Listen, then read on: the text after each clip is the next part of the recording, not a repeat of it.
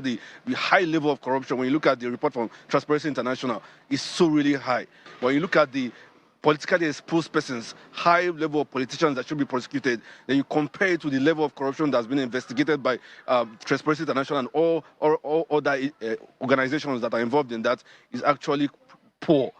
So a lot more has to be done. In the last year, there has been an increase in banditry, kidnapping for ransom, and other forms of insurgency, which the administration promised to tackle. The president's assent to the DICOM bill in 2023 has been viewed as a major step that must be implemented. The bill you are talking encourages purchasing from Nigeria.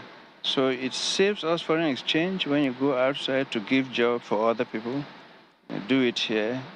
You also earn foreign exchange when you sell, like they are doing to other countries. Several other fronts, including education, healthcare, agriculture, youth and women empowerment, yearn for more attention, considering the gap created over the years. As Nigerians wait with bated breath, the question remains, will the renewed hope agenda inspire a better future or life on a knife's edge? Chris Elems, Channels Television.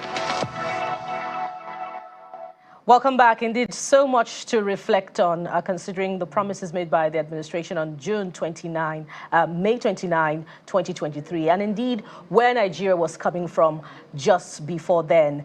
It's a full package that we have for you today, 4 hours plus, 4 hours, 45 minutes. And you can also be part of it. It's not just going to be restricted to the studio alone. You can be part of it by commenting on our hashtag. We have a special hashtag dedicated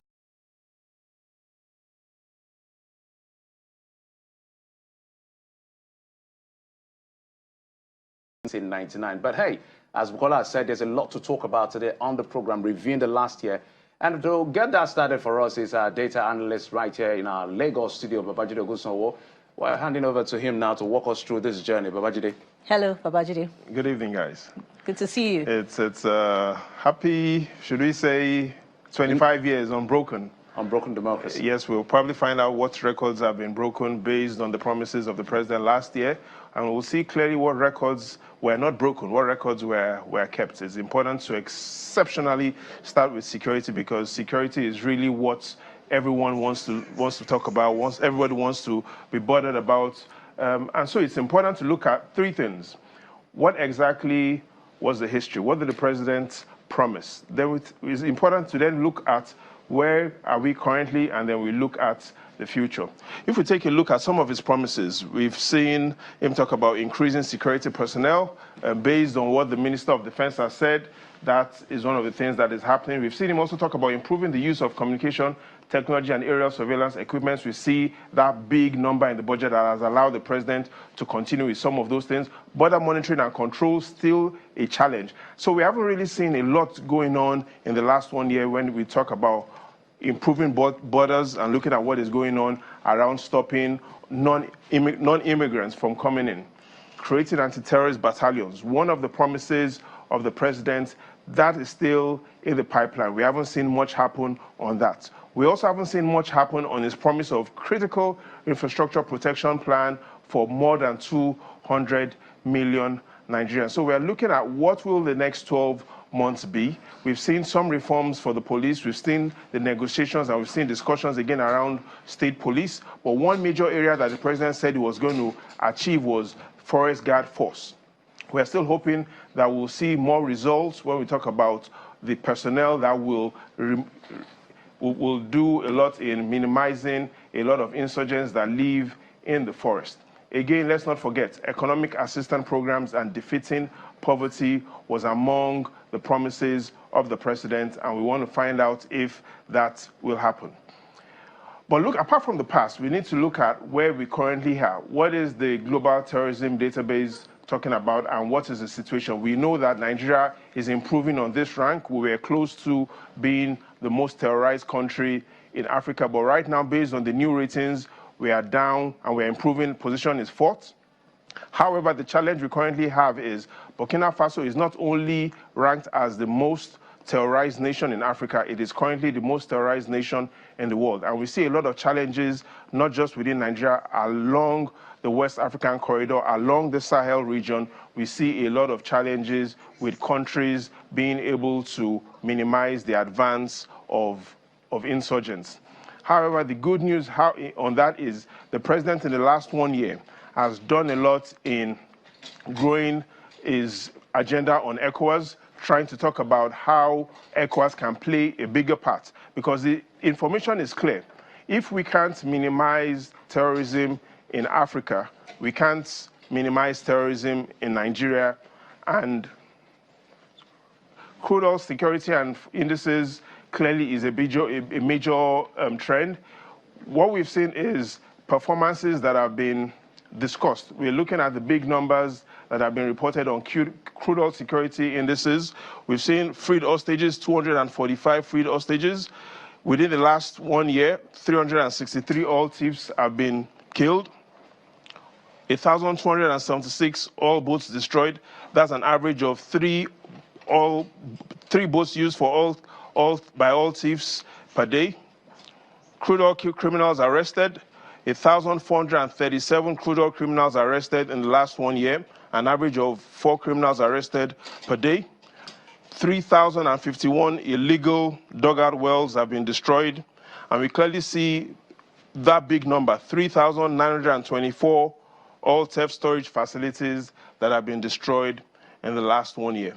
But beyond crude oil theft, we can look at what is happening in internal security, because the numbers, again, in the last 1 year are interesting. They allow us to focus on the achievements and the challenges on security. And if we take a look at those numbers on internal security, we see that number, 13. We are seeing more and more companies collaborating and showing expressing their interest to collaborate with the armed forces to produce domestic weapons, especially small and light weapons. We've seen more than 20 commanders of terrorists killed.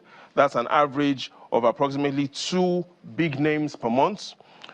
Kidnapped victims rescued, more than 4,600 kidnapped victims have been rescued. More than 7,000 terrorists as well have been arrested. And that big frightening number, we see the amount of terrorists that have been killed within the last 1 year. 9,300 terrorists have been killed in the last 1 year. But above all of this, perhaps the biggest achievement is the amount and the efforts that have gone into getting illegal weapons off the arms of these terrorists. And so in the last 1 year, over 85,000 equipments, assorted weapons and ammunition have been recorded from these insurgents. So that is the situation we find ourselves today. We've looked at the promises, we've looked at what we are currently, but perhaps what is more important and what Nigerians are asking is, what does the future look like? What are the opportunities and what are the challenges? And if we take a look at what exactly is going on with regarding what families and what citizens are saying is the state of security within their region, here's what you find compared to where we were last year. In the Northwest, when families last year were asked, is security improving? In the Northwest, 41% of families said security is improving. That number has dipped to 37%, so families in the Northwest are saying security still is a challenge. Let's look at the North Central. 39% of those that were asked in the North Central if security was improving last year, 39% said yes. That number is still the same. So similar situation to where we were last year is what is happening in the North Central. In the Northeast, it's interesting because we see families saying security has significantly improved in the Northeast. 57% last year, now at 61%. Three other regions are seeing good numbers. 52% of families said security was improving in the Southwest last year. That number has improved to 55%. South-South, 46% last year. 49% of families now say they feel more secured. And finally, in the Southeast, 47% of families last year said they feel secured. The military say they've been able to achieve a lot to minimize the threats of IPOB. 49% of families are also saying they feel secure. So in all, compared to last year, we have 4 regions in the green: the Northeast, the Southwest, the South-South, and the Southeast. Families living in this region say that compared to last year, they feel safer. Things seem the same in the North Central. The challenge the armed forces still has is in the Northwest. And the hope is that they will look at these numbers and be able to provide families more support with making sure they feel confident about their future. But Bukola, before we leave, we need to look at some of the big statements that have been said today by the leader of the armed forces, the Chief of Defense Staff, telling us about what the future of security looks like, telling us that we all need to work for a united Nigeria and focus on those shared values and our diversity that remains our strength. And so, yes, the president has made promises. We've seen clearly he has kept to some of those promises, and some of those promises have not been kept. We've seen the current situation. Terrorists are being killed, but some families, especially families in the Northwest, say they need, and the government needs to do more. Though we've seen families in the North Central sharing the same sentiment that they had last year. However, families in the Southwest, in the South-South, in the Southeast, and believe that things have improved. Thank you so much, Babajide. And you know what? Your data is somewhat reassuring, but it also reveals that there must be a lot of work to be done. For instance, in the area of crude oil theft, it shows that some effort is being invested. But when you look at the result in terms of our foreign reserves and the crude oil barrel per day production, there's still a lot more to be done. When you look at security, look at the effort that has gone there, but what has it translated to in terms of agriculture? There's still a lot more work to be done. But you make our job easier, Babajide. Thank you so much. Jeffrey. As always, Babajide Apps on his stuff right there. And of course, let's get that conversation started with our guest right here in our Lagos studio, as well as those that are joining us via Zoom. Right here in the Lagos studio, we have Mr. Alfred Ononugbo, is the CEO of Bell Protocol Security and Support Services. Thank you so much for coming on the program. Always my pleasure. Thank you. We also have in the studio Mr. Karufi Garuba, is the CEO of App Securities. Mr. Garuba, thank you for coming. I'm happy to be with you. And joining us via Zoom is Dr. Victoria Como, the MD Transworld Security Systems Limited, as well as Group Captain Shehu Sadiq, joining us via Zoom. Gentlemen and a lady, thank you so much for coming on the program. Thank you for having me. Thank you very much. Dr. Como, let's start with you. Let's start with you because they say ladies first. So let's just follow that trajectory. Babajide Ogunsowa has broken down some of the numbers in terms of how security plays out at different parts of the region. I know that there's a data from National Security Tracker from the Council of Foreign Relations that shows that under the previous administration, about 22 persons die every day. So now that we have President Bola Tinubu in the last 1 year, do you think, in your view, Nigerians are safer? Thank you. I would say to some extent that Nigerians are safer since President Tinubu came in, because when his predecessor, that's President Buhari, was there, was like he was an enabler, so the insecurity just persisted, and even when the corporates were arrested, they were released immediately. So that did not even, when you say crime and punishment, that did not help the situation. But I think with President Bola Tinubu right now, I think things are better, but they are not where they should be. But there's been a lot of mass abductions in the IDP camp in Borno. There's been mass abduction in Kaduna. Even there was a recent one in Niger, So, and then I will bring it home. In Uromi lately, that's in Edo State, there was even a cry out that the kidnapping is getting worse in Uromi. That is in the south. The IPOB problem, I think to some extent, is minimized. It's not over. So I would say under President Bola Tinubu is better, but it's not where it should be. A lot of work still needs to be done for us to feel safer. for us to sleep with our eyes closed and for us to be able to travel. I used to love to travel and just enjoy the scenery, but now you can't really travel by road. All right, let's stay virtual. Group Captain Sadiq, maybe your take on this particular question I did ask. Yes, thank you very much. Well, the record for security across Nigeria is a variegated one. It depends on what you're talking about. Certainly, traditionally, the areas that have had security problems are the Northeast, Northwest, and the North Central. To be honest, it will be difficult to tell somebody in the Northwest, especially in states like Kaduna, Zamfara, and Katsina, that is feeling safer. Certainly, I think the situation is almost the same as it was during President Muhammad Buhari, or even worse. It will equally not be correct to tell somebody like in Niger State, that the security is better. However, when we go down the Niger, in South-South, in Southeast, in the Northwest, in the Southwest, a claim could be made that security has improved. But certainly in this area that I called in Northwestern states, in the North Central state of Niger and even Plateau State. So that's why I said it's a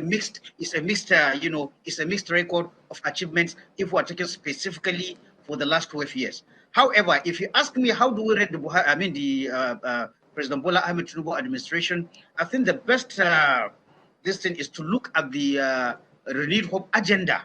What did he say he's going to do in security? What has he done? To the typical man on the street, numbers or opinion polls may count for much when we're talking discuss, but for the man on the street, his measure of security is: are people being kidnapped? Are people being killed? Is he able to go to farm? These are the figures for him that are concrete measures whether security is going forward or whether you are regressing in terms of security. Yes, indeed. Group Captain Sheo, you may have already expanded the conversation by telling us that it depends on where you are looking at as far as security is concerned. Speaking of which, in the Northwest and in the North Central, there have been reports that in the last few weeks, there's been pressure by security agents, compelling the terror cells to evacuate. But it seems that they're being pushed to the central. And I'm coming to the studio now. If you consider the report that 150 people were kidnapped in North Central, Mr. Garba, are you concerned that there is a pressure of the influx of security, kidnappers, bandits into Nigeria's North Central, and maybe even further down into the south? That is very correct. And when you look at the North Central, it has the largest forest. And secondly, that there is no coordination, because this is a single forest, right from Niger, Katsina, Zamfara, Sokoto, Kebbi, Kaduna, Niger. Why we only hear that they struck? Where is the infantry military? There should be a coordination that when there is airstrike, there is also soldiers on the ground attacking this, so there is no room to escape. But we are not noticing this. That is why you see, even recently in Katsina, you see just last week, over 35 people were killed from 2 local governments. That is Kankara and Bakuri. And the reason is very obvious. These soldiers, they come through machines. Why can't we even send an aircraft to study their movement? Because there is no way 100 machines with people will move without noticing them. But we don't hear this. So the truth of the matter that even if there is success, we can say there is still little impact to the people on the ground, because the 8 front local government, you see they cannot go to the farm. This is the time of rainy season. You cannot go to the farm. And even at home, you are not at peace. And we didn't even have recruitment that show that to match with these people. Because where 300 people go to a local government, when last did you hear recruitment by the military, by the police? I believe that with this massive unemployment, if we can deploy more people employed into this security and match face to face, honestly speaking, with the Air Force, we will succeed there. But that is not happening. And when we begin to ask, how can the aircraft, how can the airstrike will succeed without the infantry military? It's never done anywhere. So, Mr. Ononbo, what lessons are we learning in terms of strategy and the need for deployment of infant military, according to Mr. Garba, to further tackle these challenges? Well, I think my first take is that the services shouldn't be distracted by the traditional political activities of celebrating achievements, landmarks, promises during campaign and all that. The situation we have on ground predates this administration. It wasn't a biscuit and a cup of tea situation. We've had a growing insecurity across the states. And these insecurities were not just driven by political misrepresentations and mismanagements. Some are driven by lack of employment, poverty, growing poverty. And with insecurity, a lot more unemployments were created. People could no longer, like my colleague said, go to the farm. People could not be engaged in meaningful business activities. Some businesses were under severe pressure. And here we are, the politicians who come for 4 years and, of course, within the 4 years, look for another term, want to drag us to the street to say, hey, gentlemen, we are doing so much, we are achieving so much. Well, we will clap for them. The goal of the media campaign for this period will be for us to see that they are good and possibly electable for the next election. But that doesn't address the issues of security and insecurity. In fact, they are most incompetent. What they do is bring the political will to ensure that these things are happening. But the actual players are the security establishments. We should not be swept away with the flood of celebrations. We should be able to look at, yes, people are no longer free to go to farms. Nigerians can no longer grow in any other sector, including our commercial activities. So how do we stem this tide? And that has to do with going back to the drawing table by all the agencies, like you said. Intelligence must be shared. But before you share intelligence, it has to be gathered and analyzed thoroughly and appropriate information passed to the appropriate quarters. That's one. Two, we need the right technology and equipment to engage. The era of organize some people and they are using walkie-talkie to walk on the road is over. We have unmanned area equipment that could pick intelligence, time-bound intelligence, and encourage the systems to plan a response that can give us a result. Now, these must be sustainable. It will take funds. The government, which are the politicians, I call them four-year people, must be willing to provide the kind of resources to give us not just the technology, but the know-how and capability to sustain whatever we are doing that might be working and to jettison the ones that are not working and learn new ones in order to contain this tide.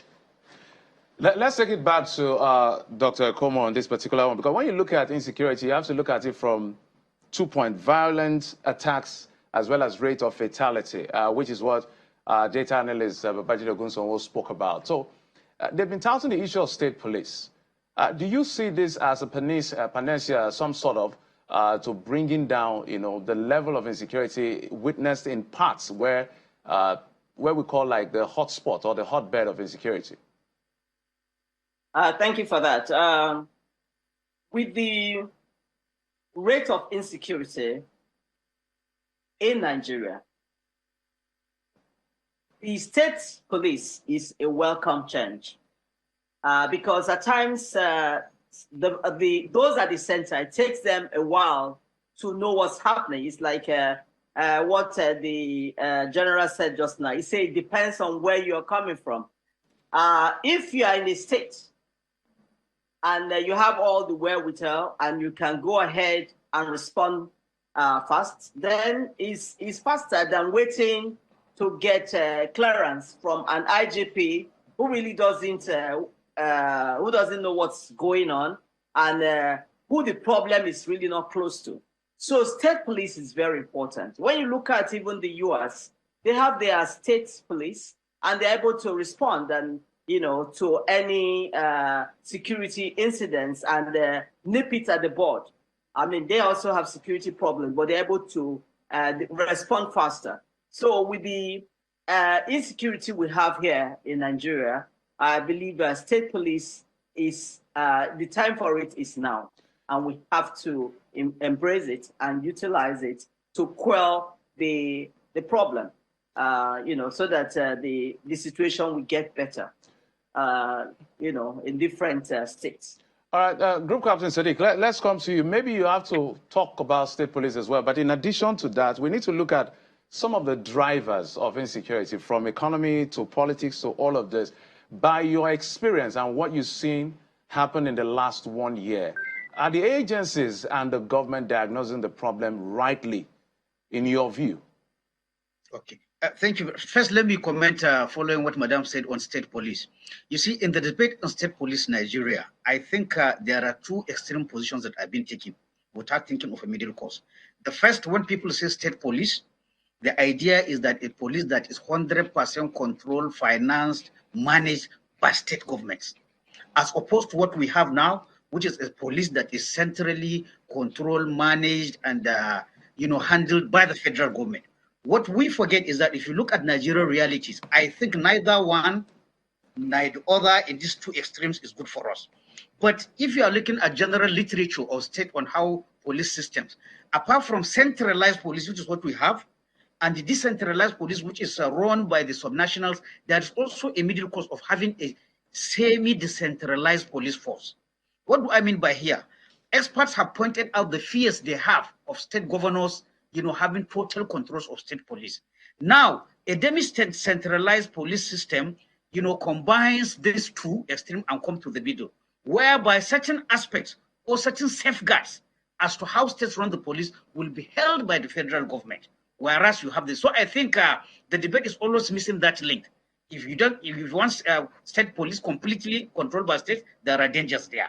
If you have a police controlled completely by the federal government, there are inefficiencies. So I think the debate later will come to coalesce around a middle ground where it is not wholly controlled by the state police and it is not wholly controlled by the federal government. Having said that, you also asked me whether we are looking at this holistically. I have to be very honest. In my opinion, if you look at the President Bola Ahmed Tinubu, in fact, even going back to the Buhari administration, I think we are not tackling the issue. We talk about security architecture. What do we really mean by security architecture? You are talking of the people in the front, whether Army, Air Force, Navy, Police, DSS. This is only one part of the other structure. The other structure is the oversight bodies. The ministries where these people, where these agencies are allocated. The National Assembly that allocate budget, that should allocate priorities. What I find in my own research, and this is my personal opinion, right at the executive branch and the National Assembly branch, we don't do much of analysis. It's like we allow the services, whether military, whether DSS, to just do what they want from budgeting. I just I attended a conference where Budget IT, this organization that analyzes budget, if they give you the breakdown of the budget, you will wonder the budget does not reflect what is contained in the President Bola Ahmed Tinubu manifesto. When you read the manifesto at the CNC, you hear him talking about recruitment, you hear him about reforming, you hear him about equipping. Like the lady pointed out, what recruitment have we done? We have not done any recruitment to show the consistent acknowledgement by everybody that we are short of security agencies, whether you talk of police, whether you talk of the army. The army is just starting a recruitment for this year since this government came, and how many numbers. In fact, before you even talk about recruitment, there should be an analysis. What is the optimal number of military personnel that Nigeria needs? Looking at all the indices, economic, political, diplomatic, you come at a number, because again, it's a matter of economy. You have to spend money again for health and agri and roads and everything. So it's not everything that looks aggressive. The same thing with police. We have not yet decided, even though we have the UN ratio, but then we may decide our economy can do that or our economy cannot do that. So the debate is, if we've had a multi-year plan, for example, if you understand we have a shortage of 50,000 policemen, when the police are bringing their budget, what I expect the executive to do is to ensure, okay, for this year, how many are you recruiting? You have that number. National Assembly also that passes that. So 2025, you know we have done 10,000. Remaining how many? This is what we do. But honestly, if you look at the budget of the security agencies, it does not reflect the important areas. I just did a small analysis before you called me now. I saw like for the security agencies, about 68% of their budget is on salaries, allowances, and what they call social services. All right, let's manage our time, Group Captain Sheo. Let's come to the studio now and look at, yet again, the security concern from two levels. The equipment that the armed forces are using to tackle either it's banditry or insurgency. The president signed the DICON bill into law only recently. How has that, further equipped the armed forces to fight? And then also, let's also look at protection for the armed forces while they fight. Reports say that about 965 of them have died in the last 2 years at the battlefield. So I'm coming to you now, Mr. Garba. In view of the concern you had raised earlier about the lack of infantry on the ground, how do you respond to these two issues, equipment that they are fighting with, and then protection for the men at the war front? Well, I think we fail to face the reality. The reality, all this insubordination, they are people that we know. They are from within the locality. So they are not unknown to us. But the community that we're supposed to recruit all these unemployed youths and equip them and support them with the military, they are not there. You take a local government that has a dimension of 100 kilometers. You just send 20 police. How can they protect that?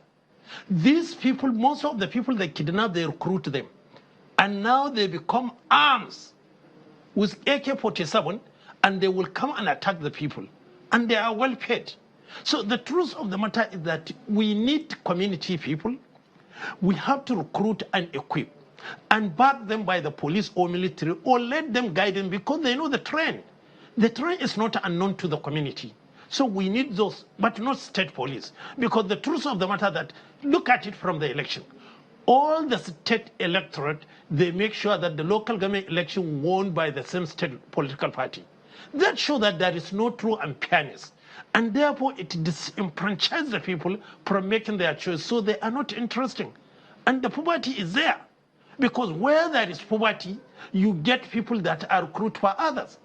The governor of Katsina State that even the village head participated in this. So how do you exonerate those who are contributing to these insurgents? So the truth of the matter that we need community, we need equipment, we need to use the drone. So regardless of whether we have state police or not, or even superior equipment, if there are no men to man it. Katsina State recruited 150 for each local government. All right. But they couldn't help. All right, Mr. Onubu. Well, we are Nigerians. You can't get Ghanaians to pay the price to set or keep us safe. So we should be able to look inwards.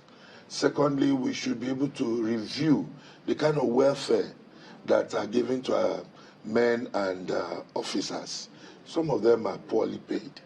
These terrorists pay far better. They provide superior equipment. Motivation is everything. People can sacrifice when they see a cause to die for.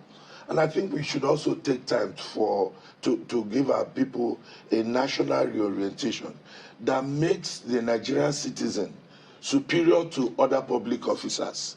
So when you are serving the Nigerians and not the other way around. A situation where we don't have that kind of synergy between the political class and the masses. The only meeting point we have are during elections. That is very suicidal because when they are disenfranchised, like he said, and a lot of agitations come up, people take laws into their hands and they engage in all manner of sabotage, all kinds of things to make sure that they get even. And we create more insecure society and everybody pays for it, including the politicians who use over 40 to 60% of our security forces to protect themselves and their families, leaving the rest of us to fend for ourselves. So it's a big problem. At the end of the day, it's a lot to talk about, but just a quick one, just to wrap up. Let me start from the studio this time. A quick assessment of the last 1 year by percentage. So let's Let's talk about efforts and results. Let me start with you, Mr. Garba. Well, when you look at average, above average, below average? It depends. Honestly speaking, I'm from Katsina State. If you go to the front local government, they will tell you there wasn't any much improvement. But if you look at the Northeast, you will see that there is serious improvement. Most of the people have now vacated and go back to their local government. So the issue is that we just address one side, we leave the other side. And now gradually they are moving from northwest to north central. And there is synergy because it's the same forest. So for me, the government have to squarely address it collectively, not addressing a state by state. The affair must be across the border. Otherwise, we'll just solve one problem and create another problem. All right, let me come to you, Dr.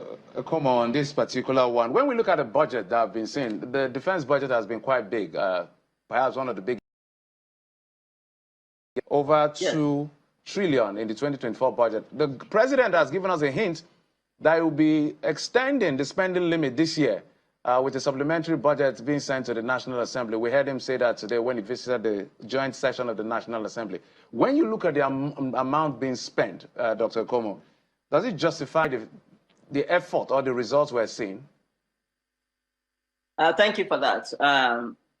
I don't agree that the amount being spent justifies the effort. And I will use Niger State as an example. Recently, was that last week or so, Niger State had a major kidnap situation where about 200 or so were kidnapped from their different houses, and it was said that they moved from house to house in downpour. The rain was falling, and for 3 hours, and people were running into the bushes, and there was no help, no backup, no security backup to assist them. Even the vigilantes that were there, I think about 4 of them were killed. There was no help to save these people for 3 good hours. One would expect that if the money is being spent well, we should have more reinforcement. When there's a problem like that, since it went on for 3 hours, there should have been reinforcement to at least intervene and stop the atrocity that was being committed. But there was no response. It was the next day, I think on Saturday, that learned that there was response. So they can pander a lot of amounts being spent, but it has to be effective to quell the situation. So I just use that as an example.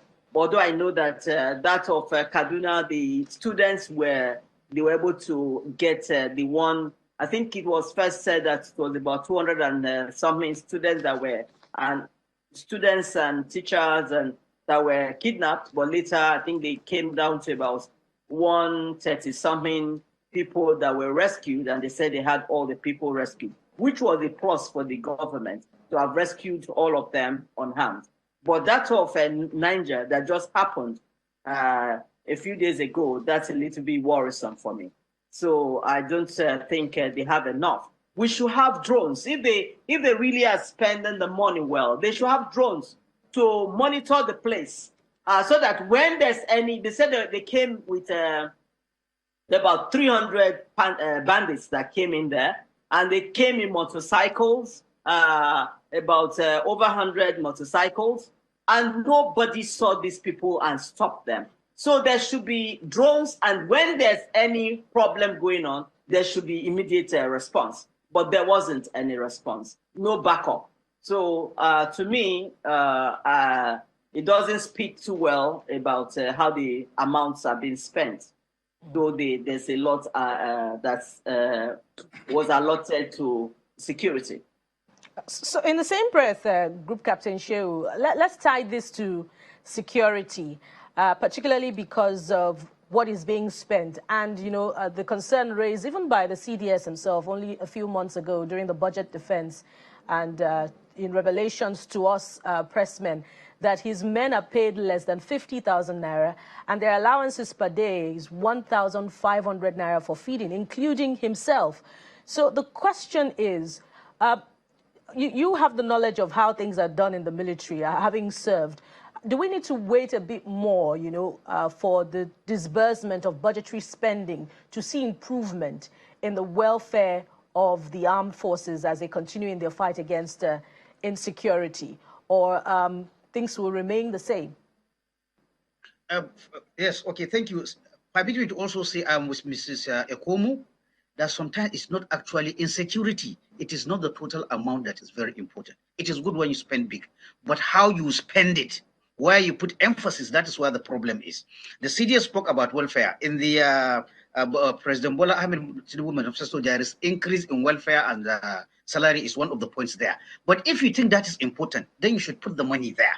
However, when I say look at our budget for security anytime and see where we are putting the money. The money is big in terms of, in fact, this year I made a rough calculation. The money for security is higher than the money for education and health combined, which is not bad. However, we need to see it trickling down. I think there is not much attention paid by the executive branch and the legislative branch on where emphasis is paid. The executive, when the budgeting process is that the security services will present this what we want to do, but it goes through the executive. If your emphasis is on equipment, you can say, okay, you have put too much money here, I'm moving it, I'm putting it here. There's something with the National Assembly. But in my opinion, I think that is not being done. Whatever the security agencies pass, that's just what is given to them. So like I said, if you even carry 80% of the budget and put it in security, if you don't follow the money, if you don't ensure that it is areas where the security is watching that you put the money will be frittered away in ceremonies, in frivolous, in frivolous projects, which add nothing to the capacity of the security forces. So I think both the executive branch and the National Assembly must do more about how they budget, about how the money goes and where it is put. If not, even if you put 100% of the money in security, people will find a way of spending it, but it has nothing to do with the quick response that Madam Ekomu talked about. It has nothing to do with the recruitment of personnel. It will go into other things. Let me come to you, Mr. Ononugbo, on this particular one. I'm looking at the Renewed Hope agenda, and I think there are some things you call low-hanging fruits. We've talked about personnel number, as Mr. Garba has said, but the president had promised that they will transfer the responsibility of protecting VIPs and government installations and buildings to the NSCDC, empower them a little more, and then free them from VIP protection. We haven't seen that. There's also the anti-terrorist battalion that was supposed to be formed like our own SEAL team. We haven't seen that. From what you know, what could be stopping some of the things that lay people will consider this is a no-brainer, should have been done since? Well, the first question I will ask is, if our security apparatus and our politicians are doing the right thing, why do they require special protection? We live together in the same place. During elections, we sleep together. They eat akara on the streets. They carry little babies around and nobody harm them. And suddenly after winning election, we are investing so much to have special units protecting VIPs. That's absurd. Something is just not right somewhere. And I think that's what we're not addressing. What are the actual problems?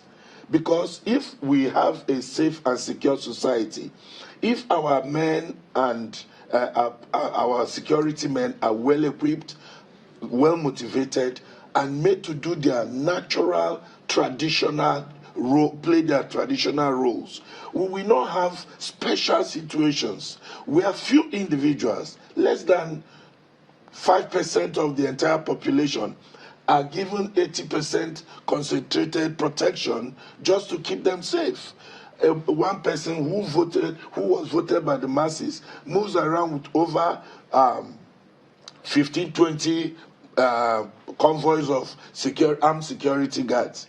And the police posts, we have barely 4, 5, 10 people running, which covers over 200 to 5,000 people in the community. Something is not right. So I would advise and I would think that if Mr. President wants to help us, let's look at why we're having this problem.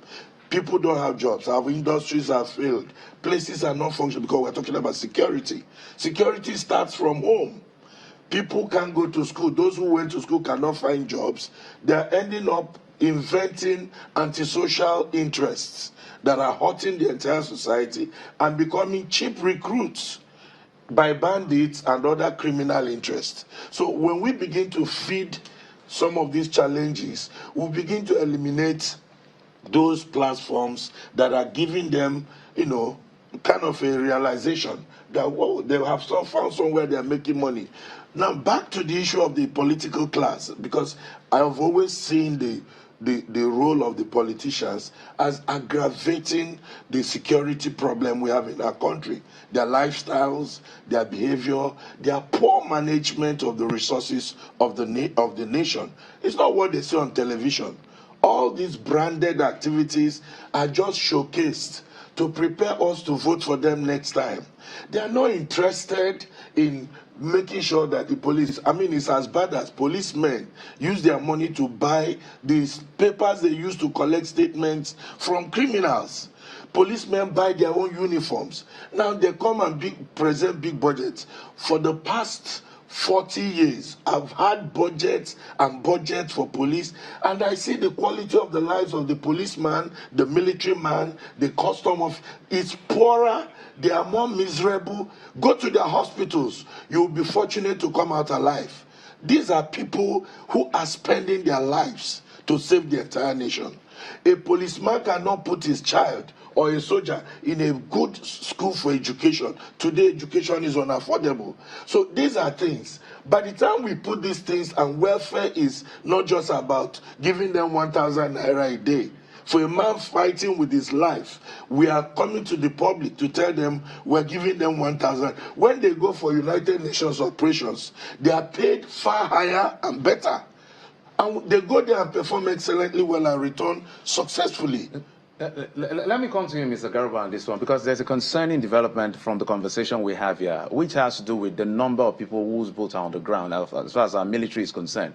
But we've also seen that even the military is getting into embarrassing situations where military is being used to settle very embarrassing civil dispute and altercation. Look at the issues of Banax. There was another issue in the same Abuja. Taylor had an issue with someone and a military person. All of this that we talk about. How, because looking forward now, let's look ahead. How can we reposition the military to be really professional and make them a rare sight within the civil community? Well, you see, there is so many wrong in the nation. First, address judiciary. If there is law, you don't need the police, you don't need the military, because the law will work and make sure law respects nobody. So the judiciary, they are not working. And that is why people take the law into their hands. And this is common. Secondly, the grassroots. Everybody knows the grassroots are the local government. Let's have a true and fair election, not by state, but by ANEC, so that the right people be elected there, and they are willing to ready to spend for their local people, and they are willing to ready to protect themselves. But this state election where they win everything is never going to help us. Then thirdly, we need to use also give and take. As you are striking, at the same time, those who are willing to hands up, you are willing to take them. Because there is no war that succeeded with war alone without also taking the other side of it. So those who are willing to voluntarily to decide to be abandoned from the bush, try to re-acclimatize, collect them, accept them, and see how you can gather the information. Then we use the drone. Why are we not using the drone? All these people are moving, no drone. Nowhere you hear the drone have seen any. Even if they have seen it, they refuse to use it. So we must use technology, and we must employ this team of youth to tap all the telephone of those areas, so that whoever communicates with this bandit are identified and hold on. Because nobody should be above the law. And those people, they are getting information from insider, and we need somebody to tap their information. Why can't we employ youth? Honestly speaking, there is so many things that is going wrong, and unless we put them in the right perspective, we may continue with this war. Because now it's over 19 years, 25 years of democracy, 20 years we have insecurity. Indeed, it's an inexhaustible conversation, and you're taking us to another area. That is the deployment of technology to fight insecurity. But really, let me come to you now, Dr. Victoria Ekomo. Yes, there's something we do. We assess the administration in terms of result, effort, and result. So we'd like you to assess the administration so far. What are your thoughts on the percentage that you would allot in terms of result and effort? I will say that the administration, they are trying, but I don't think they are there yet. Because with, I know that the President Bola Tinubu was the leader of APC, so it's like a continuation since he's the president now. With what has been happening, and even with what he promised during the inaugural speech, by now, we should go after the bandits in the forest and start getting them out of the forest using drones and then using military. Because right now, many of these bandits are moving from Kaduna. So very quickly now, rates the administration. Is it below average, average, or above average in the area of security? I would say below average. All right. So, Group Captain Shehu, what are your thoughts? How do you rate the administration? In the administration, I simply look at the renewed hope agenda of what the government said it will do. And at this time, with 1 year, that is 1/4 of the time gone, I would give it 45%. All right, fair enough. Group Captain Shehu, thank you so much for your thoughts there. And at this point, we'll like to toss to our colleagues in Abuja for a more in-depth but we must first thank from their guests. We must first thank all of them. Dr. Victoria Ekomo, MD Trans World Security Systems Limited. Thank you so much, ma'am, for joining us on the program. Alfred, you didn't tell us your rating. Quickly, sir. 10 seconds. Well, below average, definitely. Below average, okay. CEO, Bell Protocol Security Services, as well as Group Captain Shehu Sadiq, okay, we've said that. Mr. Karifi Garuba, the CEO of App Security. Thank you so much, gentlemen and lady, for coming on the program. We appreciate you. Thank you for having us. Well, you can now do your tossing. Time to toss now for yet another in-depth conversation on the administration's strides in the area of security. Back to you now, Balkwe and Chobere.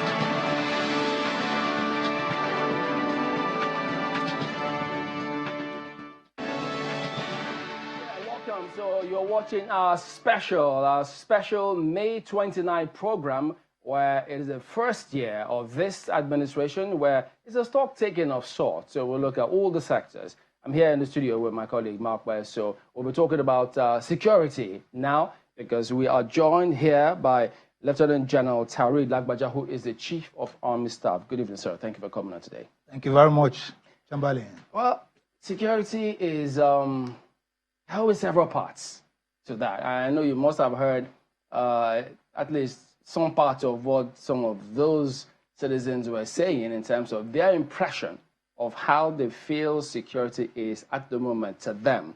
It may be different from inside where you are. So perhaps we'll start by asking you, could you give us a picture of sorts, what you think, your impression about how, I know it's not, I mean, to assess yourself, but you do your SWOT analysis and strategy with the military.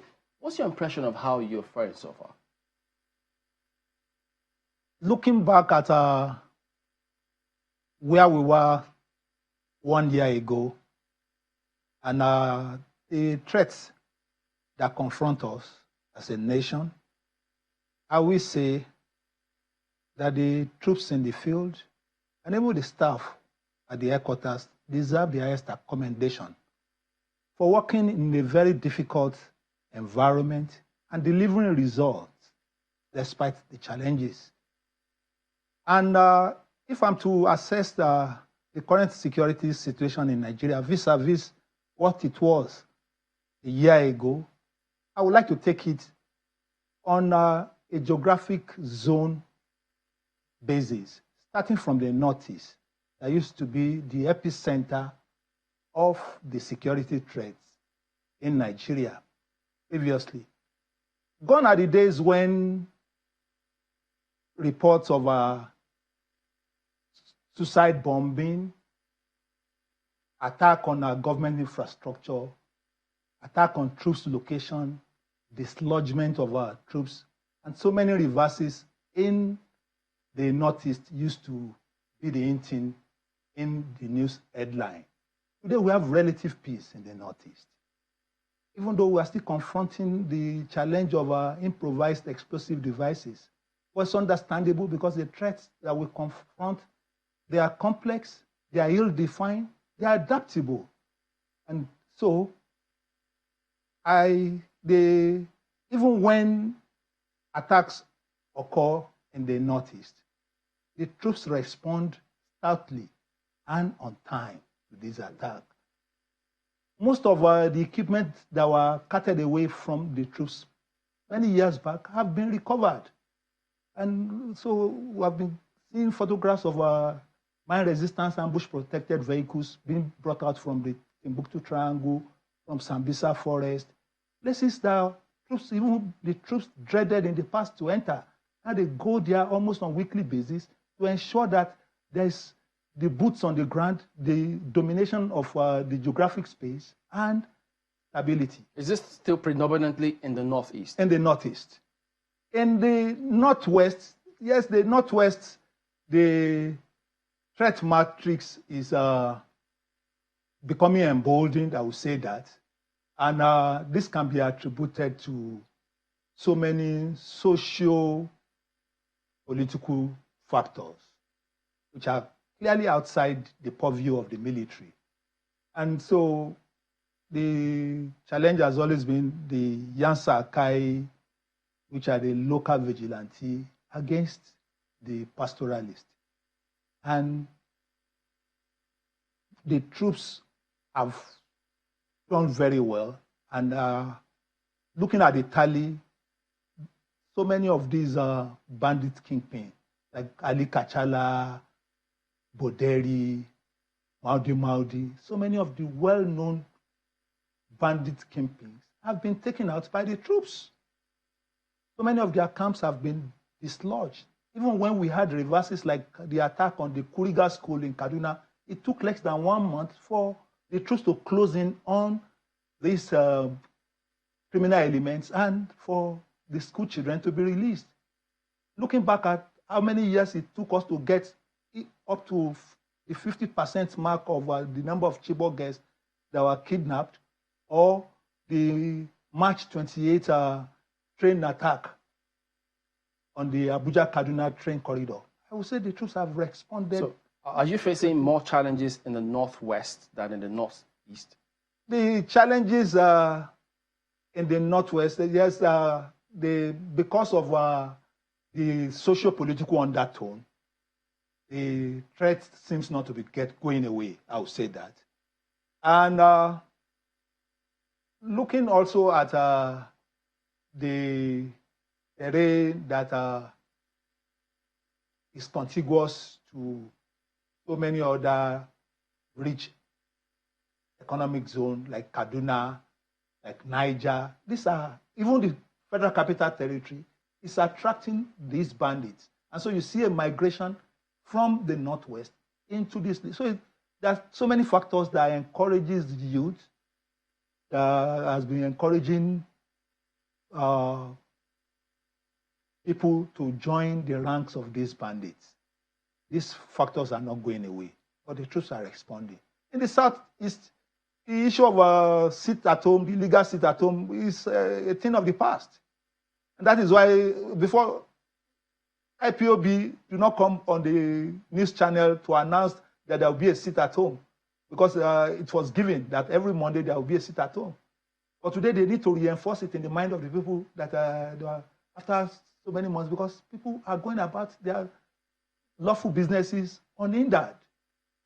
In the South, there has been an increase in the crude oil output from about 900,000, 1 million barrels a day, at a point where almost clocking 1.6 million barrels per day before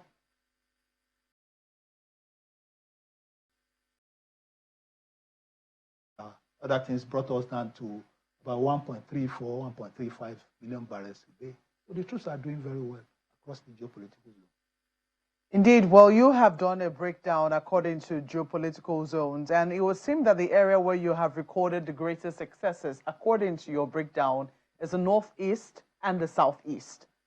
That seems to be where you've made, and this area, some people will say, well, there was already progress already being made there. It would seem that what you've done right now is consolidate on the progress that has been made. Because if you spoke to those in the Buhari administration, coming down, they would have said, oh, we're making progress in the northeast. Northeast area was one of the areas where they had the bragging rights. But now in the northwest, which was also a problem in that administration, we're hoping that by now, yes, because as the president is marking 1 year in office, you were appointed in June, shortly after he took the oath of office. You're also almost celebrating 1 year as chief of army staff. So looking at 1 year, why has the northwest become so intractable? I know you've spoken to socio-political factors which are outside the remit of the Nigerian army, and you've also talked about some of the successes you've recorded in spite of the problems that you've encountered. For instance, the bringing back of the Kuriga school children. But the very fact that it happened in the first place, says a lot about just how porous security remains in the northwest. The very fact that it happens in the first place, the Kuriga school attack, is regrettable. But I've been to that school, and I've seen images of so many other schools across the country. And those things cannot stand for schools where people send their children to.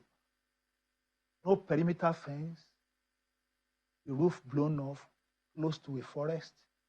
So many factors that can be exploited by a determined adversary. And no communication. When it happened, it took more than 3 hours for the troops to get a distress call. Despite that, they responded. And because I was a general officer commanding in the southeast, I can speak boldly to the situation in the southeast.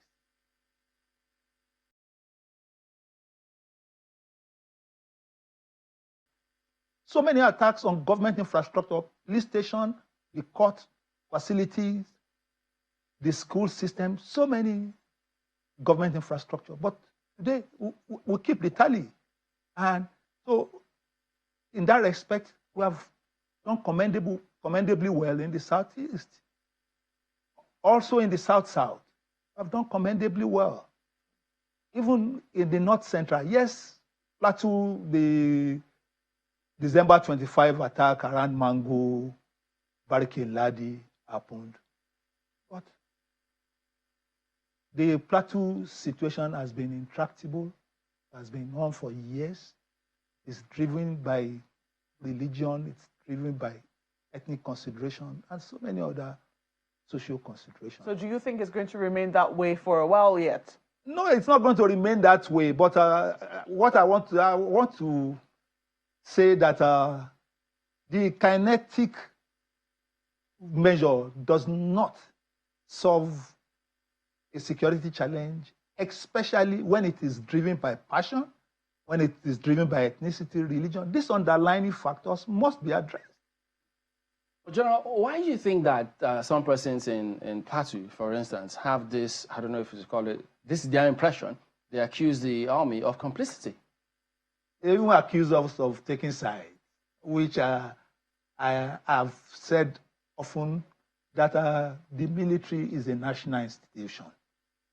When we recruit troops, when we form them into subunits, units, formations, we do not ask them what is their religion or where they come from. And so the people who are deployed in Plateau are from all segments of the Nigerian society. And so even some of them are from Plateau. And beats my imagination out, somebody that is from Plateau will be taking side with people that they call settlers. But is this something that the army investigates and the army over and over we have investigated this. But the people who are coming up with this narrative have an agenda that they are pursuing. And so beyond the issue of the agenda, anytime these issues come up, we investigate. And we always make our findings known to the appropriate quarters. You do know that, this statement and these allegations haven't just come sometimes from ordinary quarters.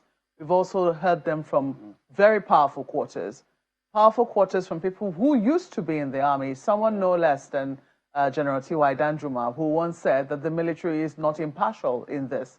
When you hear those kinds of statements from people who are statesmen like that, saying that the military, is taking sides in conflicts that affect people in North Central and other districts, how do you react to it?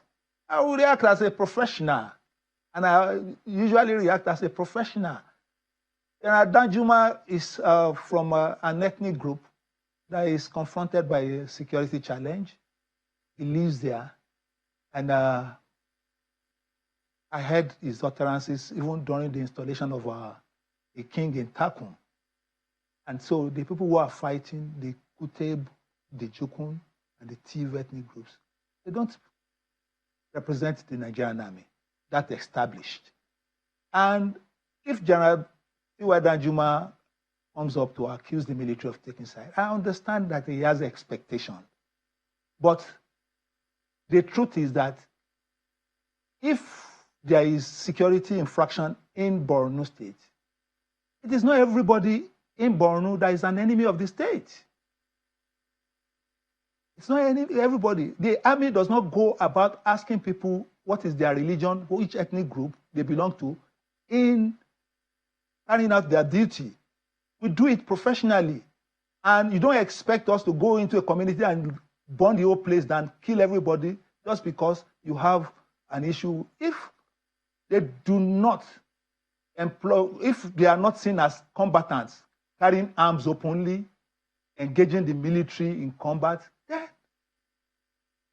we treat them as law-abiding citizens because that is what they have presented themselves to be. And if that is the stand of General Danjuma for him to express his opinion, I think it does not represent what the Nigerian Army stands for, because we have conducted ourselves professionally in every theater we are engaged across the country.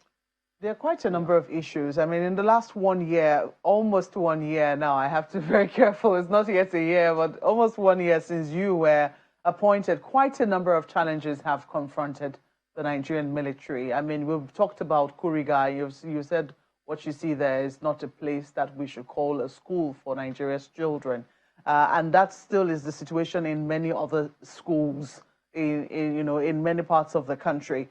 But there's also been Tudumbiri, which you have apologized over, and I think the Nigerian army has conducted a hearing into that. I think 2 soldiers, is it 2 soldiers now, or 2 officers have been indicted on that particular count. And there's also been Okwama, which has also, affected the Nigerian army very adversely. These are some of the things that are beginning to show, the relationship, the tense relationship that could come up as a result of the military being involved in within the civilian space, especially in internal conflict operations. Is this something that the military is looking at more critically? Its relations, its civil-military relations, and these incidences which continues to come up as a result of your interactions with the populace which you seek to protect? The world over, there are 2 models for employing military to confront conflict. It's either expeditionary or internal looking. We are focused internally in Nigeria. That is why you see the military deployed all across the 36 states of the Federation, including the Federal Capital Territory. And when you have troops deployed in the population space, you expect that there will be infraction, because the troops leave, they conduct their activities with the civilian, they are not turned in a barracks. And so these infractions will come up, but we are addressing, how do we address this? We have been conducting training to enlighten our soldiers on the way they must conduct themselves in the field. Beyond that, we have rules of engagements and code of conduct, and we will publish this and give it as a booklet to be kept in the breast pocket of every soldier so that it becomes part of them. And whenever we get a report of this infraction, like in Okwama, like in Tudunbiri, we conduct in-depth investigation and take appropriate remedial action. So going forward, we will intensify our sensitization and training of our troops. We have also engaged in civil-military cooperation activities. So you see us engaging in community development activities, providing water for communities where our troops are deployed. We run medical facilities, we conduct medical outreaches, and so many other things. So we engage in all these things so that the people that we are out to protect will see us as their friends and understand the way we operate. Well, General, some persons in Abuja here, Banex Plaza specifically, didn't see the army as their friends not long ago when that clash happened. Have you investigated? Is anyone culpable for anything on the part of the army? I read a press release from the Association of Mobile Telephone Dealers in Banex apologizing for the unruly behavior of some of their members. So that respect, they see us as their friend. They understood that what happened was a misunderstanding. The troops went there as people that every Nigerian patronizes Banex. Driving away from here, I can go into Banex to buy whatever I want to buy. Some said the officers were on an illegal duty. Why? They were trying to enforce civilian scenario, which is left for the police. Someone bought a phone, and then they got the army to intervene, and that was the account. Is that correct? The press release from the Director of Army Public Relations clearly states that these allegations will be investigated. We are investigating, and we will take appropriate sanction on the troops if they are found to be culpable. What about the closing down of the place? Did the army have, under the law, to shut down the place for, even if it's for a day or two? The army is already deployed in the public space. We are deployed in all the 36 states of the Federation. We are deployed even in the Federal Capital Territory, conducting internal security operations. Although these are policing tasks, well, I've said that the employment of the military in Nigeria is inward-looking. We are not an expeditionary force. And to that extent, if we perceive that there's a likelihood of a breach of law and order, breakdown of law and order, we'll take appropriate action. Because if Banex is touched, it is the military that will be called out to protect the general. But shutting the place down, I mean, you heard several lawyers who say that, no, that is a violation of the law. The army has no right to get in there and shut down the place when the police is there. If anyone feels highly or feel offended, you resort to the courts. But the army, I'm not sure that has happened. No, the army, even in shutting down the place, we worked in concert with the police. Do not forget that when the troops were being assaulted, right within the precinct of Banex, the policemen came around. And there was likelihood of a breakdown of law and order.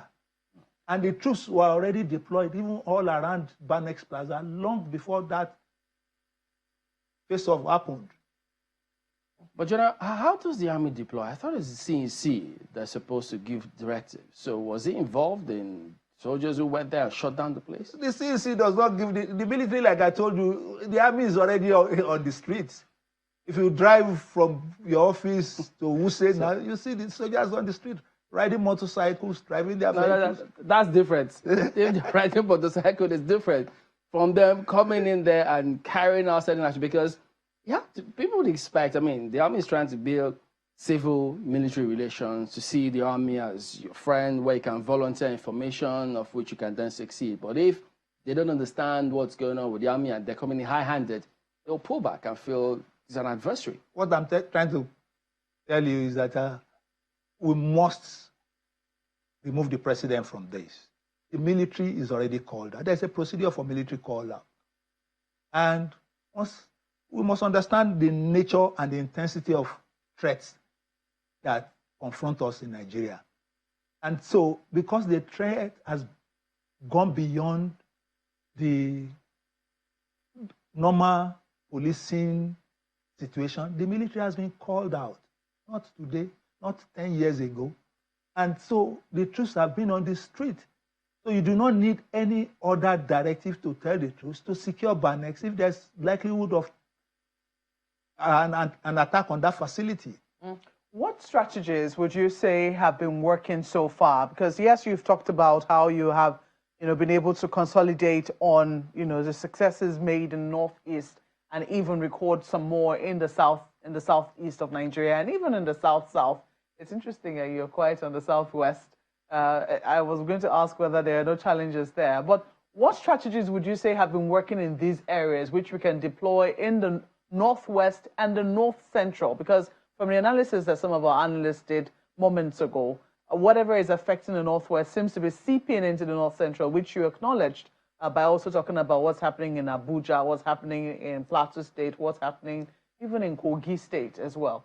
You want to share some of the things that perhaps you need perhaps those in government and public to be aware of, maybe to cooperate with you more on? First, talking about the Southwest specifically, the Southwest has also been confronted with some challenges, even though on low scale, compared to what is happening in other parts of the country. There have been cases of kidnapping along the Lagos-Ibadan Expressway, and even in the Oyo North, especially around Shaki, Boho, Okeo. But the troops have responded to this, and we're not hearing about kidnapping along the Lagos-Ibadan Expressway and the farmers' elders confrontation in Oyo North. For every conflict situation that we have intervened, we've had to come up with a design, what we call a campaign plan. And in this campaign plan, it is expected that the military will work in concert with other elements of national power to bring about peace and stability in the conflict zone. Where do the people fit in? The people fit in. So I'm talking about the military, the people, the government. The government must be able to bring about developmental activities like building roads to help in military operation and to assuage whatever are the grievances of the people. They must be able to provide water. They must be able to do some other things. In the Northeast, we have worked not only in concert with the government, with international non-governmental organizations and so many other partners. And the results are obvious for everybody to see. In the Northwest, we are doing our very best. The strategy we are employing in the Northwest is first to contain in situ so that there's no migration of the threat to either to trouble-free area like Kaduna, like Niger, like the Federal Capital Territory. And then, after containing, we can then conduct decapitation operation to remove the ringleaders of these criminal activities, remove the sophisticated and military-grade weapons from them. And once that is done, we expect that other elements of national power, developmental, dialogue, and the rest will come to play. And we have an enduring peace. Okay, so as we wind down, General, could you talk to us about local manufacturing of equipment for the military, for instance? Are we making any progress in that area? Straight away, I will invite you to come for our Nigerian Army Day celebration that is scheduled to hold in Jos. The climax will be on 6th of July in Jos. Come and see on display what the Command Engineering Depot in Kaduna is doing. We have faced challenges in the field. Even the local manufacturing of military hardware is ongoing, not only within the military, but by other businesses. Proforce is doing its own. Imperium in Kaduna is doing. The machine tool in Osogbo is doing a lot. In those days, our personal protective equipment, we used to import almost everything from abroad. And that is a drain on the foreign exchange of the country. But today, we get everything from these industries that I've mentioned, Proforce, Imperium, Nigerian machine tools. And even within the military, our electrical and mechanical corps has been able to sit down and see how they can do reverse engineering and address some challenges that confront us. We've had situations where mine resistance and bush protected vehicles that cost, and on the average, $700,000 get burnt in the field. And at the cost of about 20 million, they are fixed, completely as good as brand new from the Command Engineering Depot. So if you come to Jos in July, you will see on display these things that are being done by locally. I look forward to. I'd love to see that because, I mean, we have to do what we have to do to ensure that we keep boosting local capacity. We have to thank you for coming on. Lieutenant General Tari Dagbaja, Chief of Army Staff. Thank you, and all the best to yourself and the team for the work you do for the country. Thank you very much. It's been my pleasure being here.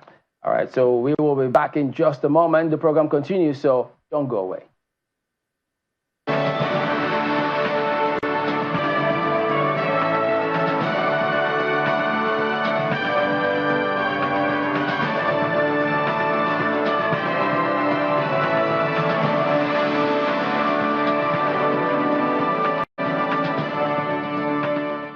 Wow, look at that.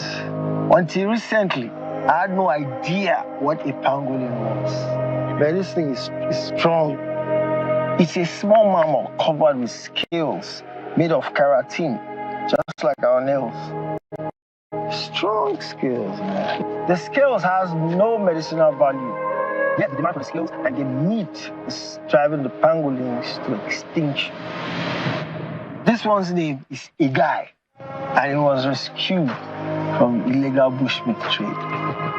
It's going back into the wild where it belongs to keep the ant population in check. Home sweet home. Please say no to illegal bushmeat and report wildlife crime, because poaching steals from us all.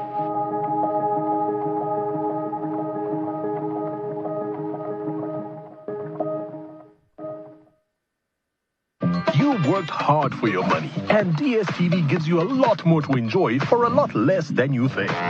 So rather than fast food just for you, how about entertainment for the whole family? Instead of date night with your bae, how about countless nights for you, bae, and the kids? And don't settle for a few hours with your homies.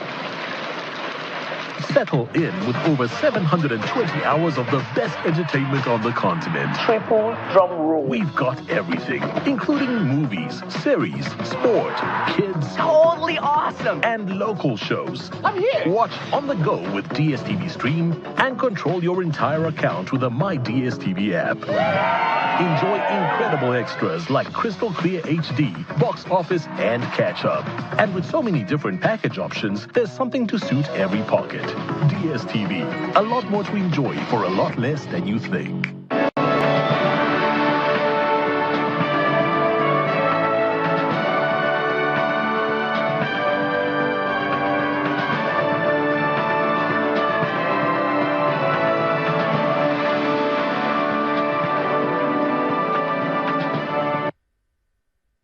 Welcome back. It's been 1 year of President Bola Tinubu since he assumed office as President and Commander-in-Chief of the Armed Forces of the Federal Republic.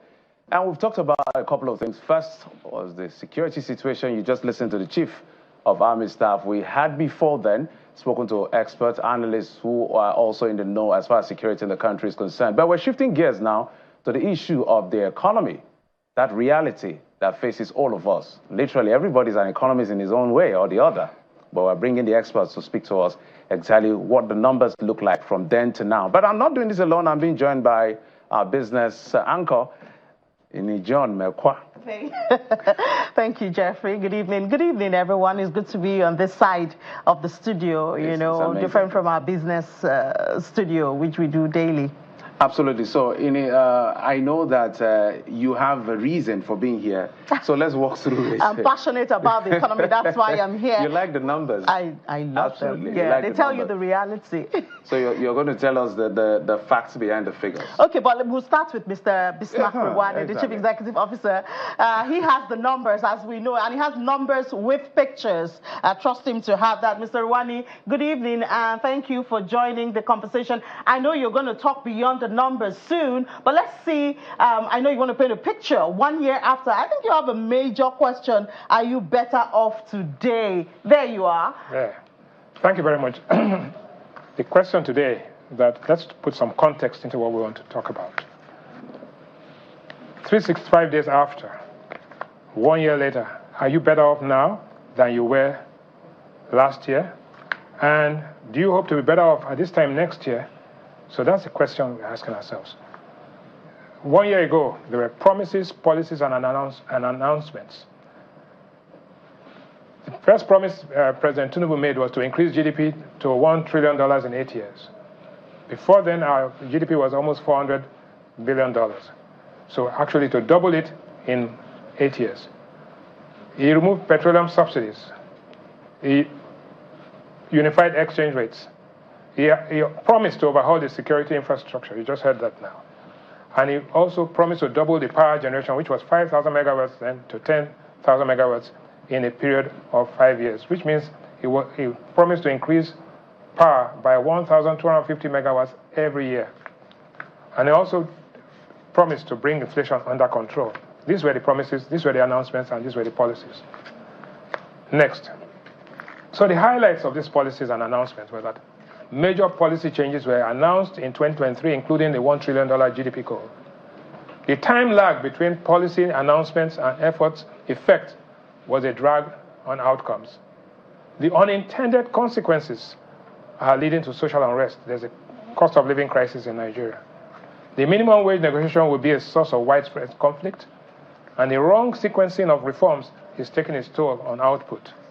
Nigeria needs new borrowing to refinance existing obligations, and policy changes, institutional reform, and new borrowings will lead to positive and faster growth in the period 2025 to 2026. Next.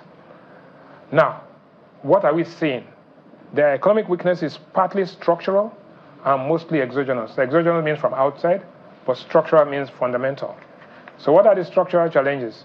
Rent-seeking market structure, energy crunch, 4,000 megawatts, regulatory bottlenecks, declining labor productivity, and demographic pressures, including urbanization.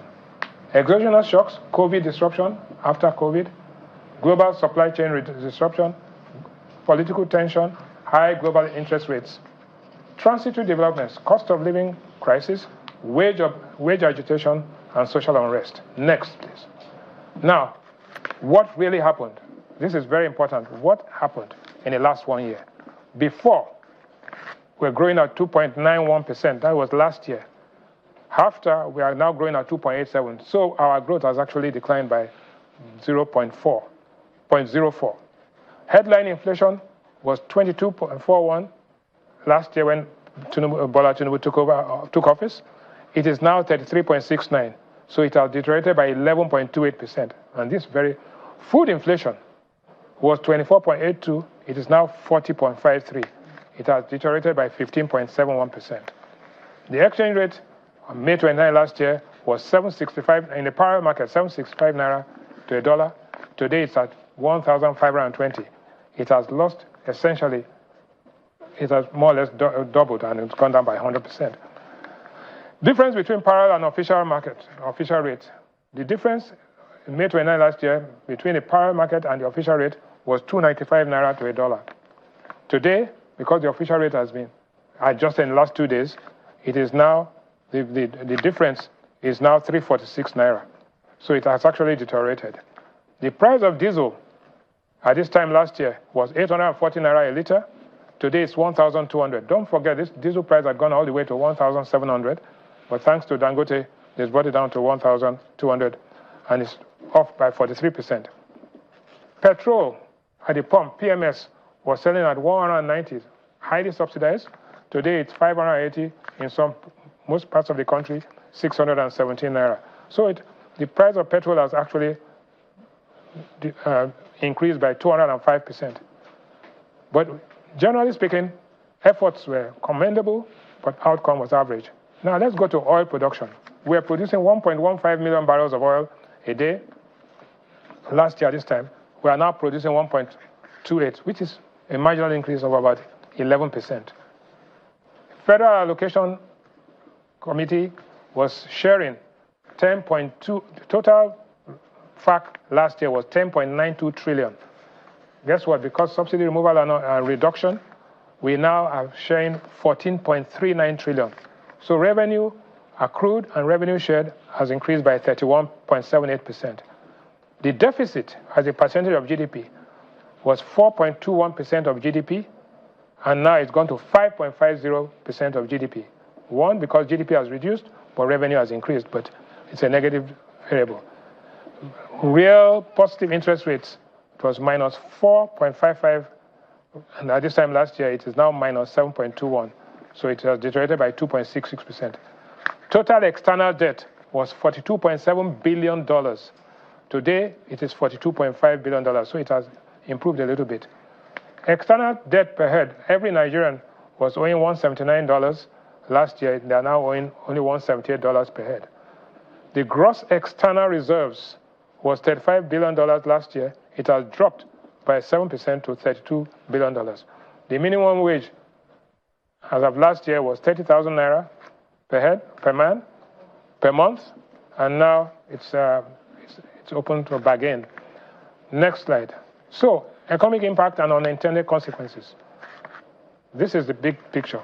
The gross fixed investment, which drives growth, was $154 billion last year. It is now down to $105 billion, down by 31%. The stock market capitalization, positive. It was 30 trillion naira at this time last year. Now it is up to 55 trillion naira, up by 83%. So stock market investors are making money. National savings as a percentage of GDP was 33% by this time last year, is down to 29%. Life expectancy at this time last year was 55.8. It has improved by about 3 months to 56.1. Ships awaiting berth at the ports in Nigeria were 12 at this time last year. They are now up to 15, so it has improved by 25%. And grid collapses were 12 times last year. That means the grid collapsed once every month, but this time it has collapsed only 5 times, so some improvement there. Next. So in general, we have the good, we have the bad, and we have the ugly. What is the good? Tax and other revenues have more than doubled. FAC increased to 14.39 trillion. Dangote Refinery and other modular refineries have commenced operations. Forex backlog has been cleared. Credit rating upgraded to B. Outlook, oil production increased to 1.34, and international affairs have actually reduced. What is the bad? Nigeria used to be 32nd largest economy in the world. Today we are now 42. In Africa we're number 1, but now we are down to number 4. Inflation, which was at 24%, is now 33.69%. Our public debt has risen to 97 trillion. What is the ugly? Terrorist attacks continue. Power grid collapse is there. Exit of multinationals, e.g. Procter & Gamble, escalating cost of living, and there's a crisis there. This is food inflation, and you can see it here. It's rising, and driven by post-harvest losses, insecurity challenges, and poor storage. So this is bad news. So how does it affect you, where you're sitting down at home, and Ini and Jeffrey? 1, at this time last year, you bought a bag of rice for 35,000. Today, you're buying it at 80,000. It has increased by 129%. It actually got up to 95,000. Gary, very, very difficult. Gari was 28,000 a bag at this time last year. It is now 50,000. As a matter of fact, it crossed this. I went back. Beans has become a major problem. Beans was 30,000 naira at this time last year. It is now 95,000. It's gone up by 217%. You need beans for protein. A loaf of bread at this time last year was 900 naira. It's now 1,600.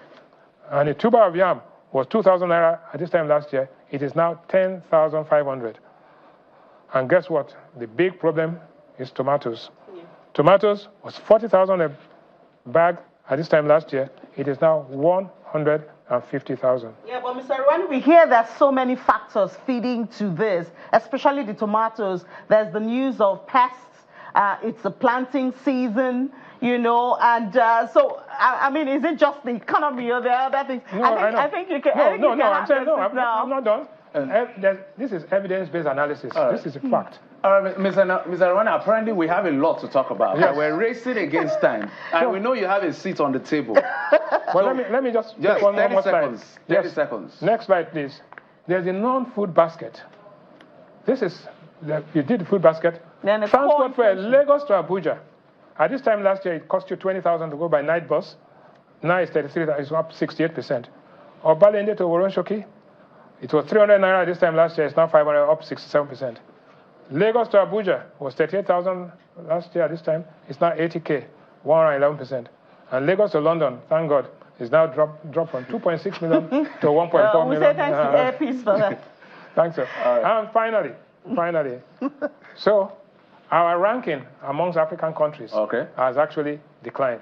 In other words, we used to be, our GDP growth is 2.98, and South Africa is 1.93.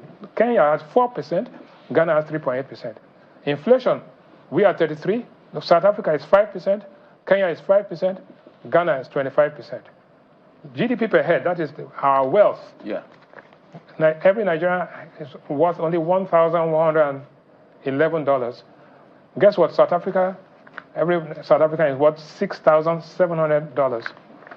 Kenya, $2,000. And Ghana, $2,200. We never in the past, we were always richer than Ghana. And now we are here. External reserves as percentage of GDP, the figures speak for themselves.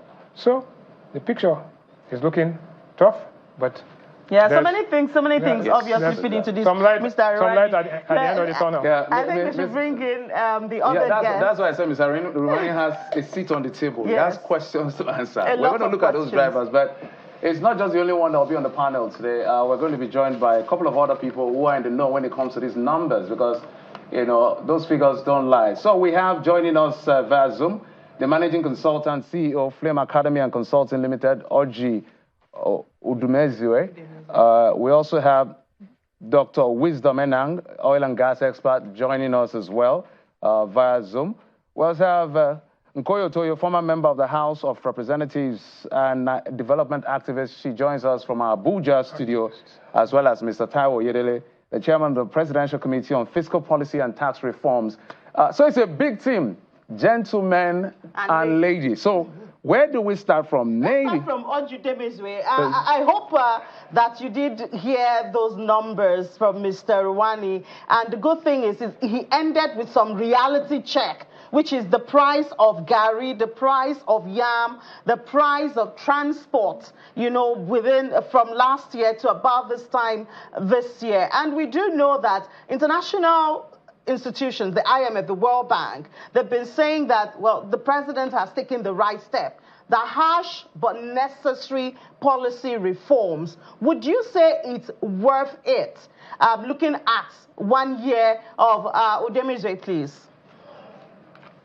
Yeah, thank you for having me, Ini, and your team. Sending my greetings from the city on 1,000 hills. I'm in Kigali at the moment, and I thank God for Nigeria, and I pray that we'll make progress going forward. These numbers are very scary. Nigerians are, very badly impoverished, and they are suffering greatly at this point. People are begging now, not just those who are unemployed, even those who are working. Their salary cannot take them home. There is so much hardship. So you can say that in the past 1 year, Nigerians have been left much, much worse off than they were a year ago, and that's the reality. everybody is feeling the pinch. The numbers are not looking good. I wish that my own friend and senior brother had also shared our current debt service to GDP ratio, as well as our current debt to GDP ratio itself. These numbers are scary. Nigeria is poor. Nigeria is begging for money. Nigeria cannot fund its budget, and the future is not looking so bright. So the issue is, apart from policy announcements, what background work do we do before we make this announcement and begin to implement? People have said they are commendable policies. We are doing some, very bold reforms in the, foreign exchange market, trying to reform to bring the gap between the official and the private market close. But all these policies, we are not well planned before they were, they just started. All right, Mr. let's because we are pressed for time. I apologize, we're pressed for time, and we have a big panel. So I want to throw as much questions to everybody as much as possible. Let me come to you, Nkoyo Toyo, on this particular one. The macroeconomic data dashboard, most of them in the bearish region, as you've seen from Mr. Rwani's presentation. And we've seen interventions, but we don't know how much of that has moved the needle. So when you look at the numbers, as well as the intervention that has come through, do you think this was well thought through? Thank you very much for having me. The question of whether it was thought through or not is, I think, something all of us will bear testimony to the fact that there isn't actually that thoroughness in terms of whether it was thought through or not. The moment Mr. President said to us and to the whole country that on the 29th of May last year that he was taking away the subsidy, he said subsidy is gone. And he said that wasn't part of his speech, but it came through. Even the suggestion that that was originally not part of his speech and then came through, to that extent, told us quite a bit about where the direction of that was going. Some policies are needed, but you need to also apply some sort of rigorousness in terms of how you implement. I think the act of statecraftship requires that we look beyond just the announcements and begin to ask ourselves whether these announcements have implications for the rest of the country. I must say that generally what I have heard presented this evening, speaks to the dire need for us to ask the question, how much of this was about the people and how much of this was about a preconceived understanding of what the challenges of the economy itself is. It's one thing to think about the economy from the lens of the IMF, the lens of the World Bank, and from the lens of the many people who advise governments. And it's another thing to think about what the consequences and the risk implications that this will bring onto the citizens of the country. I must say that in all the dimensions of this implementation and what we have seen so far, it's been a far cry from what we expected. This last 1 year has been really gruesome for Nigerians and the citizens of this country. I mean, take a basic thing like beans, moving from 30,000 naira at this time last year to 95,000 naira at this time. It's quite worrisome. Gari, which is also very basic food for everybody, is almost unreachable by the citizens of the country. But I must say that what we tend to see more. Yeah, so I wanted to just move over to Dr. Wisdom Enang. He's in the oil and gas, and a lot of people have the notion that all of these indices in the red started when the president, even as Nkoyo Toyo has said, started when the president said subsidy is gone. Now, being in that sector, would you say there have been improvements? And now we're hearing of Port Harcourt Refinery coming up soon. Dangote Refinery already on, expecting petrol from Dangote Refinery. Recently, the group's CEO of NNPCL has told us that perhaps we'll be hitting 1.7 million barrels per day production. That's a huge step from where we are. Would you say that sacrifice of subsidy removal has been worth it? Are we in the right path?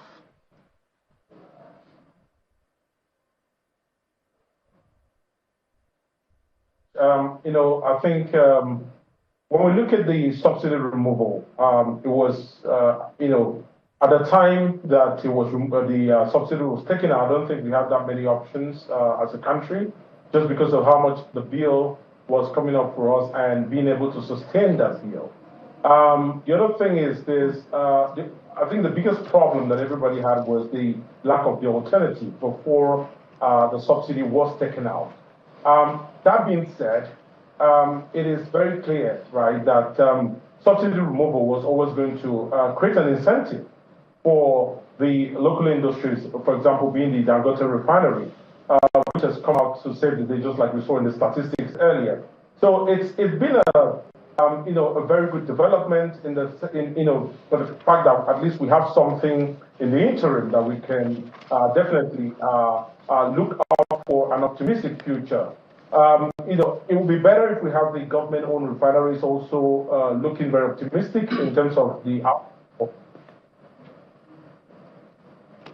actual startup and was delivering of the fuel to the Nigerian public.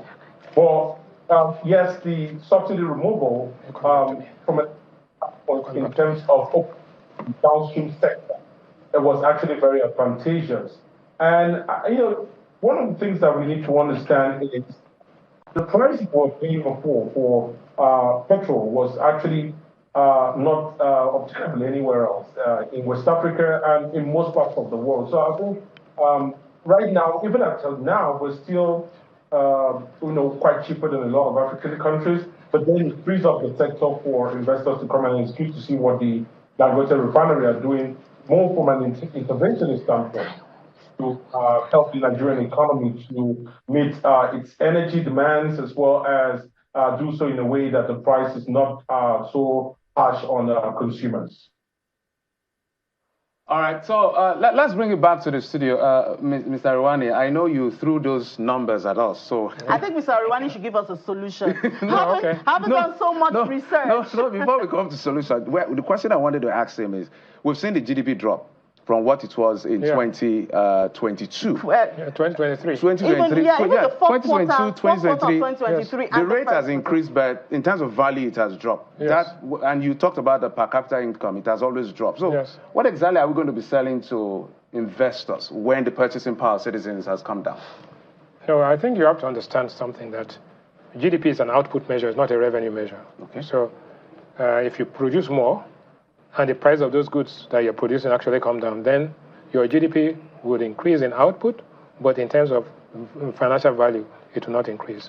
So, but what I didn't say, and the last slide, is what the outlook for the next 12 months. So first question, are you better off now than you were last year? Definitely not. You're struggling. But will you be better off at this time next year? The answer is yes. Why do I say that? Inflation is projected to decline from 33% to 18% in 2025. So by next year, right, end of next year, you'll be at 18% from 33%. That's a significant improvement in inflation. Fiscal stimulus, the federal government is going to put some money into the stimulus package and all of that, and that is about almost 6 to 7 trillion. Impact on GDP is not going to be that much, but it's going to be something. Minimum wage. Now we're talking about, the guys are asking for 400,000. For 490,000 or something, and what's on the table is about 60,000. We think that we'll settle around 90,000. Even if you settle at 90,000, it will be 200% because the former minimum wage was 30, and you go, can companies afford this? Because if companies cannot afford this, then they are going to lay off people. So the union's aspiration should not just be for wages, but to ensure that their people are at work. So that's another thing. Gross fixed investment is bound to rise sharply in the next year, and the exchange rate will stabilize, in my judgment, at about 1,350 to 1,450, not 1,900 or 2,000. Or 700. No, so that's what it is. Economic growth will accelerate to 4 to 5% by 2025, 2026, and Nigeria could regain its position as Africa's largest economy by 2027, 2028. Yeah, but Mr. Rwani, I mean, even the drop in Nigeria's position, the drop in the GDP, a lot has been connected to the fall in the value of the Naira. So is that the realistic, or is it just because of the value of the Naira? No, part of it is a devaluation of the currency, because you compare when you're comparing GDPs, you use the dollar comparable. But that happens from time to time. But the reality is that Nigeria's growth rate is slower than its population growth rate, 1. 2, Nigeria has not been attracting investments, both domestic and international investment. So whilst we have solved the revenue problem, and Oyedele will attest to that, and that's why we are sharing more money, and but the question of growth and investment, we have a growth problem, we have an investment problem, and that has to be addressed. But the time between when you put out those policies and when you get the impact is what we are trying. So for the next 12 months, last 12 months has been average outcome and difficult starting point.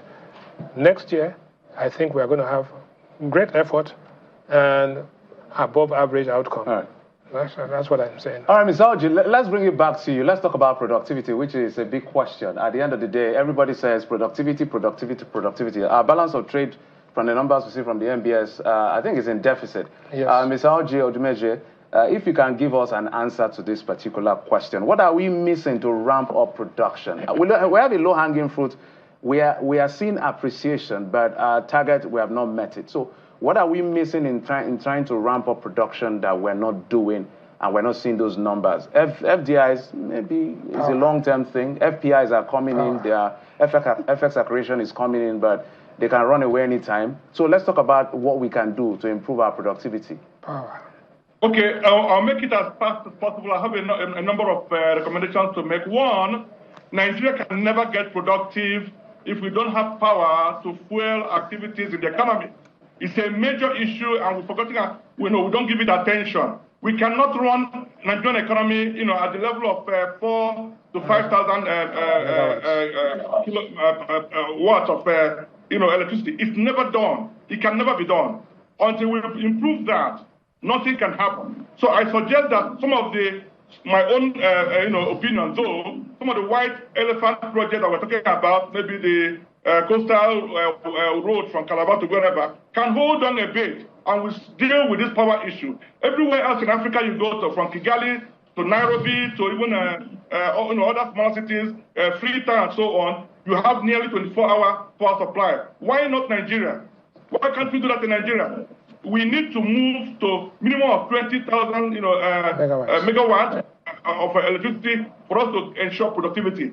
2, as we fight inflation, let us remember that Nigerian factories and producers can never be competitive if they have to borrow at 40%, 35% as it is right now. That's a productivity killer.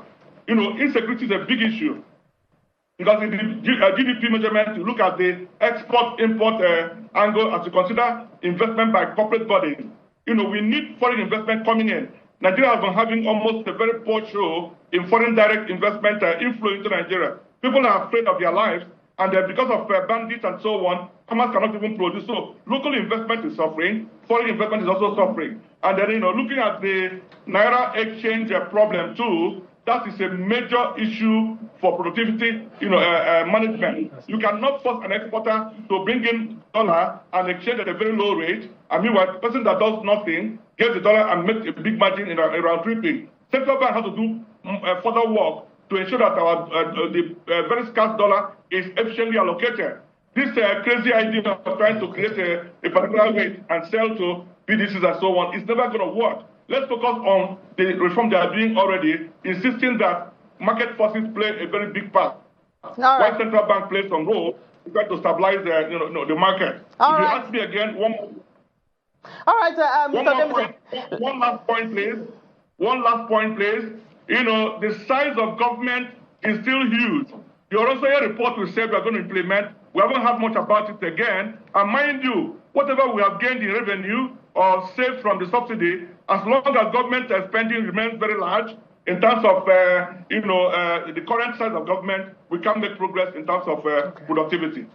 All right, Mr. Odumeje, thank you. Let's go to Ms. Koyo Toyo in our Abuja studio. So I think I'll just speak on the last thing Mr. Odumeje talked about, which is the price of gold, the cost of running the government. And we've had some pronouncements by the government, this present administration, reducing ministry, merging them, reducing portfolios and all of that. You are a former member of the House of Representatives. Is it so difficult, to actually in real terms, reduce the cost of governance, reduce portfolios? I mean, tell us, perhaps it is the legal process that makes it difficult. Absolutely. I think we have a history of having these big governments and running them as though that, there's this false impression in Nigeria that we're a very wealthy country and anything can happen. Even if you go to the National Assembly, for example, almost every member has a bill to create a university, a college, or something in their constituency or the other ongoing. So there's an endless demand on the side of government to do one thing or the other for a constituent or for the constituencies or the other. So there is an endless demand on one side, but there's also the constitutional question of what can you do and what can you not do outside and within the Constitution. There are things you can do within the Constitution which are legitimate, like, for example, nothing stops Mr. President from reducing the number of ministries he has, and even going to implement the Steve Orosonya report, which he talked about. All of that is within his powers to do. But we've seen that, contrary to the expectations of this government, he went ahead to appoint, I think, 40 or so ministers, which is in excess of what any other president has done. That in itself suggests to us that he wasn't in the business of reducing the number of persons in government. So in as much as that there is scope for him to do something, even within the constitutional ambit of what he has, he hasn't done exactly that to the best of my knowledge. The other thing is that there is an intergovernmental level. I hear Mr. Rouhani saying that in terms of revenue, we're seeing a lot more cash. But in terms of the management and use of that cash, we're seeing a lot more less control and less application in terms of solutions that we are looking for in the country. Let me quickly add that as much as I hear him say, Mr. Rouhani say that next year the forecast will look better, I wonder what the situation will do for the huge food deficits that the country is going through. Climate change has not been addressed in the context of what it means for the future of food and the security of food, and that's something we need to pay a lot of attention to, and the implications for the long term in the country. I think what we need to see more, I hear him talk about the fiscal stimulus. I think what we need to see more is what the comprehensive plan for the next 4 years is. Let's get away from the flip-flop that we are seeing in policy, where one thing is tried, another thing is almost like an error, to a more certain and more determinable direction in terms of where policy of government is going. So we now know what the implications of removing PMS is. We know the implications of the measure of the exchange rate and all of that. What next do we do? And whatever we do, we must remember that the people are hurting. 90,000 naira is still a far cry in this inflationary context to deal with the extreme aggravated multi-dimensional nature of poverty that has been created in the last 1 year. Anybody who tries to ignore the intensity of that problem is actually also saying to us that, it's important to please the economic parameters and deal with the economic demands of our country. If I may bother, we're totally out of time. Your thoughts are quite insightful, but we understand we're totally out of time. There's a tradition we have in assessing the president. So let's stay with you. Average, above average, below average in the last 1 year? Just a straight answer, madam. In the management of the economy. I'm not impressed. All right, let's come to Mr. Orji. Mr. Orji, if you're there, average, below average, above average? Well, I will suggest average. I won't say far below average. The intentions have been good, but the timing of the policies have not been right, and the management of those policies are not quite okay. Average, they can do better. All right, let's go to Mr. Enang. Mr. Enang, quick one. Mr. Enang, Definitely for me, I'm going to say we need to put into context the fact that the president inherited an economy that was almost failing completely, and to put a lot of initiatives to actually even give a viable chance. All right, although we didn't get it, so let's put it on record. Average, below average, above average. We had a network connection. Average. Above average. Above average. Above average. Mr. Rouhani, yeah, you're the numbers man. Maybe you want to give us percentage. Efforts commendable. Okay. Outcome average. Wow. We must thank all of you for your insight. Mr. Orji Udumeze, Managing Consultant, CEO, Flame Academy and Consulting Limited, Dr. Wizaminang, oil and gas expert. Mrs. Nkoyo Toyo, former member of the House of Representatives and development expert, as well as Mr. Bismarck Rwani, CEO of Financial Derivatives. Thank you so much, as always, gentlemen and lady, for coming through. Thank you. Thank you. All right. So, exactly, one of the things I wanted to ask, we didn't have time. We've seen the NNPC numbers good in terms of profit. When they posted negative in 2018, almost a trillion naira, now they're posting 2.2, but their operating margin is something to speak about when you look at the 8 trillion they generated in terms of revenue. Maybe the minister will answer that. But don't worry, we have all of that conversations on Business Morning and Business Incorporated. We always have time there. All right, John Mekwa joined us to explore the conversation. He's a businesswoman, by the way. All right, thank you so much. Well, we'll take this commercial break and we'll throw it over to our Abuja studios. Join us again.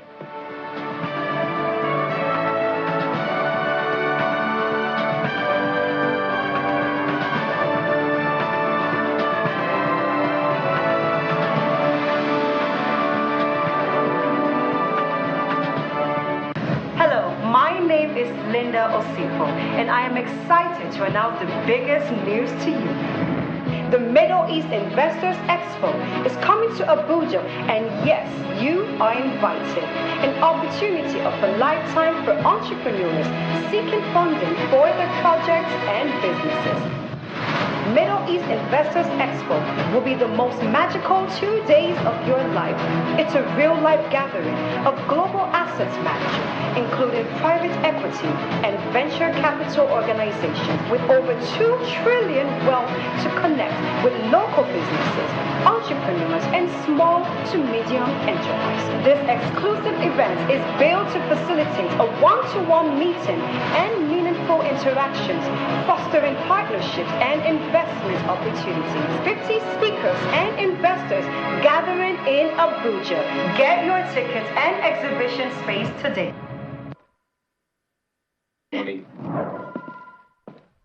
There's a lot of fear in the journey towards building wealth, especially in an ever-changing economy like ours. And you know why that is? It's because navigating the world of investments without facts and insights is like walking in the dark. But that fear stops now. Opportunities open up to you when you have a trusted guide. Someone with over 28 years of experience advising individuals, corporates, and governments to achieve their dreams through strategic and well-timed investments. That someone is AfriInvest. The journey of 1,000 miles is easier when you have a trusted guide and partner who knows the way. So, take the first step. AfriInvest, simplifying investments, creating wealth. Now, all of us like to chop better food. Food where they make body tranga and vegetables where fresh like say tomorrow not day. We want to make the chocolate sweet the way we go like them. No cubes. Let be the secret. Then make them with correct ingredients like chicken, parsley, garlic, plenty iron corn full and palm to make your chocolate palm bar for you. Come the sweet well. Let be the cocoa. Make we carry salute, throw away give no. Change your world by changing waiting day your plate. Choose your time. Now Olumide Akpata. See as we dey like beans and rice. I will never leave your side. I will never ever. I dedicate my time forever. Time to you, my people. Even if the road is rough, I know mine. Cause together we shall stand. My people, make we all come out on election day and vote Olumide Osaigbavo Akpata, Una guy, as governor of Edo State. He ready to change our story and bring better life for we and our pikin them. Vote Labour Party, the party for Papa, Mama and pikin. Make we vote well, oh. Oludi, confirm. Now you be our guy. Labour Party, forward ever. Do you know that you can now print all your essential items for events without even having to leave your home? It's the Cash Print Combo Deal for all events. Yes! Weddings, conferences, birthdays, burials, etc. Starting from 495,000 naira only. You get 50 invites, 50 A2 size posters, 50 16-page brochures, 1 large backdrop banner, 1 roll-up banner, 50 jotters with pens, and 50 souvenir carrier bags. Whatever event you're planning, we can adjust to your budget and quantities. Just send your pictures and other information through WhatsApp, and we shall send a design for your approval. Approve your design, and we will produce with super high-quality digital print technology. We can even arrange delivery to your location. Call us now on 0913-156-5016 or 0812-794-9323 or visit our social media pages. Cast Prints, digital printing at super speed.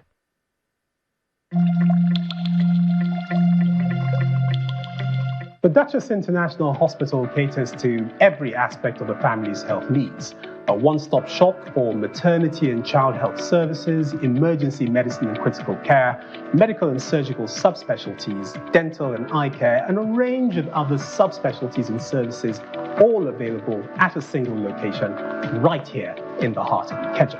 And it really doesn't matter if you're paying out of pocket using your HMO or private insurance. We focus completely on providing that world-class affordable healthcare for all the family at all times.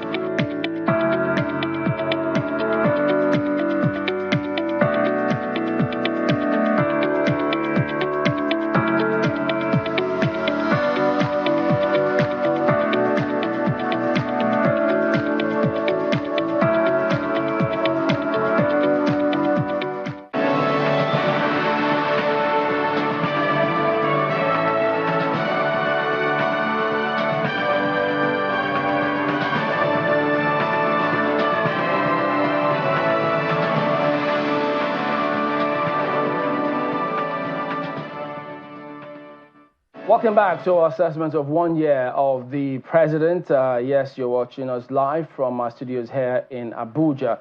Well, now we're joined by Senator Heineken Lokburi, who is the Minister of State for Petroleum. Good evening, and thank you for coming on today. Thank you. Good evening. Well, I know you did give some analysis in terms of what's going on with your ministry some time ago, but yes, as much as you may have reeled out a lot of figures, which you may take us through soon, but how do you then relate when people say, in spite of all of those things, they still can't see it impact their lives positively? Well, thank you very much. Nigeria is a very big country with a population of 230 million people, as projected. And so what may make significant impact in some smaller countries may not make the same impact in Nigeria. But a good place to start is that, look, 1 year ago, President Tinubu was elected, sworn in President and Commander-in-Chief of the Armed Forces. And at the time I was appointed as Minister of State Petroleum Resources, he gave me a very clear mandate: go and increase production. It was an order. And when I assumed office, we were producing about 1 million barrels. Today, we are doing an average of about 1.5 billion barrels. Sometimes we got up to 1.7 million barrels, which effectively takes care of what is projected in our budget. Our budget is predicated at 1.7 million barrels per, of oil production per day. And we're averaging, about 1.5 million barrels per day. We're doing 1.7 effectively, but recently, because of some routine maintenance, because of, pipeline leakages, there is a shortfall about 200-something thousand barrels per day. Do we still have leakages? Of course we do. Our pipelines are over, some of them are as old as 70 years. The lifespan of those pipelines are all over. It requires huge capital investment to replenish them. Part of the challenges that we face as a country is that in the last 1 decade, there has been no investment in the oil and gas sector. Reason?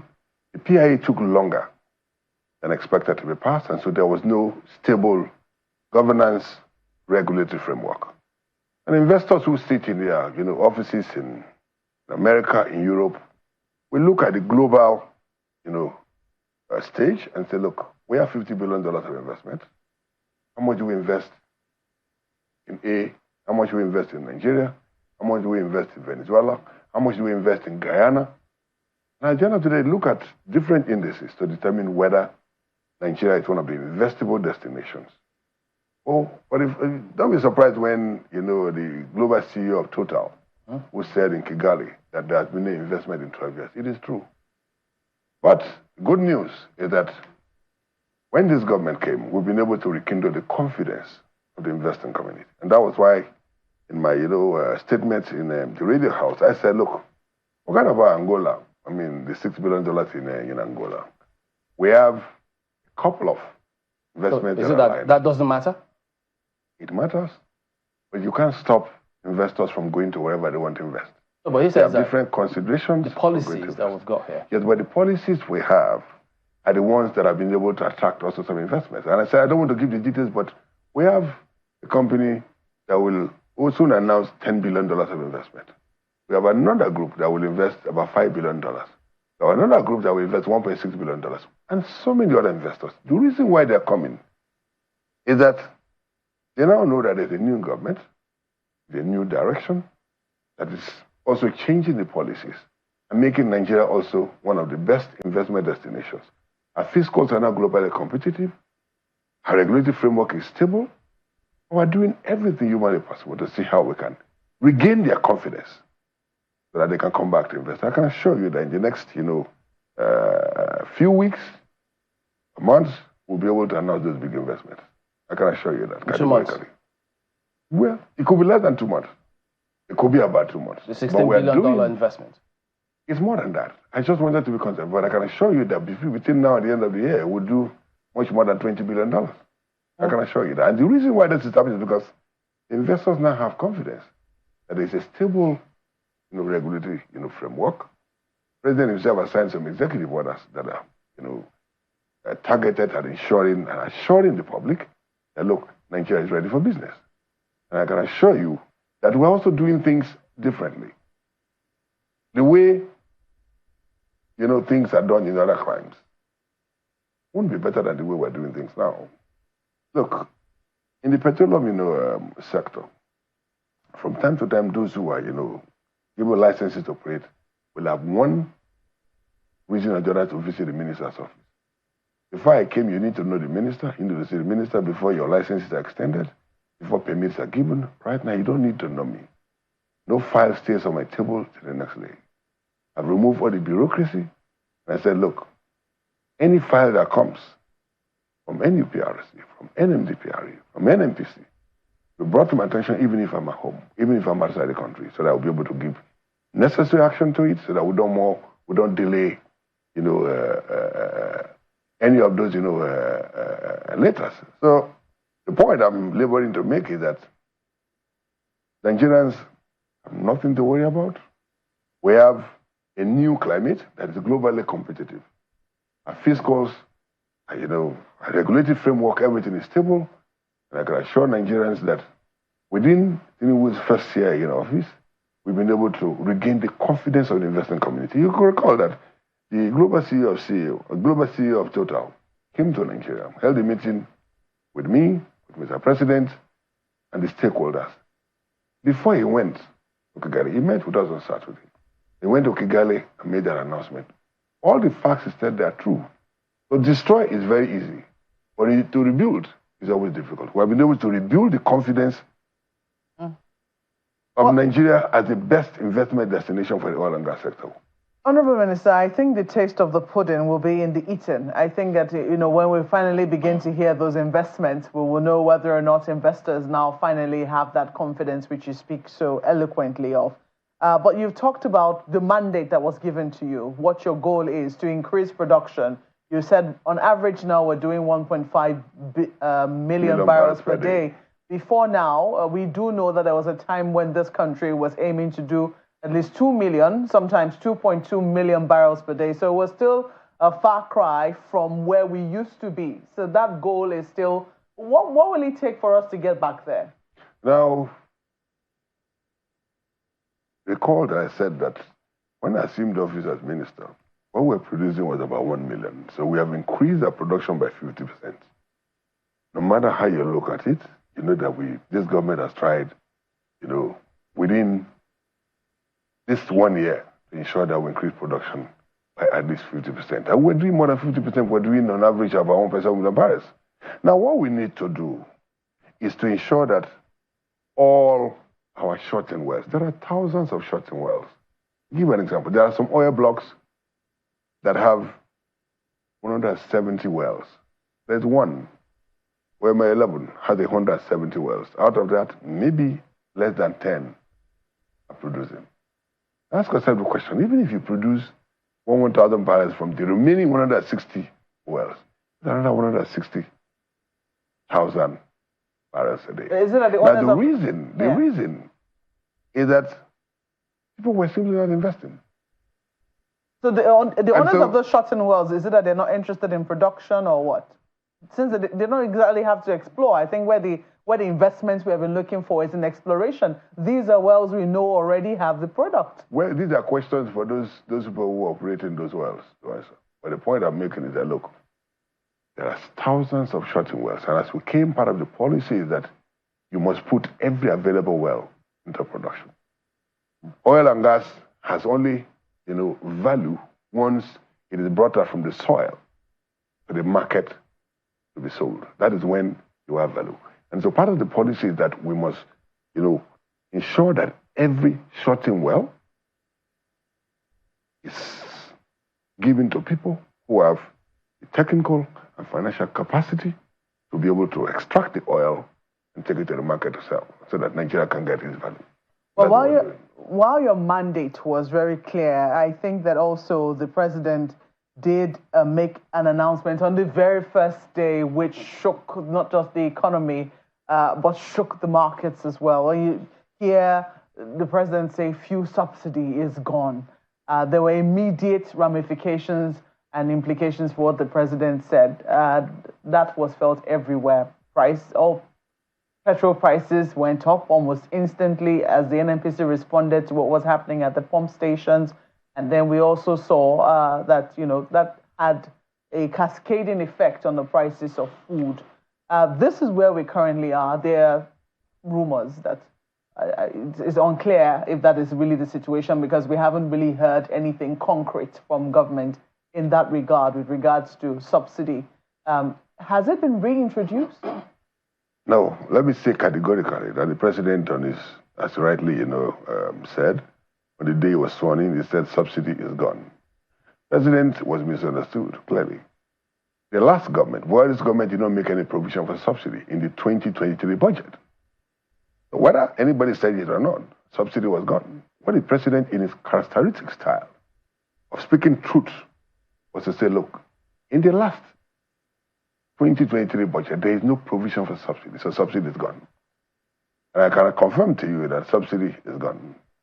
But that doesn't mean that, from time to time, there could be strategic intervention from time to time. But officially, subsidy what does strategic intervention from time to time mean? Yes, if you look at Section 64M of the PIA, NNPC, as a national oil company, also has a legal obligation, to also intervene from time to time. As, the last resort that, the country could have to ensure that there is availability of products, affordability of products.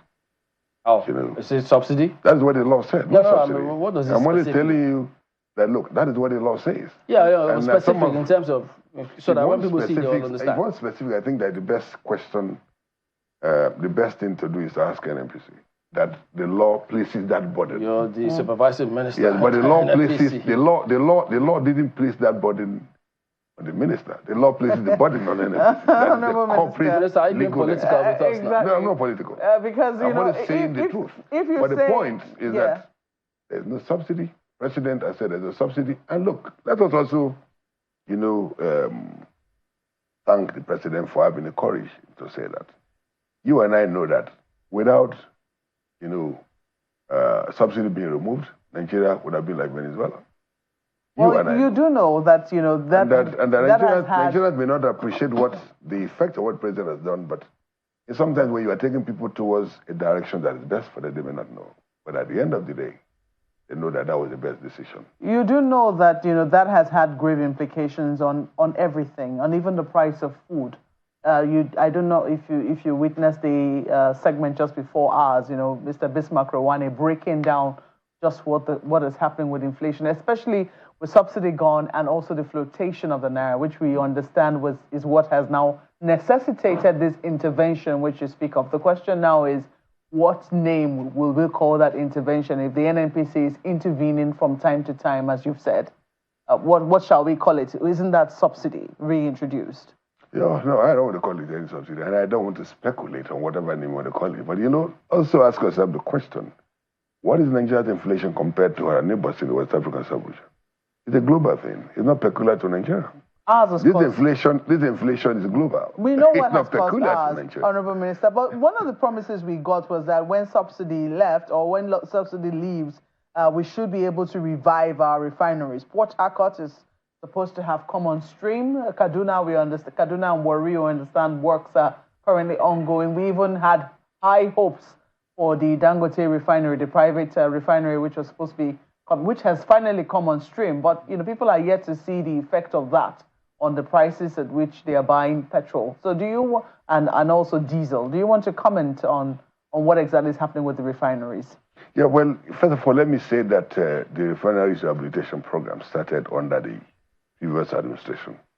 The contracts for rehabilitation of Port Harcourt Refinery, Warri Refinery, and Kaduna Refinery were awarded by the previous administration, although by NNPC, as it were.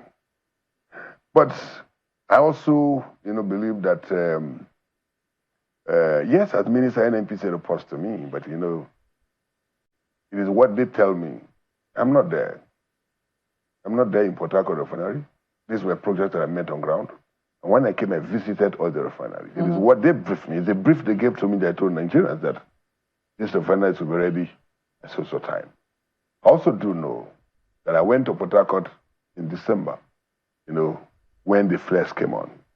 I've also gone to Warri, you know, and advanced work has been done. Port Harcourt, from the information that I've been told, from the reports available to me, shows that hydrocarbon has been introduced. I also want to draw your attention to... But we have some experts in that same sector who said that was not flue gas. What the flare was not flue gas. Yeah, we didn't say it was, well, whatever name anybody calls it. As far as I'm concerned, they said it wasn't flue gas. That was deception. No, that's not true. Was there flue gas? What is flue gas? Did you ask them what is flue gas? No, but they reported to you. Did they tell you it was flue gas? I went there and I saw the flares. What they said was that the refinery was mechanically ready. That doesn't mean that it was going to produce, you know, refined products immediately. That's why I want to draw your attention to when President Buhari, you know, commissioned the Dangote refinery. Between the time he commissioned it and the time Dangote started producing, it took how many months? That tells you that when you go to a refinery, there are so many things that are there. It's a gigantic But they gave us facility. December that the facilities will produce that is why December. Yes, that is why I'm saying that didn't happen. That is why I'm saying that it will be more desirable. And I think Nigerians are entitled, you know, to hear directly from NNPC that is in charge of the rehabilitation. Although they report to me, but these were projects that were awarded before I came, and these are projects that are directly done by NNPC. So what I can commit is that I will try and ensure that NNPC comes to you guys, so they can, you know, give Nigerians, you know, the truth.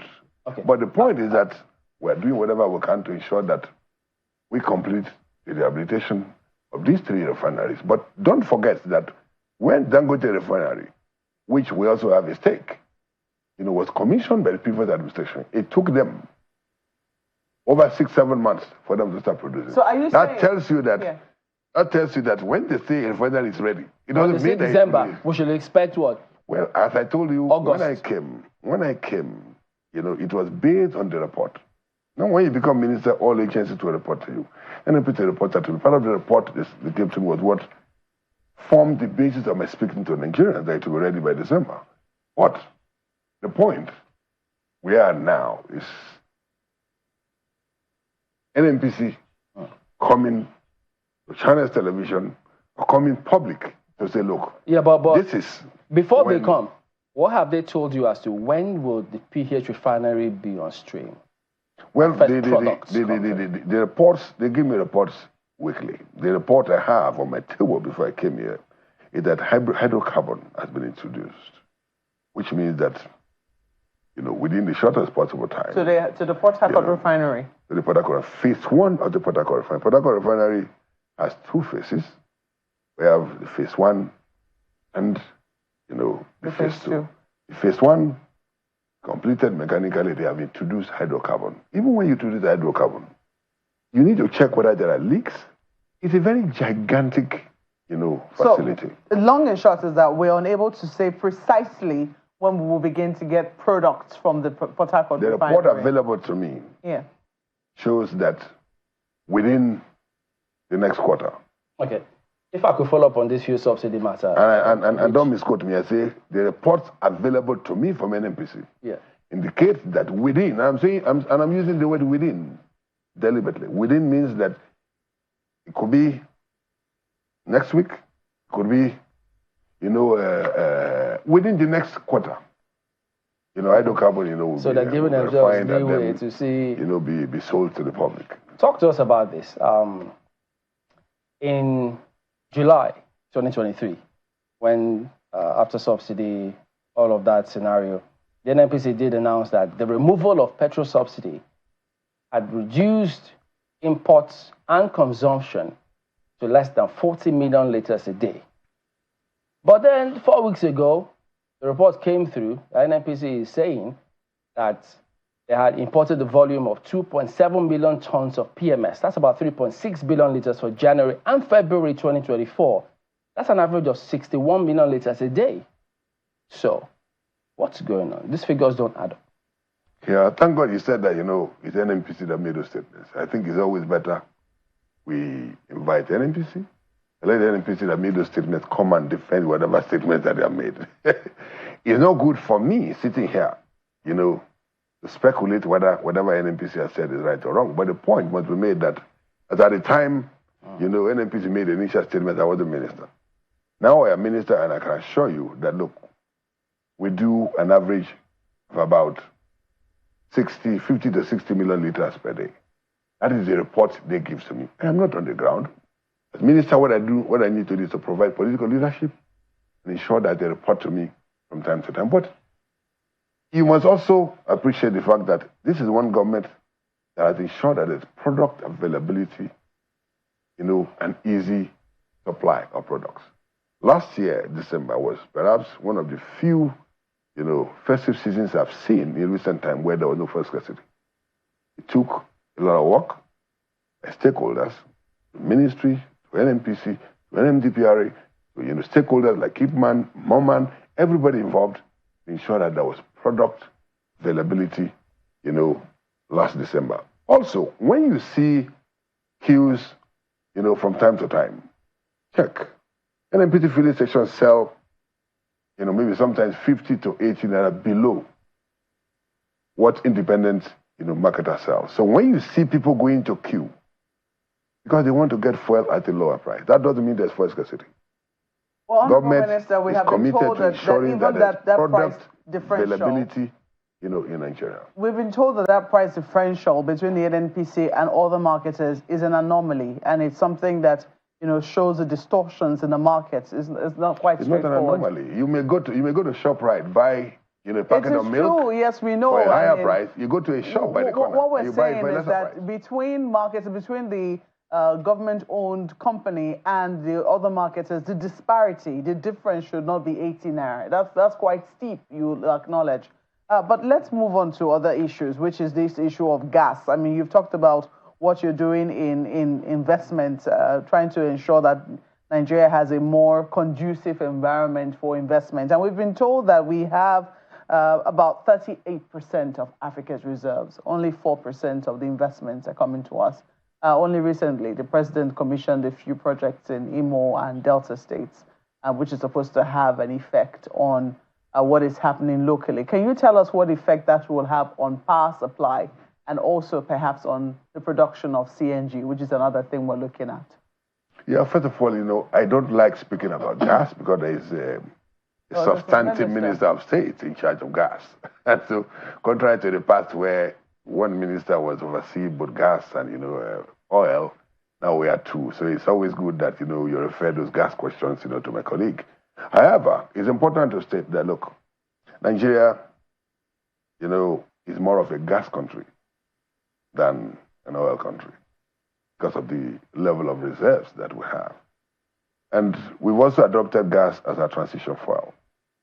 And there are robust government policies, to implementing gas as a transition fuel. And that is why you see programs like, CNG, being, a fuel for our vehicles, and LPG being our clean cooking gas. And there are, several government programs that are already being implemented towards ensuring that, we achieve that. And then, that most of our power plants are gas-powered. And so the recent commissioning of Mr. President of those two strategic, investments that were made by Seplat and by Sterling will, boost our domestic supply, will increase, the supply that is needed, for industrial growth, for LPG, CNG. I can assure you that more investments, are coming. Okay, I think you will be aware of this matter. Pardon me. This story that has been making the rounds for a while. It says that there was a vessel that was carrying PMS as 20.4 million liters. It was supposed to discharge the whole cargo into this Taurus oil depot in Cocoa Warri. I'm sure you must have heard about that, under this throughput shortage contract. Then they say that the vessel discharged 7 million liters of PMS and 9.8 million liters of water. Yes, water. And then the owners and operators of that depot discovered this, reported it to the NNPC Retail, who happened to be the ones who brought that in, and then also notified the NNDPRA, the regulators and stakeholders, rather than eventually they shut down the depot. And it appeared that it was for reporting this anomaly. Until date, we've seen reports of protests in different places, and the depot is still shut. Are you aware of this? Yes, I'm aware. I saw it on television, and then so what I did was to direct appropriate authorities to give me a brief. And I'm still awaiting the brief. When I get the brief, I like to speak the truth, to Nigerians. It's not good to speculate at this level on any issue. But I saw it, and immediately I gave a directive that I need a brief on it, and I'm waiting for the brief. When the brief comes, I will share. Did you give them a deadline as to when they should give you the brief? Maybe I would have given them a deadline, but now that you've reminded me, tomorrow as I get to the office, I'll call for it and I'll give them a deadline if the brief is not on my table. When do we expect to hear from you, from the public? As soon as possible. As soon as possible. There's no way that will be acceptable, in view of what we're doing to reform the sector. There's no way somebody will import, such, quality of, PMS, and those good Nigerians who reported such an infraction, they will commend it instead of being sanctioned. So there's no way we'll allow that to happen. So you agree that that's a sanction? It appears it's a sanction. No. It's not good for us to speculate. I said, look, I want a brief on it. And so but if their claim is correct, there's no way that can be allowed to go free. Those who are guilty will be brought to book. This is a government that's, committed to accountability. We are not going to allow anybody who will, who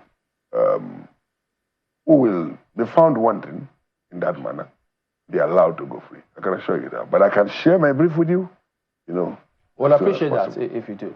Yeah. We'll look forward to that, so that the public can indeed know. Yeah. I find it interesting, and when we're talking about increasing oil output, which is within your remit, you talked about how it's as a result of, the fact that we're not able to finally get to 2 million barrels per day is as a result of leaking pipelines, shutting oil wells, etc. Not a lot has been said about vandalization and oil theft. Is that a thing that is behind us now? No, not necessarily behind us. Criminality is part of our society. Anywhere in the world, you see criminality. But we have been able to reduce oil theft, to the barest minimum. And that is why you're also seeing part of, the output. Like I said, and I always say it, that look, when we came into office, we're doing an average of 1 million barrels. The fact that we're doing about 1.5 million barrels on the average is a 50% increment. And I can assure you that, we will do whatever we can to continue to increase oil production. But criminality will never go away. In any society, whether in the West or in Africa, oil vandals will always, be oil vandals. But so all theft is something that we'll have to deal with perennially on the long term. Oil theft is something that we will eliminate within the shortest possible time. We are doing whatever we can to do that. We will eliminate it within the shortest possible time. But what I'm saying is that either oil theft, or, pipeline vandalization, criminality is criminality. And there are criminals everywhere in the world. You can't completely eliminate criminality from the society. What we are doing, as it is in any society, is to reduce the level of criminality. You can't. Is it wrong? You can't completely eliminate criminality. Yeah, is it wrong for the people to expect that since they're looking forward to Dangote Refinery, and then the challenge of either shortage of petroleum products and all of such products in the country, scarcity will be a thing of the past? Yes. If you look at the combined capacity of the Dangote Refinery, our 3 national refineries, together with the modular refineries. The national ones that are not working.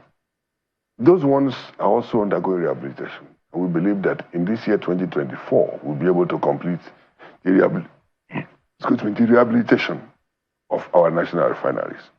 When I became minister, I've also signed,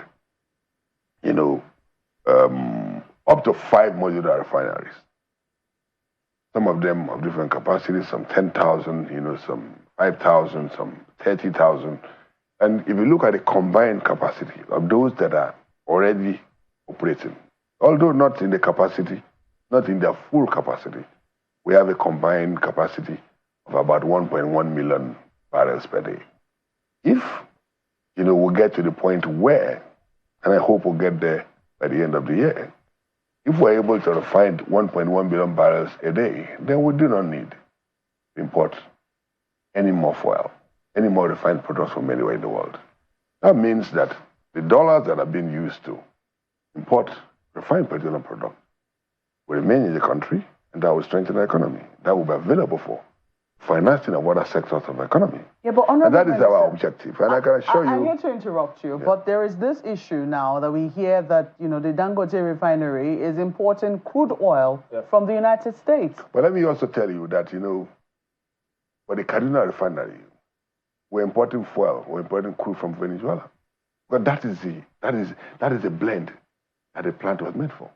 Dangote, I don't want us to be dragged into that Dangote importing crude from the US or whatever. The reason is this. That's why I tell you the example. I'll give you the example of the Kaduna Refinery right from when it was built. Because of the peculiarities of that refinery. But that's a different case. It's not different. For this Dangote No, the point I'm making is this. Yeah. Did Dangote say that it doesn't have, crude from Nigeria? Did he say that it doesn't have enough crude from Does it have crude from Nigeria? No. Did he say that it doesn't have... No, you're the minister. They report to you. No, but you are the one asking me. Yeah, but the point I'm making... Honorable Minister, we'll tell you what we hear out there. What we hear out there is that Nigeria's crude has been pledged in debts. And that's why we're unable to supply the Dangote Refinery sufficient quantity for what it needs to be able to get going. Is that true? You see, the point is this, and I hate to speculate. I'm not asking you to. I'm asking you to clarify. This is what is out there in the Nigerian commentary space. That's why I said, look, it will be imperative, for certain questions to be, to be posed to NNPC for them to answer. Who will pose them? Will you pose them to them? Because no. The journalists, you as journalists that are asking me these questions, I'm not NNPC. I'm minister, and there are. There are about 7 parastatals, 7 agencies, including NNPC, that report to me. And so I can't speak for all of them when it comes to details. But it's important that Nigerians know the truth. And if you want to go, on a voyage of discovering the real truth, I think it's important that you engage NNPC. So what is the real truth with regards to this particular situation? Is it true that our crude oil the crude oil which you are working so hard to increase production of, is it true that it's been pledged in debt, and so we cannot supply the Dangote Refinery? I don't want to dwell on whether our crude has been pledged before we came into office, but my ambition is to increase production. Even if, we increase production by another, we've increased it by 500,000 barrels, which is 50%.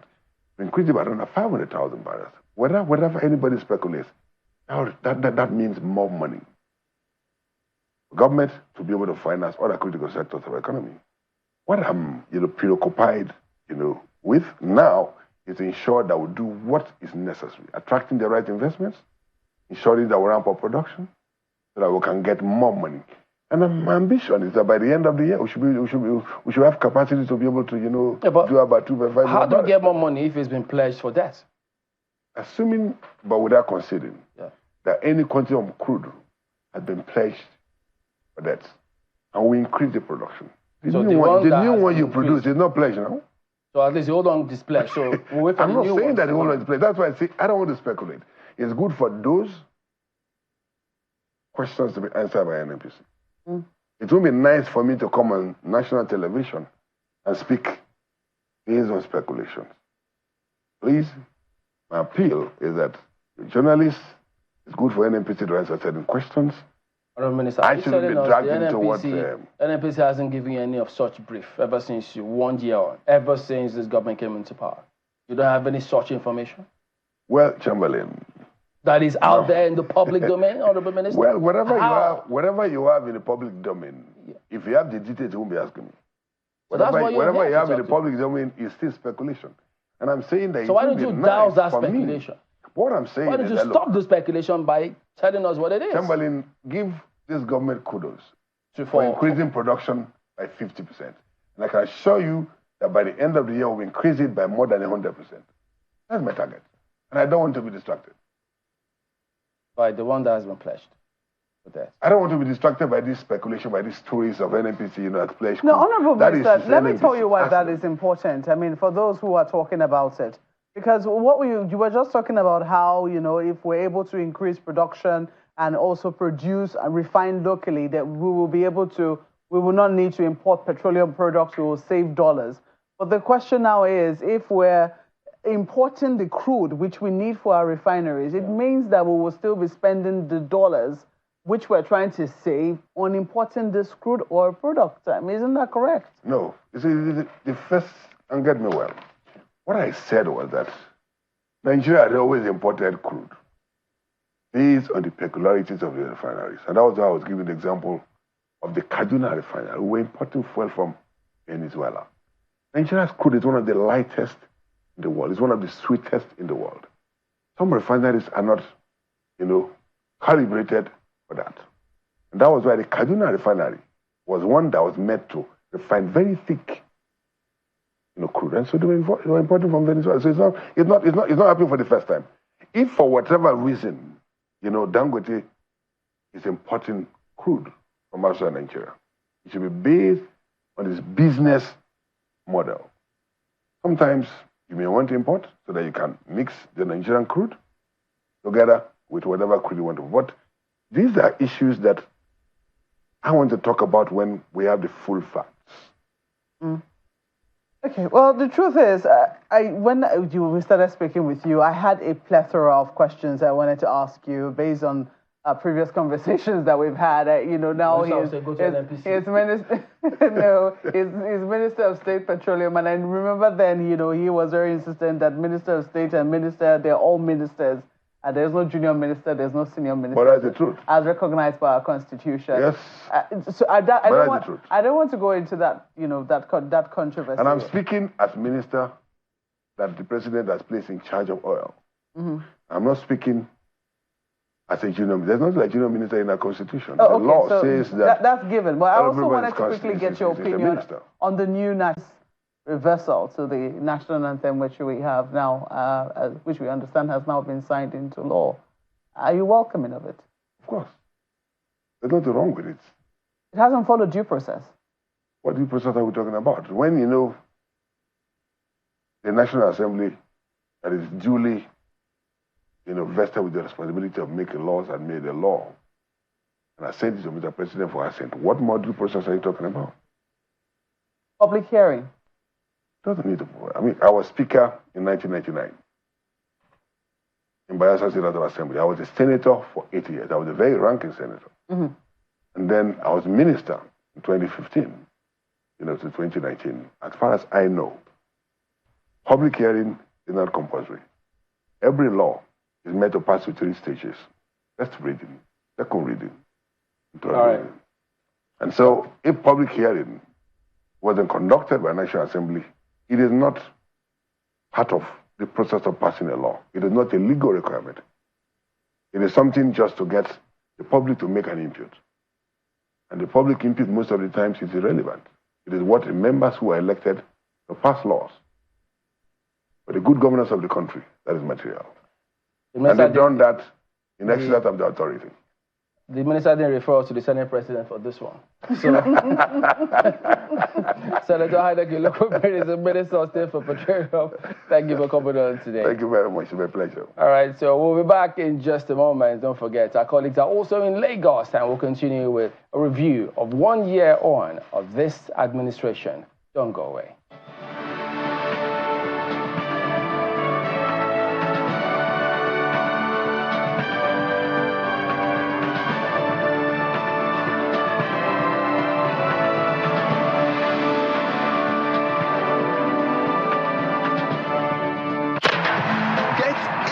On the action with Betano, your exciting destination for sports betting. Enjoy an award-winning experience with amazing betting options, cash outs and missions, as well as other features. Join now and get a welcome bonus of up to 200,000 Naira. Betano.ng, the game starts now.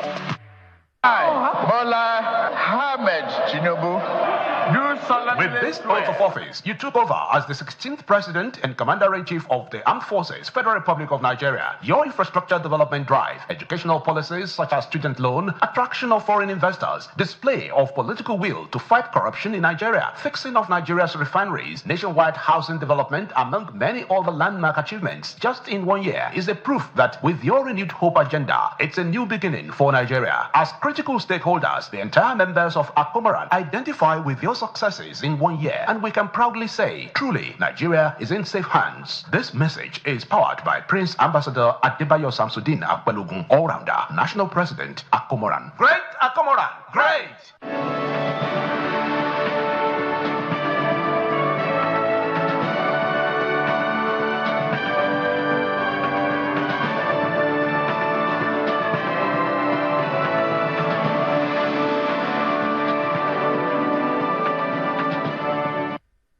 My message to Nigerians is for them to keep hope alive, to remain prayerful, supportive of the administration, and for them to be rest assured that if there is anything any government can do to better the lot of Nigerians, the President Bola Ahmed Tinubu's government will do so.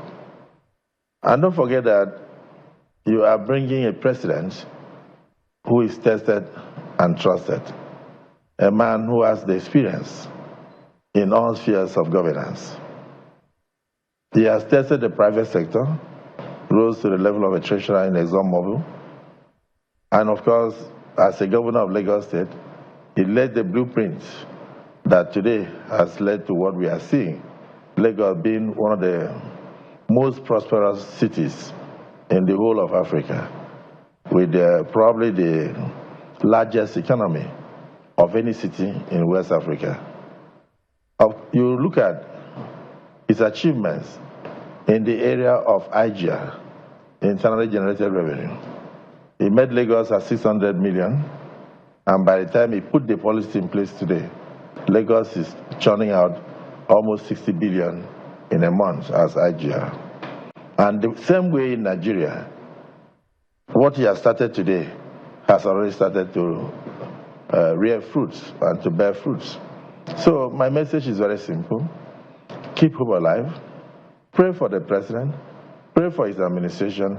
But be very, very hopeful and be rest assured that things will definitely get better, despite the messy situation that we met on ground economically. And I do know that with the commitment shown by this present administration and the efforts so far, the sky is the limit for the country.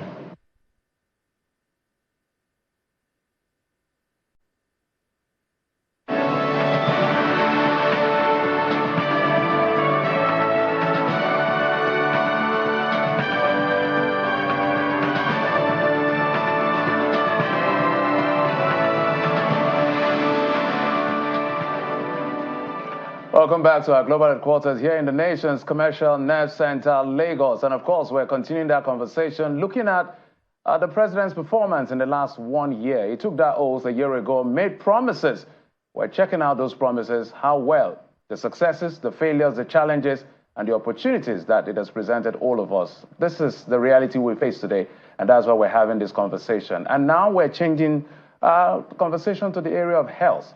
I've been joined on the program by the Coordinating Minister of Health and Social Welfare. He joins us via Zoom. Professor Ali Pate joins us. Professor Pate, thank you so much for coming on the program. Thank you for having me. Prof, let's start with the polls. We had a conversation with your Minister of State, Mr. Tunji Alausa, and he said that in the last year, given what has happened, that our health sector is no longer in crisis. Do you share that view, and what is prompting that level of confidence to say that our health sector is no longer in crisis?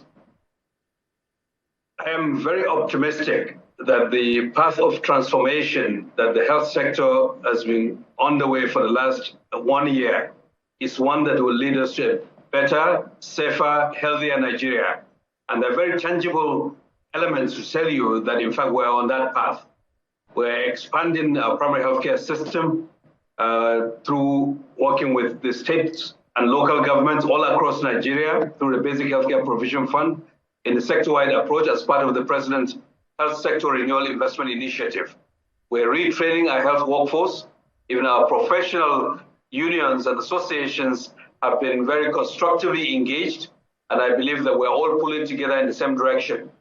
We're equipping our facilities, teaching hospitals, we're revamping the infrastructure, the health infrastructure, which had not been unattended to for a very long time. We've had several pieces of equipment delivered, physical infrastructure constructed, as well as what we have planned to do this year in terms of revamping those, including the cancer equipment and infrastructure. We're producing more, I think, of what we need in terms of consumables. I think you will see even more going forward, whether they are test kits, whether it's generic pharmaceuticals.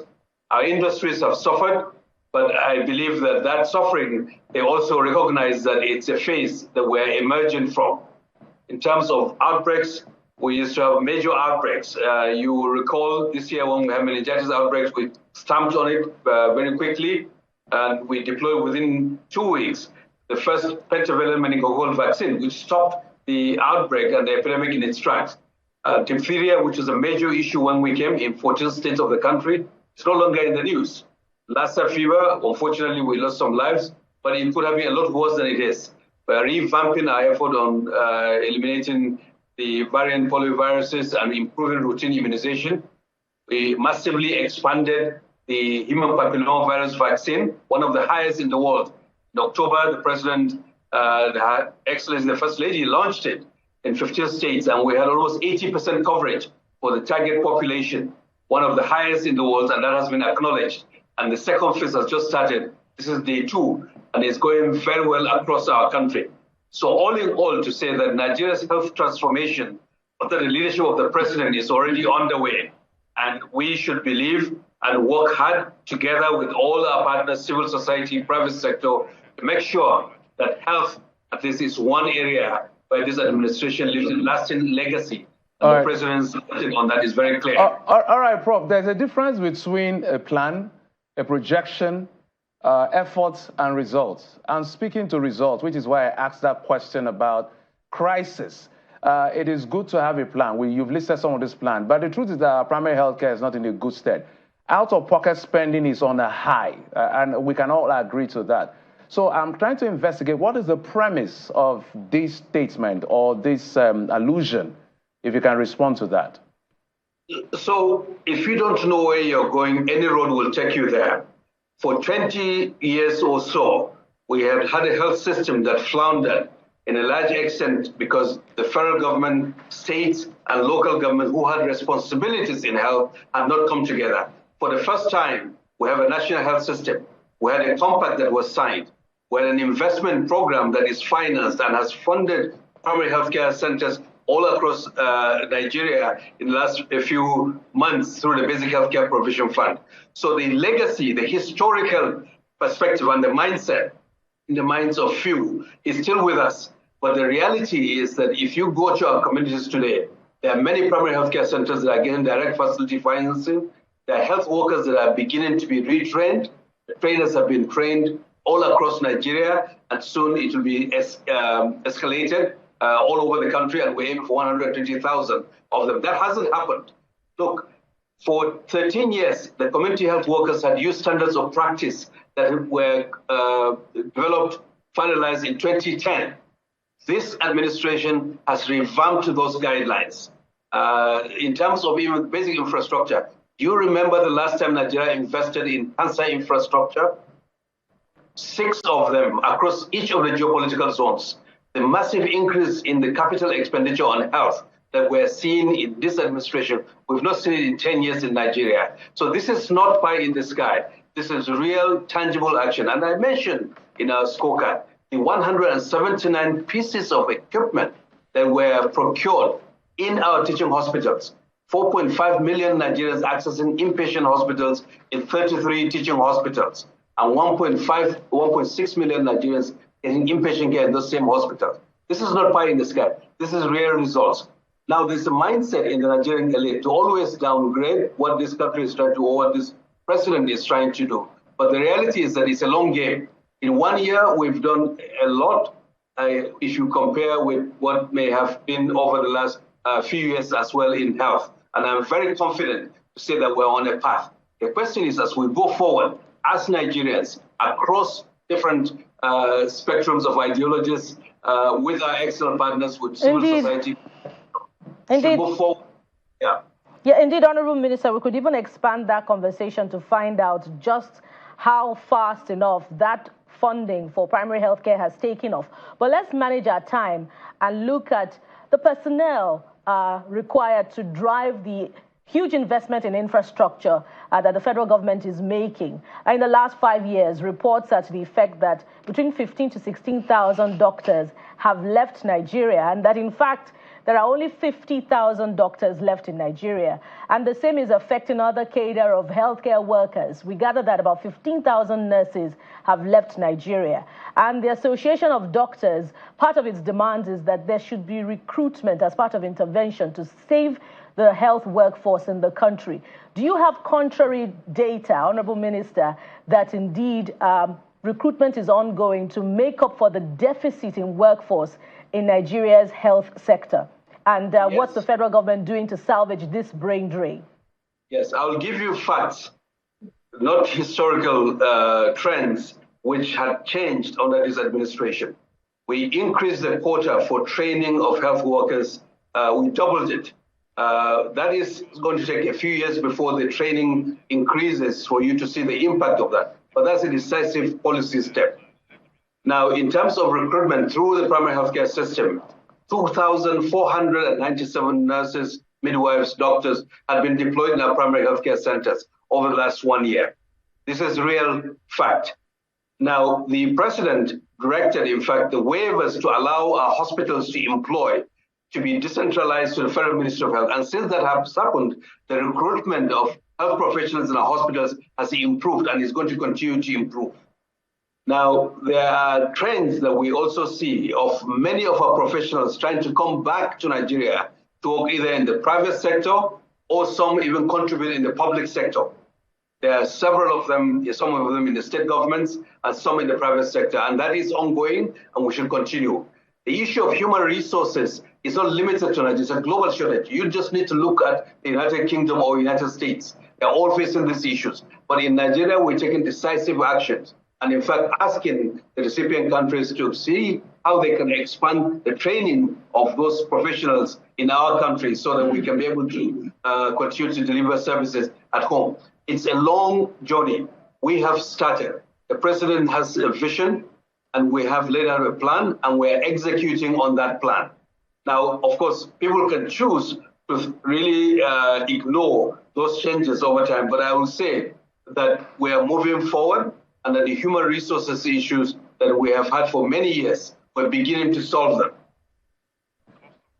So let's talk about some of the issues around the pharmaceutical industry. It was one of the major casualties when it comes to how the economy played on some of these businesses. GSK We have Sanofi and a couple of others that have left the shores of the country or literally lowered the level of production within the country. And we see surge in the prices of products. Some product that used to buy less than 10,000 is going as far as 40-something thousand to 50-something thousand. So when you say to someone who is diabetic or has some of these terminal diseases, there's improvement, and he sees the differentials in numbers, he begins to feel that, are you telling me what I don't know, or I'm not a witness to my own experiences? So what is the government doing to make sure that this is reversed? It's a critical point in our health sector.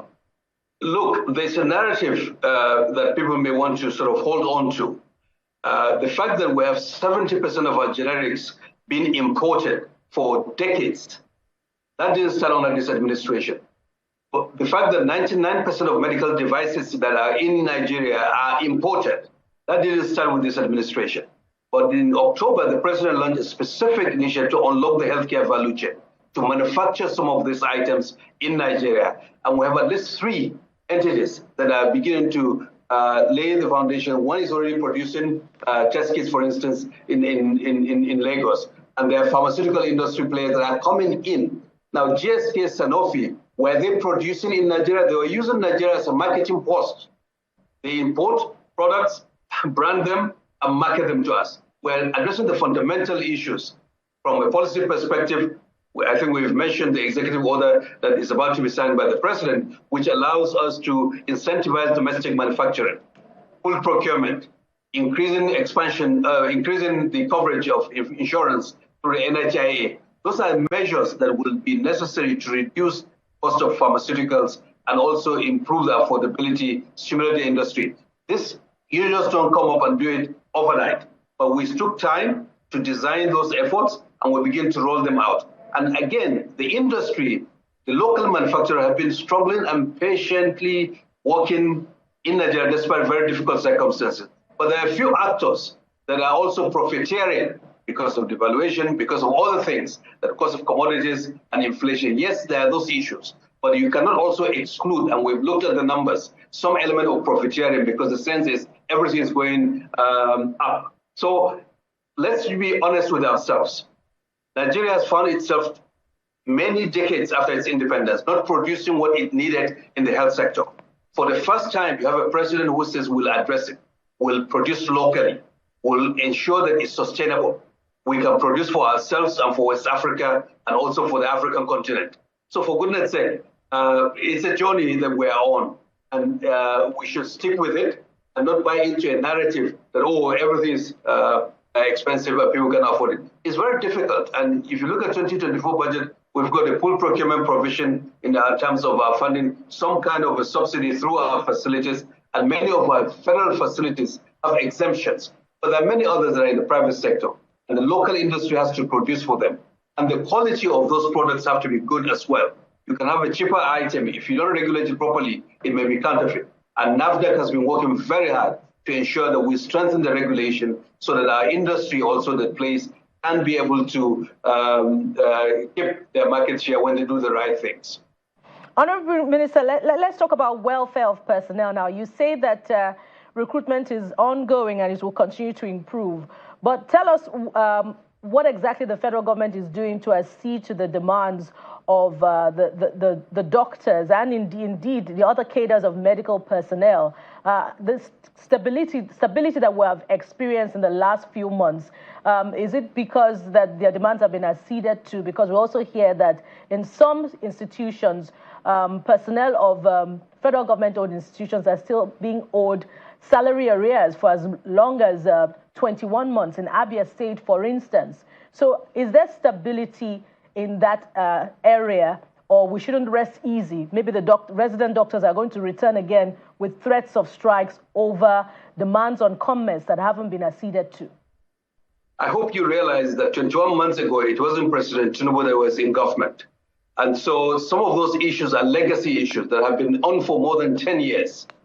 And we engaged very early on, whether it's the resident doctors, whether it's the Nigerian Medical Association, the medical consultants, the joint health unions, the nurses and midwives, to look at those outstanding issues and to start to address them systematically. Some of it is in the Ministry of Health, some is in the salaries, incomes and wages, and we labor. As a government, we came together to start to look at how we can address that. And I believe that some of those outstanding issues, which have been more than 10 years in the making, are about to be resolved.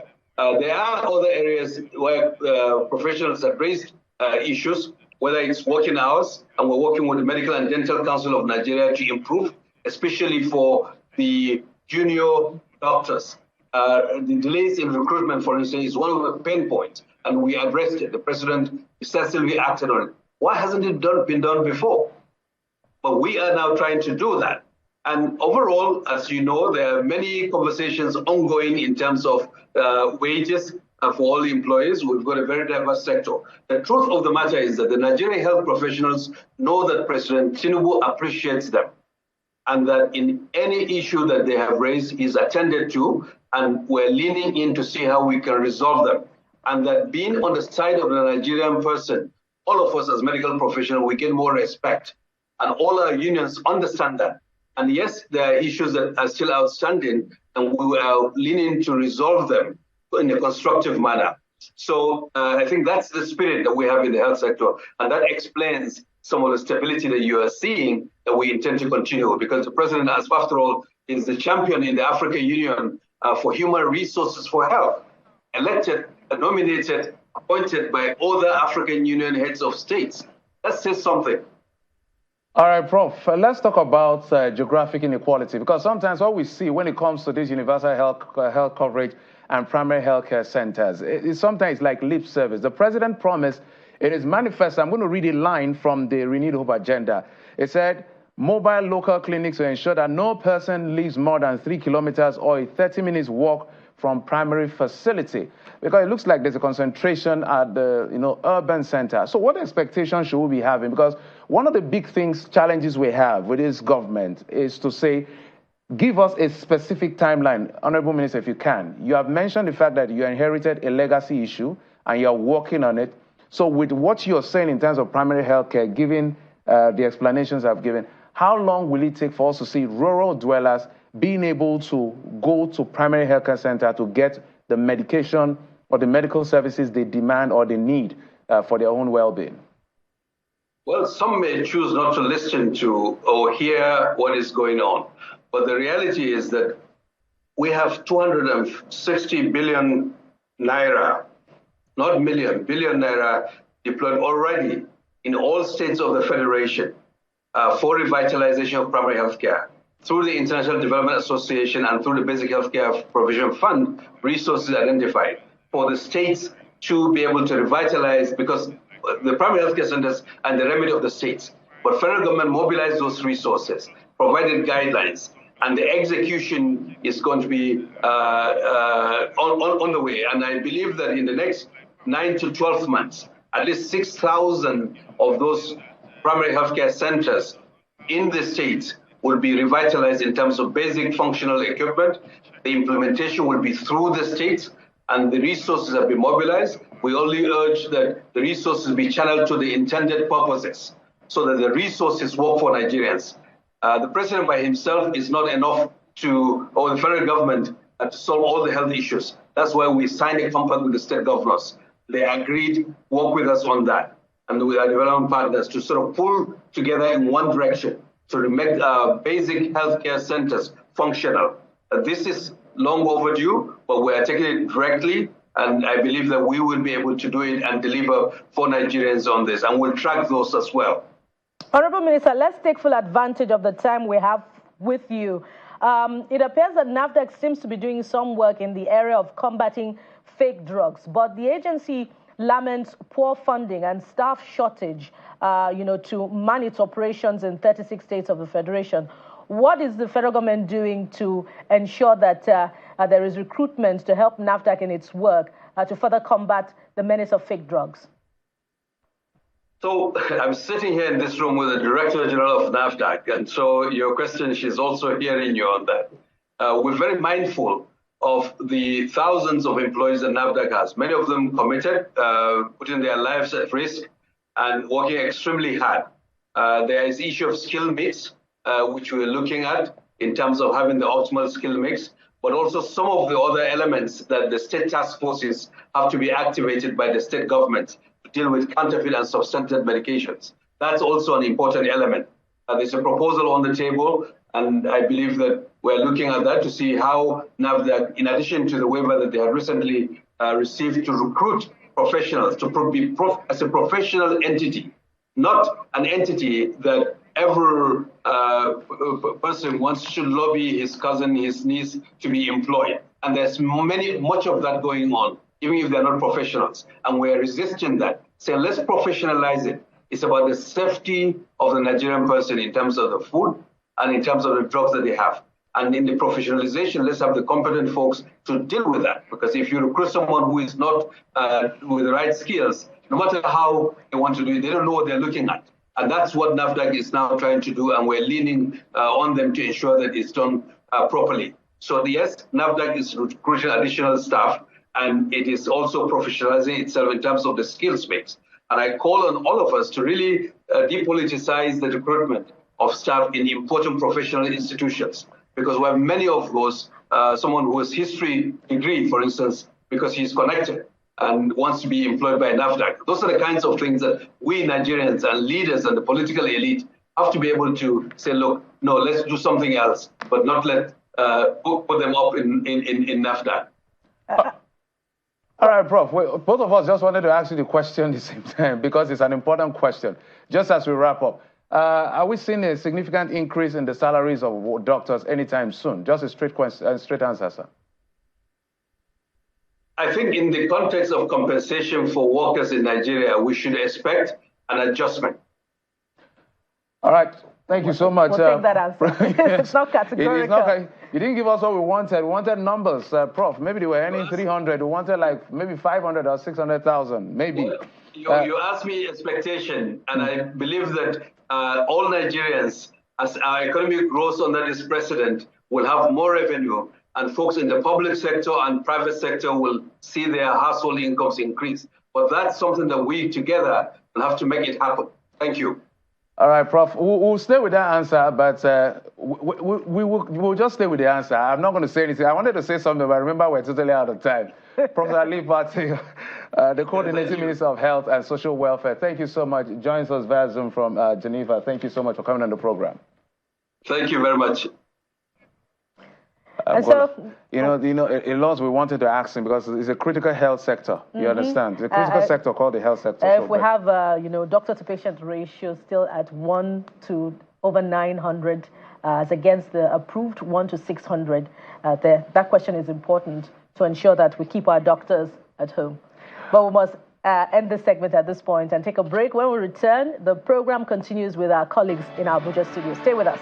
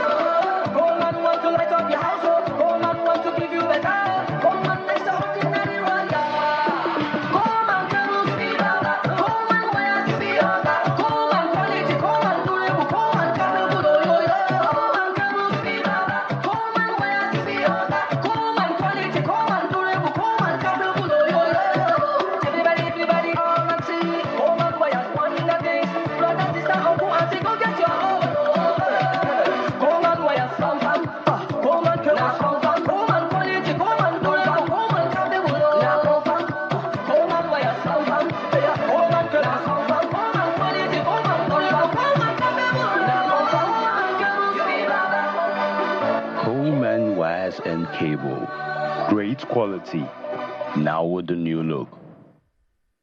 In a world where integrity, efficiency, and reliability matters, there is one of the names you can rely on: Blue Diamond Logistics.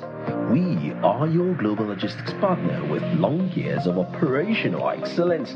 From air and sea cargo to funded terminal services, accurate documentation to on-time delivery to your doorstep, handling personal and group H containers, Blue Diamond Logistics handles your logistics need.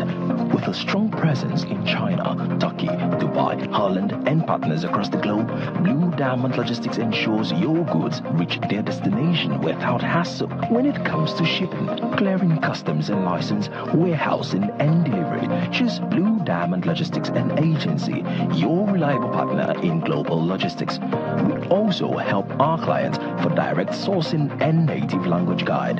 Contact us on Hi, my name is Daniela Omorin, and I'm a first-year student at MIVA studying computer science. I stay in Abuja, and I'm a student and a content creator. One thing I like about MIVA, you get so much flexibility to do other things. I can combine my content creator life and my student life without having to put one of them on hold. My enrollment process at MIVA was so easy and hassle-free. You get the success advisor who is always there for you anytime that you have any issues or problems. They also have this follow-up where they always call you to check on you. They always want you to be better at your studies. They want you to be catching up with your studies, and that's why they always follow you up. To everyone out there who is looking for an admission, I recommend MIVA Open University.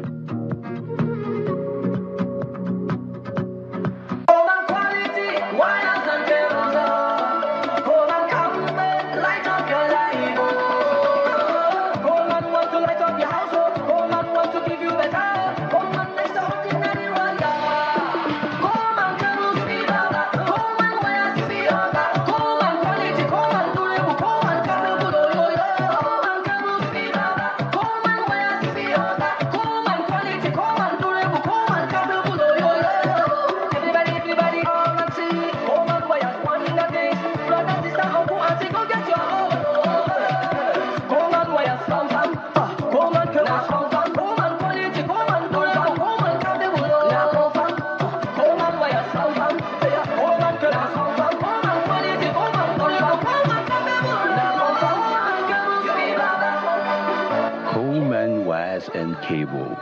Great quality, now with the new look.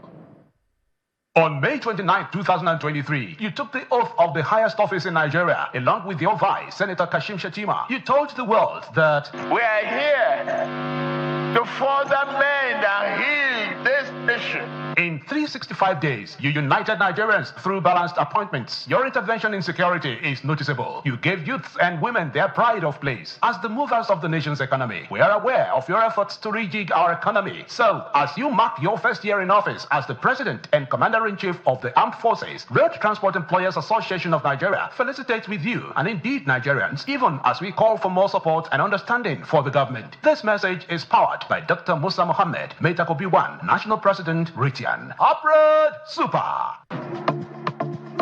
The journey to success is not always smooth. There are rough patches on the path to accomplishment. The struggle continues until solution appears that launches you to the world of your dreams, protecting, securing, and ensuring that you reach your goals. At International Energy Insurance, we know that the journey to actualizing your dreams could be tough, but we are always there to support you and help you prepare for the unexpected. International Energy Insurance is a Nuremberger company now positioned to serve you better. International Energy Insurance PLC. Energy to care.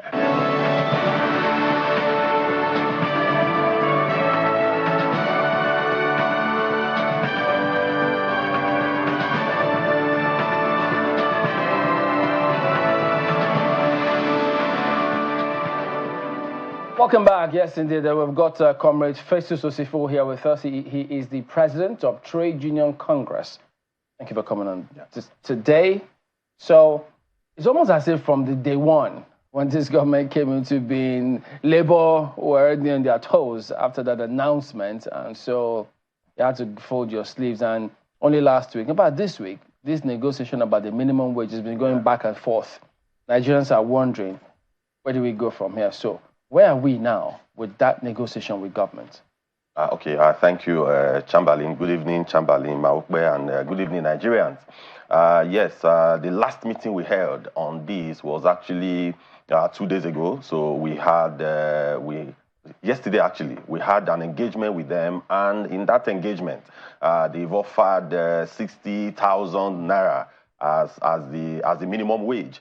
So we asked them clearly that they should give us a breakdown of how a man, even a single man that is working, probably, we use Abuja, so someone working here, for example, and he lives in Yaya, lives in Lugbe, how will that person get to work? So how much would that person spend on transport? How much will the person spend on food? How much will be the cost on housing? So they should give us a breakdown. Because all the summary that we did, we had a breakdown of what we think will work. Because today, Chamberlain, I was listening to Bismarck rewinding earlier. You knew where we are today. This is one of the most difficult periods we've faced in Nigeria for a very long time. Today, we could see where our headline inflation is today compared to where we were about a year ago.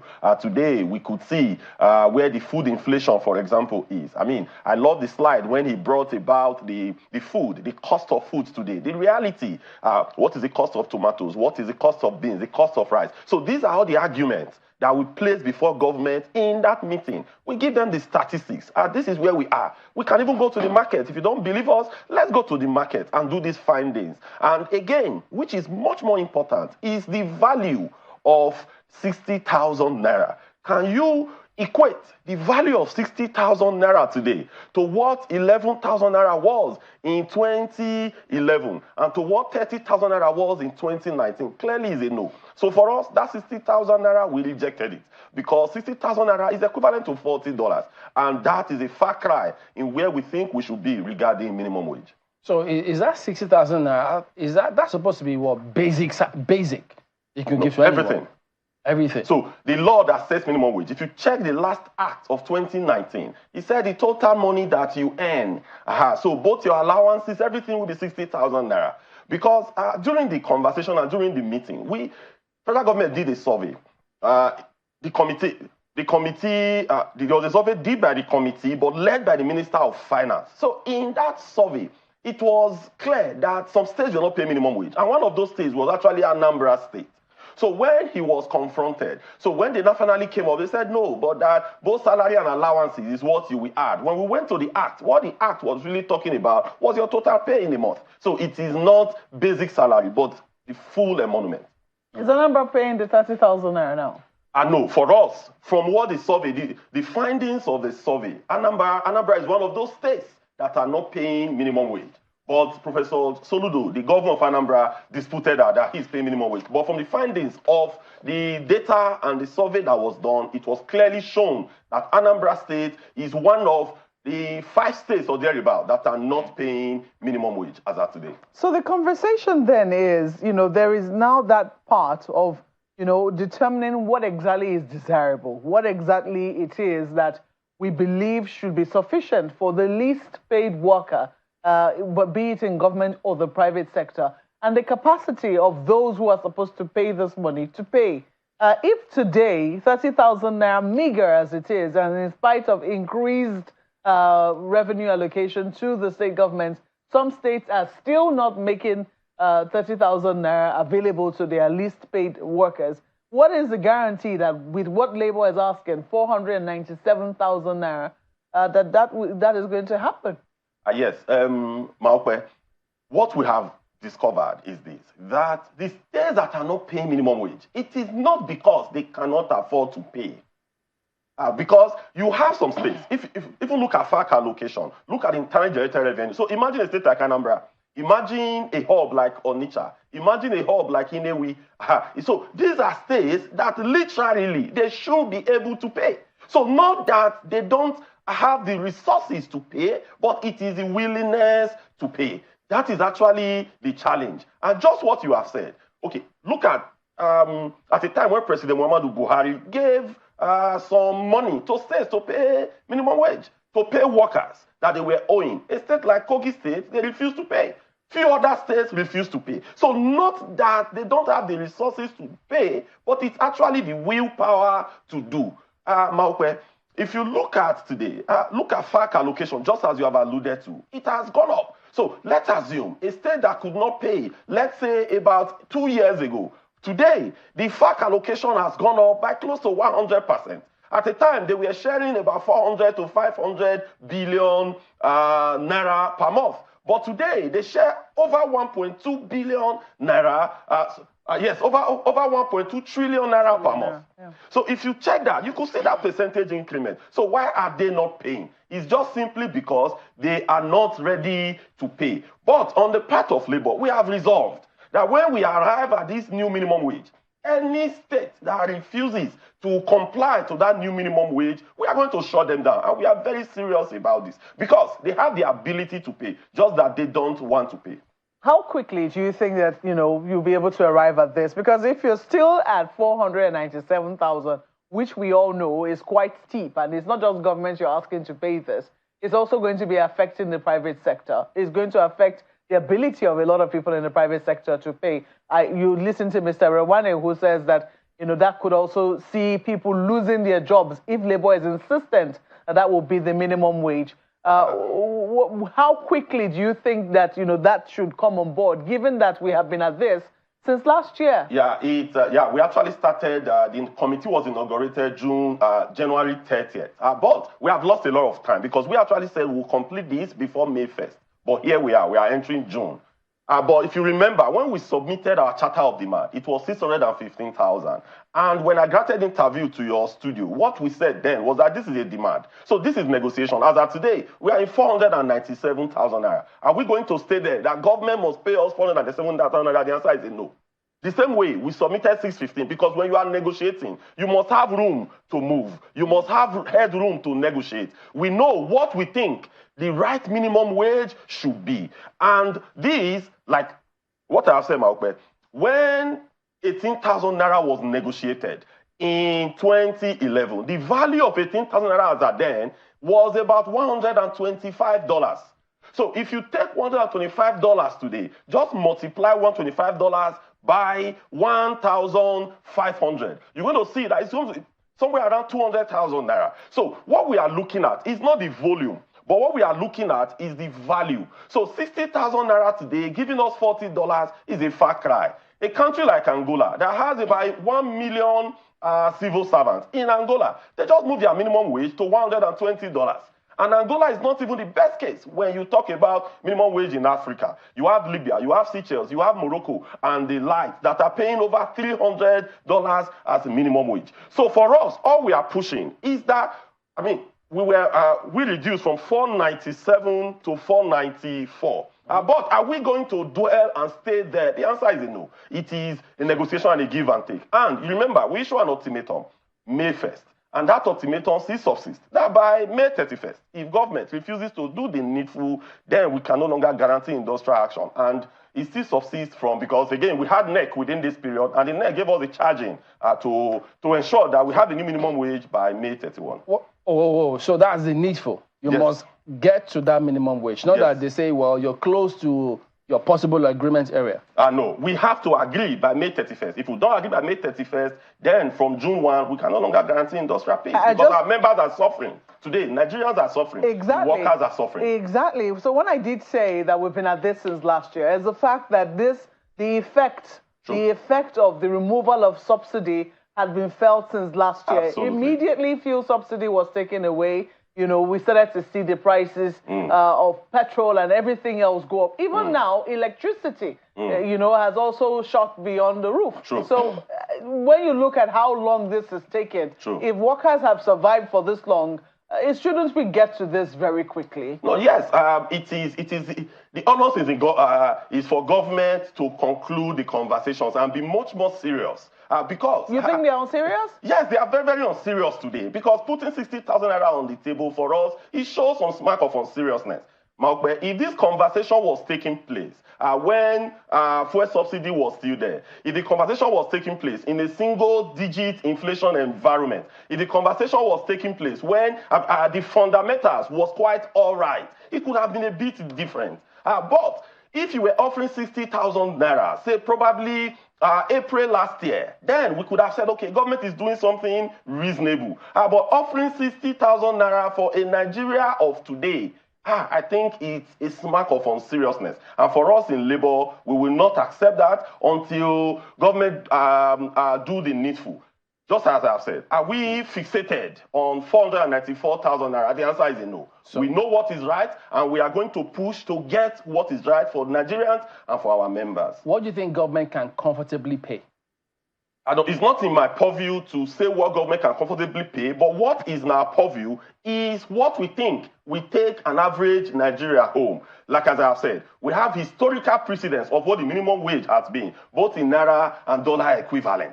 So when we get to that point, I think we would be able to agree. We think, finally, on the issue of this minimum wage, that the government, as at today, they also know that 60,000 naira will not be able to take any Nigeria home today. They know. We have this communication with them on the table. They understand that. But the charge we are giving to them is that governance is not a tea party.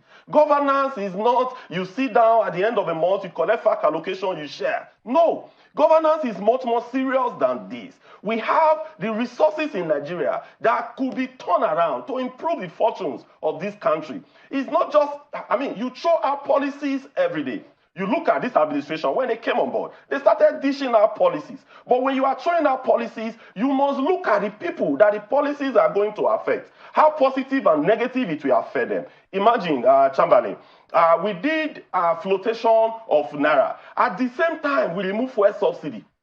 It was a disaster. You don't do both at the same time. The government, what was the level of consultations that were done? And they even did this when there wasn't substantive CBN. Because if you don't have substantive CBN governors and the executives who could meet, just check how long it took for MPC to meet. Till they met sometime in February. Almost about 4 or 5 months, they did not meet because CBN was not properly constituted. And you floated a naira against a CBN that was not properly constituted. And these are the people that could bring out measures, bring out the necessary monetary policies to be able to tame whatsoever effect is going to have. That is why speculators, they have fee day. That is why the bankers, they have fee days. So before you bring about any policy, there must be interrogation. There must be appraisals. You must be able to do a lot of financial simulation to know how such policies are going to affect the macro and the microeconomics of your citizens. Then you know how it will affect their pockets. But this we are never done. Malpe, do you know that if, for example, our naira was still at 450 to $1, PMS today would have been selling for around 300 naira per liter. AGO would have been selling for around 400 naira per liter. So the real cross of it, why things have moved haywire today, it's majorly because of the flotation of naira. I've listened to people, they talk about both flotation and unification. These are different. The parallel market, as when it was floated in June last year, the parallel market was around 600 naira plus, about 700 naira. If you are unifying, you could have brought it to 700. But you floated it without the necessary instrument to guide. So imagine today, we don't still have CBN board or the MPC properly constituted. Imagine when naira moved to somewhere around 8,000, 7,800. It would have gone into about 3,000 naira to $1 today. So that was an unforced error on the part of government. When you are bringing any policy, there must be deep consultation and there must be reflection and a lot of financial simulations and modeling for you to arrive at what is actually right. This was lacking last year when they floated naira. So would you say, rating the Tinubu administration in the last 1 year, that they haven't really thought through their policies? True, correct. You could see a lot of inconsistency in their policy, Maukbe. You could see them. You could see our policy somersault. You come today, you bring a policy, tomorrow people shout, you take it back. No, that is not how it should be. This is government.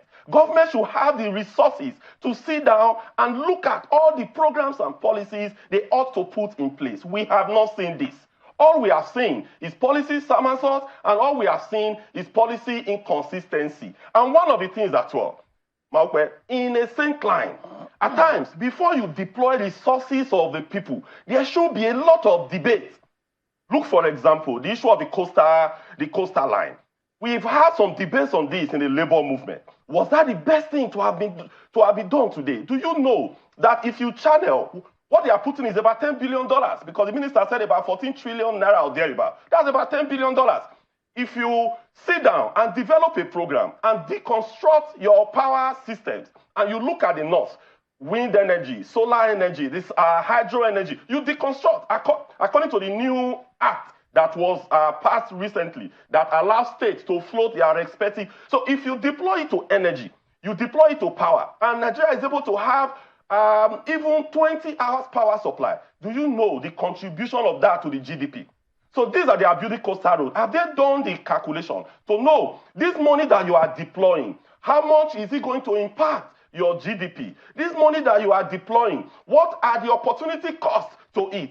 This must be, there must be debate. Look at all this same client. When you have things like this, you do a lot of public hearing. People come and make contributions, valuable contributions. But it's not you just pick one contractor, give him the contract, and we are speaking grammar everywhere. So as a nation, we must be serious in how we formulate our policies and in how we spend our money, because resources are scarce, and we must be able to deploy them to the areas that we unlock our economy, not just to throw money the way we are doing them today in Nigeria. It's interesting that you say this, because I know that, as someone who has headed Pengason and also headed and now heads TUC, you have spoken in favor of the removal of fuel subsidy, but it appears that this is not how you predicted it was going to happen. I know. If you are removing fuel, like Pengasan, like we have been consistent over the years, but the challenge that came with this was actually removing fuel subsidy and floating Naira at the same time. Like what I've said, if you have left Naira at 450 for the way it was earlier, then it could have, and you go about deregulating the downstream sector of the oil and gas industry, what would have happened was that PMS would have been standing at about 300 Naira. Nigerians could have afforded it. But the challenge was that you've allowed the Naira to devalue. People have asked, oh no, it is because of the fact that we are import-dependent nation. I've asked a question. See, between the year 2000 and 2015, our dollar devalued by less than 100%. This was about 15 years. Devalued by less than 100%. Were we not importing? What has changed? Were we producing everything here in Nigeria? No. It is because there were effective policies to manage this. Then, when Buhari administration came in, the Naira devalued by over 100% in 8 years. Then this administration, it has moved by over 200 to 300% within 1 year. So it talks about the management. Like what we said, you cannot allow these two things to happen. If you are removed for subsidy, for example, and you have allowed and you have managed the monetary policy in such a way that the Naira did not slide the way it did, what would have happened effectively is that today you could go to some fuel station, you buy 300, you go to the next one, you buy 310. Nigerians would have been able to manage that. But when you allow that flotation to happen, that is really the crux of the matter. So the mistake was that the government shouldn't have allowed that flotation to happen. And they shouldn't have made that announcement without having... it's just like you are going to war and you don't have military.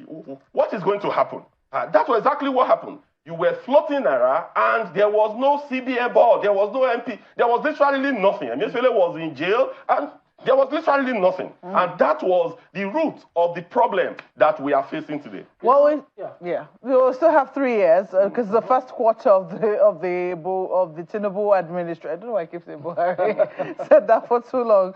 But, we have another 3 years. Mr. Rewani, who is also an economist, he admits that we're currently bleeding. He says, but next year looks better. I mean, if you take a look at the long-term projection, it does appear that things would improve. Is it an optimism you share? No, Maupe, I listen to Bismarck Liwani, economic scholar, but a lot of us, we follow this trend as well. So this is the challenge. So next year, you are predicting inflation to be 20%, for example. You know what that is?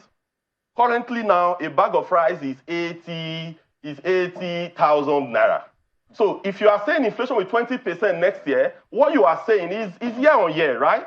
So we are in May 2023, a bag of rice 80,000 Naira. So by May 2024, we are in May 2024. May 2025, a bag of rice would now be 16,000, let's say 20% inflation. It will now be 16,000 Naira on top of 80,000 Naira. That will give us 96,000 Naira. So where we are today is, first of all, bad. So even when we are looking at next year that inflation will slow down, that inflation is going to be on top of this current reality that we have today. So it is not looking good in any way. I wish to quickly say this. You know, one of the challenges that we have faced, which was also faced in Buhari government, you see, when people that is not in government is trying to tell government the truth, most of those, the ministers and those serving the government, they will quickly come in defense. But do you know that majority of these people, after Buhari left, they started telling us the truth. Why can't we speak truth to those that are in power to make them do exactly what is right? I listened to Minister of Aviation and a lot of them, you know, saying that Nigeria Air was fraud. But you were in the Federal Executive Council meeting that passed Nigeria Air. Why can't we interrogate processes before we allow it to go? We should stop this system of doing rent-seeking and just bootlicking political office holders. The ministers, the special advisors, they owe it a duty to always advise those in government, both state, federal and local government. You must advise them and you must tell them the truth. It's not when they leave, you will not start shouting, we could have done this or that. That is not how country develops. We must have statements that we want to tell power, truth to power. Labour had a list of demands. It wasn't just about the minimum wage at the time. So what happened to all of those other demands? Because you seem fixated, or at least so far, you're talking hugely about the minimum wage. Yes. So those demands as well. At a time, if you remember, by sometime January this year, we issued an ultimatum to government because at then they've implemented just 20% of what was in that demand. Top of it was the wage award. So after issue, as of January, they've only paid, out of 6 months, they've only paid 2 months of wage award. So when we issued that ultimatum, they now quickly paid additional 4 months. So as of today, they have paid till February. But all we've told them is that no, we still have March, April, May is just ending now. So this, we consistently remind them in the meetings we have. All these are the things we champion and we put forward to them. In that communique, they told us that by November, we're going to have CNG buses. But till today, we've not seen any of them. So all these, if you check a lot of communications and a lot of releases that we have done in the past month, you will see the catalogs of what government has not done. And that is part of the challenge that we always have, which we always put to government. Don't sign agreement. After signing agreement, you go to bed, thinking that the agreement will implement itself. So in that agreement, there are a lot of things there that are some partly implemented and a whole lot of them not implemented at all.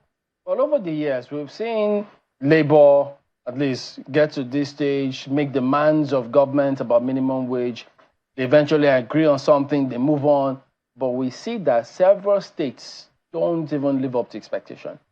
So what happens this time? Because chances are that we could face that scenario again. In terms of minimum wage? Yes. Yes. So you are very correct. You know, as of today, from the survey carried out by MBS, it was stated that 29 states today are paying not just minimum wage, but the consequential adjustment. So what most of the states are doing is that really there is no employee that is in grade level 1, step 1.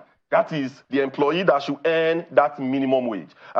But what they will not do is that when they they will just claim, okay, they are paid the minimum wage, but there's no consequential adjustment. They may add 1,000, 2,000, 3,000 across the steps and across the grade. So in reality, it becomes nothing. So the states today that are applying it the way it should be, they are 29. Then some states that are paying minimum wage, but not applying the consequential adjustment, there are about 3 or 4 states.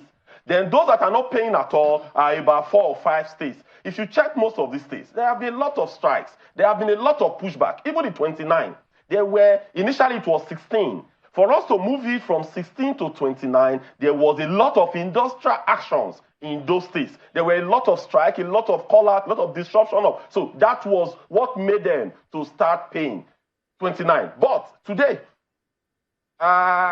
Zamfara just released a statement that they will start paying 30,000 naira. We said this is a joke. We are talking about a new minimum wage. Now you are not telling us that you start paying 30,000 at the 11th hour. Well, Mr. Osifo, we're rounding off now, and something happened today, something very significant. We now have a new national anthem. We're reversing to the old national anthem, and there's been questions around, what has informed it, etc., etc. But this is the situation. Is Labour also going to be reacting to that? Maupe, I think we should be serious as people and as country. Is national anthem our problem today? Is it because we were not singing the old national anthem that has put Nigeria the difficulty that we have today? These are not important issues as far as we are concerned. The Nigerian government should be much more serious in how to bring people from multidimensional poverty, on how to reduce inflation, on how to reduce interest rates. These are the real things that affect Nigerians, not national anthem. We should be serious about this. Well, we'll anchor at that point. Comrade Festus Osifo is the president of Trade Union Congress. So thank you for coming on. Thank you so much. We're back in just a moment. Stay on with us.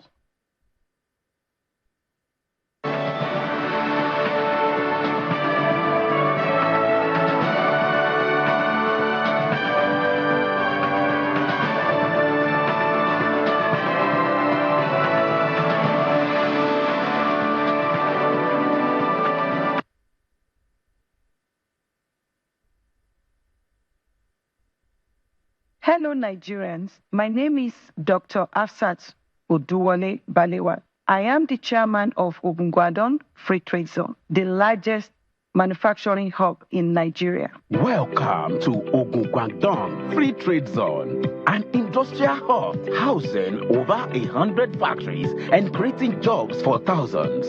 Here, innovation meets quality, producing goods like car battery, TVs, glass, tiles, sanitary wares, furnitures, galvanized pipes, diapers, and more. 24/7 power supply and robust security, ideal for investors. Our zone offers access to Nigerian market and serves as a gateway to West Africa, fostering trade and commerce. Under Governor Prince Dapo Abiodun's leadership, we are driving Nigeria's economy forward. Join us at Ogungwadon Free Trade Zone. I don't know what your dream is. To live your dream requires unwavering passion. But if your passion burns true, you will defy the skeptics.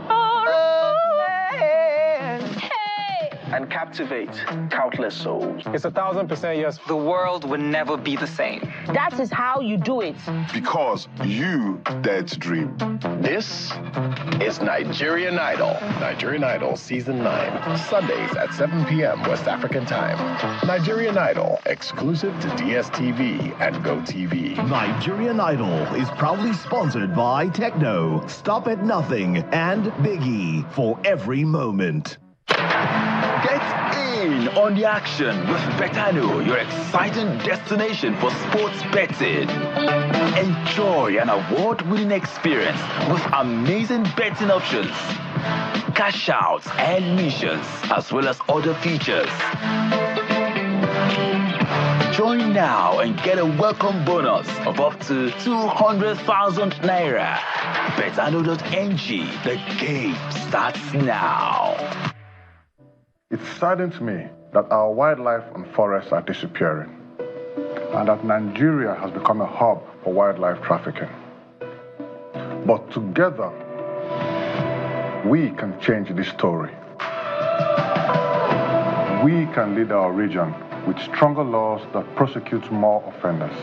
Let's create a future where people and wildlife can thrive together. Please report wildlife crime and help make Nigeria a haven for wildlife. Because protecting nature protects us all.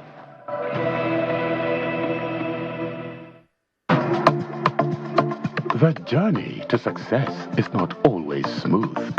There are rough patches on the path to accomplishment. The struggle continues until solution appears that launches you to the world of your dreams, protecting, securing, and ensuring that you reach your goals. At International Energy Insurance, we know that the journey to actualizing your dreams could be tough, but we are always there to support you and help you prepare for the unexpected. International Energy Insurance is a Nuremberger company now positioned to serve you better. International Energy Insurance PLC. Energy to care.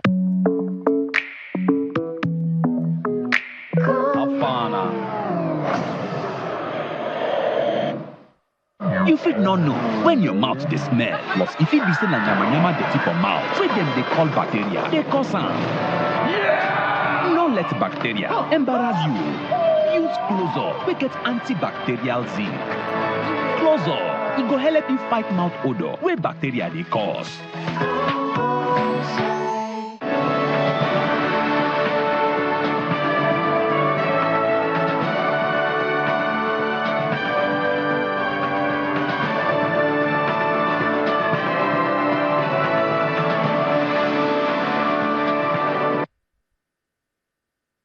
I'm sure many people will tell you that 1 year is not enough to make a judgment. However, from where we all stand, we know that we are all in a very difficult situation. Nigerians are in various levels of pain, and there are pains that are unintended. But that there is also certain policy decisions that hopefully with time can be amended in order to serve the welfare of ordinary people. Because I believe that the essence of government is to guarantee the welfare and security of ordinary citizens. I believe that the times that we're in now are very, very difficult times, and nobody should be under any illusion. But there are also times for renewal. You know, we just need to commit ourselves to the fact that building a good society takes a lot of time. It's not something that is done in one lifetime. And for me, the most important thing is for us to continue on the building blocks of the things that we think are being done well. My argument has always been that the government needs to very quickly improve the quality of communication so that Nigerians can at least get a sense of how long is it going to be before food is ready.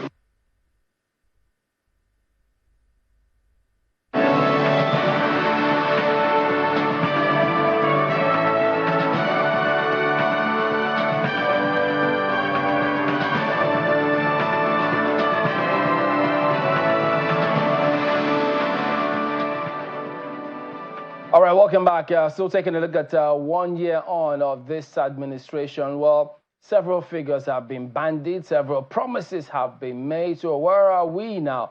Babajide Ogunsanwo will be giving us some updates in terms of what's going on with some of these figures, these political figures with politicians, Jide. Chamberlain, it's hard to look at the numbers without smiling. It's hard to look at the numbers without smiling. But sometimes you also look at the numbers and you wear a big frown. What is important tonight is it's 2.5 decades of democracy. It's important to look at three things. The first is to look at the journey so far. It is then important to then also look at where we currently are and what the president has done in the last 1 year, and then to look at finally the numbers. If we take a look at where the journey so far, we remember 1999, that paper was 50 naira. A year after, we see what had happened to President Obasanjo. He had complained about the issues. Look at 2007 when President Yar'Adua came in. We're again similar to what happened in 1999, talking about a bright future. A year into President Yar'Adua, the headlines were nothing to celebrate. Going to 2011, when President Jonathan was elected, again, there were issues and he had asked Nigerians to pray for him. A year after, the headlines, bombings, Jonathan had to cancel Democracy Day ceremony. The APC merger had then started. 2015, Abuja agog for Buhari, 2015. High expectations like in 1999, like in 2007 and in 2011. A year after, it was about corruption and the issues. Again, look at how it was a year ago. The headlines, Tinubu takes the oath, and he clearly demanded for quick actions. Yes, he did take quick actions, but where have the quick actions led a lot of Nigerians to today? Here's where we are today. We're talking about fresh cash transfers scheme for 75 million Nigerians, even though the estimates are now pointing to 150 million Nigerians who are classified as poor. In all, what we've seen is year on year, each president comes, we're talking about a new dawn. The question Nigerians are asking is, which of these presidents has, at the minimum, met expectations? There are two things Nigerians expect. Either you meet expectations or you surpass expectations. And so the challenge is, will Nigerians look at all these headlines, how each president has fared after 1 year in office, and easily answer the question, are expectations being met or are expectations being surpassed? But beyond looking internally, Chamberlain, we also need to look at what the president has tried to do in the last 1 year, especially looking at his foreign trips. And if we take a look at clearly where the president has visited in the last 12 months, starting by what happened when he came in 2023. Here's what you notice. Yes, there were more visits to Europe and the Middle East. We see the trip to UK, France, Germany, Saudi Arabia, Dubai, India. So we see a lot of his efforts in 2023 was not within Africa, was more within Europe and the Middle East. Clearly, he went to the United States to attend the UN Congress, but the trip to Guinea-Bissau was for the ECOWAS summit, was not really tied to business. The trip to Benin Republic was again for the 63rd anniversary of Benin. The trip to Kenya was for the African Union Summit. So clearly what we see is that for the second half of the year when he was sworn in, his efforts were more within Europe and this Middle East. But did that change, or has that changed in this year? Here's what you see, and here's what you notice if you take a look at what has happened this year. We see similar trends. Even though he's the president of Nigeria, the president of Africa's largest economy, we still see the president relying less inwards. Yes, a trip to Senegal, but the trip to Senegal was clearly not for business-related or investment-related transactions. His trips this year, the UK, France, Netherlands, Saudi Arabia, Ethiopia, more related with investments than looking inwards. The trip to Chad was for the inauguration of the Chadian president. The trip to Senegal, again, was for the inauguration of the Senegalese president. And the trip to Ethiopia was to look at other things beyond partnership. So again, what we see is within this first 1 year, the president has done African trips, but African trips were not essentially about growing African relations. Most of his trips were focused on the United States, United Kingdom, in simple terms, Europe, the Middle East, and Asia. That's what we've seen so far. But again, beyond these trips, Markwe, beyond these trips, what Nigerians are asking is, especially the youths, is that how are they feeling? And one place to find and measure this is to look at what exactly is going on and what are the youths talking about on social media. Here's what you find, and clearly, please follow this. Within the last 1 year, we've measured which of these top 3 aspirants in the 2023 election are conversing and communicating with Nigerians the most on Twitter. We see Peter Obi, as at the election last year, 2,957 tweets. This year, within the last 1 year, he's had the most conversations on Twitter. More than 3,000 tweets coming from his official handle in the last 1 year. The handle of the president prior to now was the candidate official ABAT, less than 200, just about a little over 200 tweets. The handle of the presidency, 1,339 tweets. In summary, what we are saying is Peter Obi currently is tweeting at an average of 8 tweets per day. Atiku in the last 1 year, 317 tweets, higher than the handle of candidate Bola Tinubu that has 201 tweets, and clearly we see the presidency also trying to grow their conversations. But what this shows is clearly Peter Obi, who in the election was declared third, has the most conversations on Twitter. But you might want to ask, why is this important? And it's important for this reason. Let's take a look at what exactly and what are their followers really doing. Now, this is the impact of conversations, which we see that man in the middle seems to be conversing with the youth significantly more based on the results we have on Twitter. What Twitter tells us is within the last 1 year, Peter Obi's following on that social media app, more popularly known as X, has grown by more than 980,000 followers. Even though Alhaji Atiku Abubakar currently still has most of the following compared to the other two individuals in this picture, the president and Peter Obi. Atiku's following 5.1 million in the last 1 year. That has grown by 232,000. Peter Obi's following 4.5 million. However, a lot of that growth has happened in the last 1 year, 983,000 new followers online.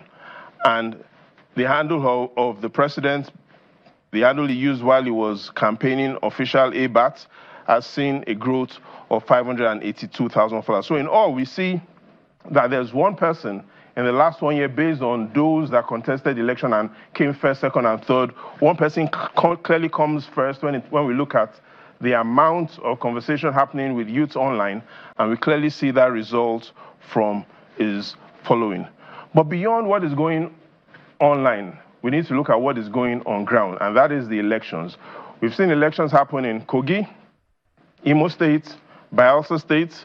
Within the next 12 months, we're expecting clearly in September elections in Edo State and elections in Ondo State. But I'd like to quickly talk about one of these states, and that's Ondo State. And that's because this is the first election that will be happening, the first governorship election that will be happening in the southwest region after President Tinubu was sworn in last year.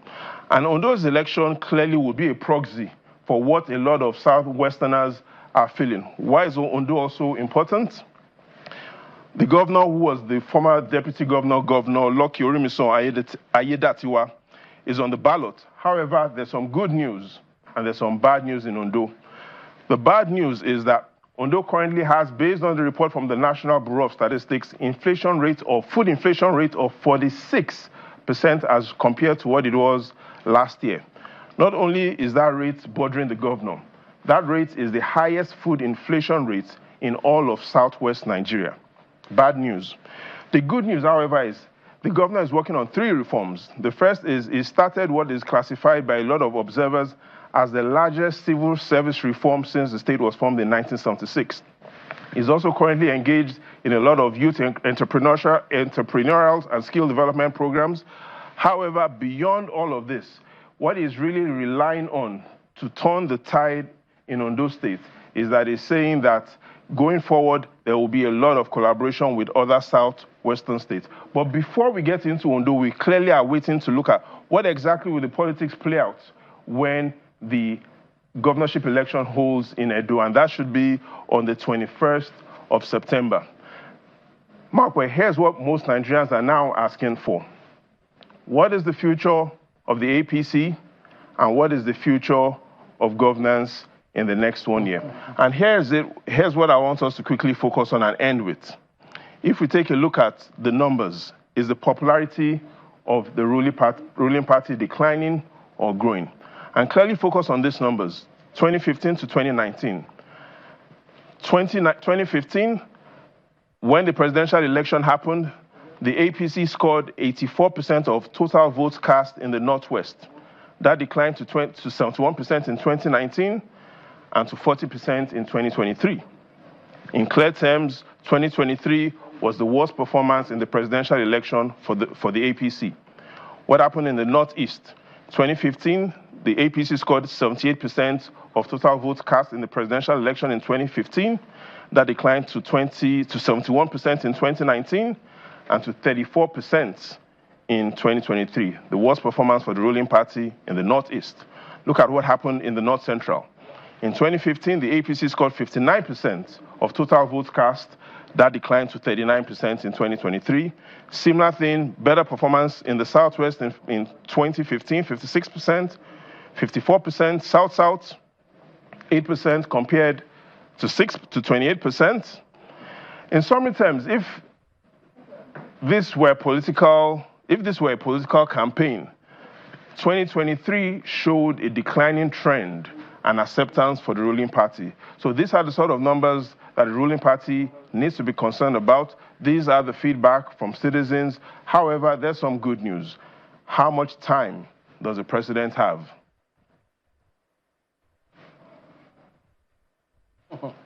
Well, Mark, we need to quickly focus on this because I know time is going like this.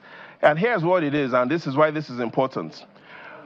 The 2019 election, INEC announced the calendar for the 2019 election on the 9th of March 2017. For the 2023 election, the calendar was announced on the 28th of April 2021. The expectations, Jeff, Mark Chamberlain, the expectations is for the 2027 election, INEC will announce and release the calendar sometime between March and April next year. So in simple terms, the president's time is going because by the time we stand here next year, the calendar for the 2027 elections will be out. Markwe?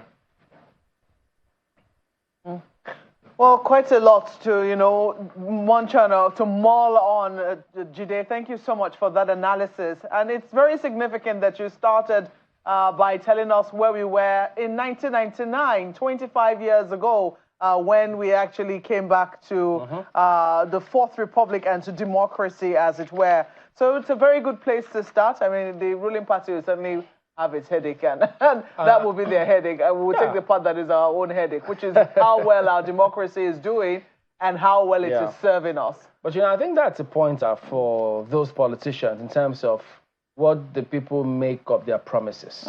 Because all of this is about what the politicians say they're going to do, what they've done, rhetorics, promises. So that's why you see all those figures. They just build from all of those. So there you go. That could just be the figures which they will need moving forward to plan whatever it is that they want to plan. Well, two gentlemen are here with us anyways to weigh in on this subject matter. Professor Jidofo Adibe is of Political Science and International Relations at Nasarawa State University, Kefi.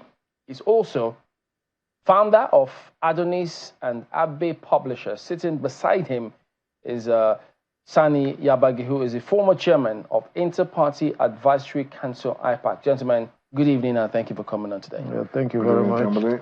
Let's get your reaction, first of all, from what you've seen. Prof, I'm start with you. The breakdown that Jide did give, what stuck out for you? Well, the dynamics, there are so many things that you can take away, but none of them can be frozen in time. Because these things are the time and space dimensions when you talk about politics and calculations. Yes, we don't know the impact of this is our own. This is the president, this is the need to,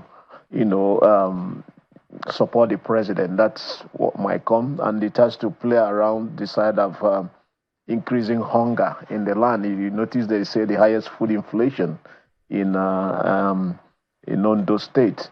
I believe we're talking about the Ondo social media and the Ondo. Are we focusing specifically on that? No, all of them, everything. So let me make it a little easier. I mean, for me, let me start from the very end. Towards the very end, when he's initially, I was looking at the papers. The papers were quite interesting, and the price differential as as each year was going for the same paper and how much it finally cost. He was looking at the Punch newspapers. But let's talk about, I want us to start from the INEC announcement. He was talking about, how much time the president really has. Before INEC makes an announcement, and then we start the next cycle for looking for the next president. What impact do you think that usually has on our democracy and the ability of politicians to be able to deliver on governance, which is what the people have elected them for? Well, I can tell you, campaign, people are already talking about 2027, even though that not much has happened on the ground. And most of the things you see now will be a combination of propaganda and a combination of things that people will get votes, not necessarily things that will be in the medium term. They will be looking at what you can call low-hanging fruits. So you go down and start a massive road infrastructure project, because these are the things politicians will point out. If you're trying to invest in human capital, say, for example, investing in education, people will say, we haven't seen what you're doing. So the way we think makes politicians to be very short-term oriented. And they've spent 1 year saying, for me, that 1 year has moved forward to the past. Because basically all the things you call reforms are what Babangida tried. And I did research on that structural adjustment. Basically all the IMF World Bank recommendations of the 1990s, the remove subsidies, privatize, and all these things. And none worked. Even in Ghana, where the Bretton Woods institutions sunk in a huge sum of money just to make a success. There was no sub-Saharan African country that is succeeded. We'll come to that. I want to ask Mr. Yabagi if that is healthy. The fact that, this is the focus of politicians, the fact that they now have to start looking for low-hanging fruits and short-term projects, how healthy is that for a democracy that is looking at long-term? Well, Mokwe, I believe this is to demonstrate the fact that there's a very strong nexus between the economy and politics or democracy, as the case is. See, if you do not get your economy working for the people, whatever you are doing on the side of democracy or in terms of politics, will come to naught.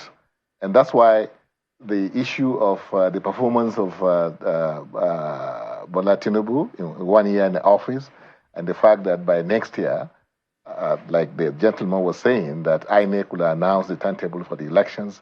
So, which means there's a lot of catch-up that this government, the party in power, has to do to arrest the decline that they are experiencing since about 3 instances that he gave, where there was about 50% decline, especially in the Northwest and the Northeast, in the votes that the party got. And that is under a situation that you can even say was better than what we have today, as far as an average Nigerian is concerned. The lot of average Nigerian has not improved. It has worsened. So if at all the politics, is to get the attention and the buy-in of Nigerians, then something has to be done about the economy so that they can see that, yes, there's something in it for us. So I believe that we, the politicians, have a lot to do, especially this government has a lot to do. It came with a lot of expectations, high expectations. People believe that Bola Tinubu, being a Democrat, haven't seen it all, both within, in and outside, government, so people expected that something better, would have happened by now, especially when he started, by touching on the fundamental benefits that goes to the people, meaning issue of subsidy, issue of foreign exchange, unification, and things like that. Those are very, very basic to an average Nigerian. So all of those matters and more are some of the issues we'll focus on when we return after this break. So stay on with us.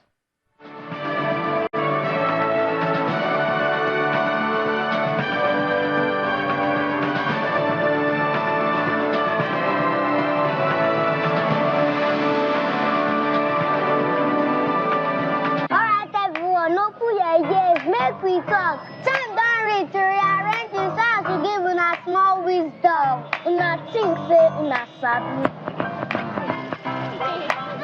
Shout my tea fresh now, but una own I beg no be so. Before una go talk say our smell no reach. Make una think am twice so. We know they here to the point una with our small finger. We show una solution instead. Ever heard of Colgate, the #1 oral care brand in the world? On a slide, we'll find like chemistry as it's supposed to be. You can see why we are the coolest around. For zero cavity and long-lasting fresh breath. Mom, it's your time to brush. Mama and Papa buy up, use up, and shine your smile. No more cover mouth. Because we Colgate, that will do yaga with your smile.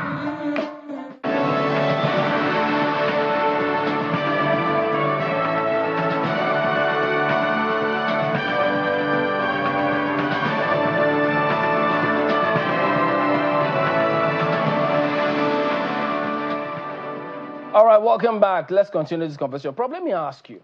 I mean, we clearly have seen politics, economy, they do mix because a lot happens with politics.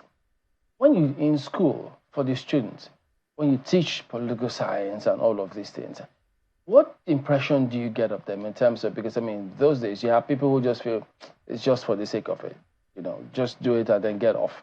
Is that changing with the way things are playing out in this country? Do you mean that the theory, there's no connection between theory and practice? Exactly.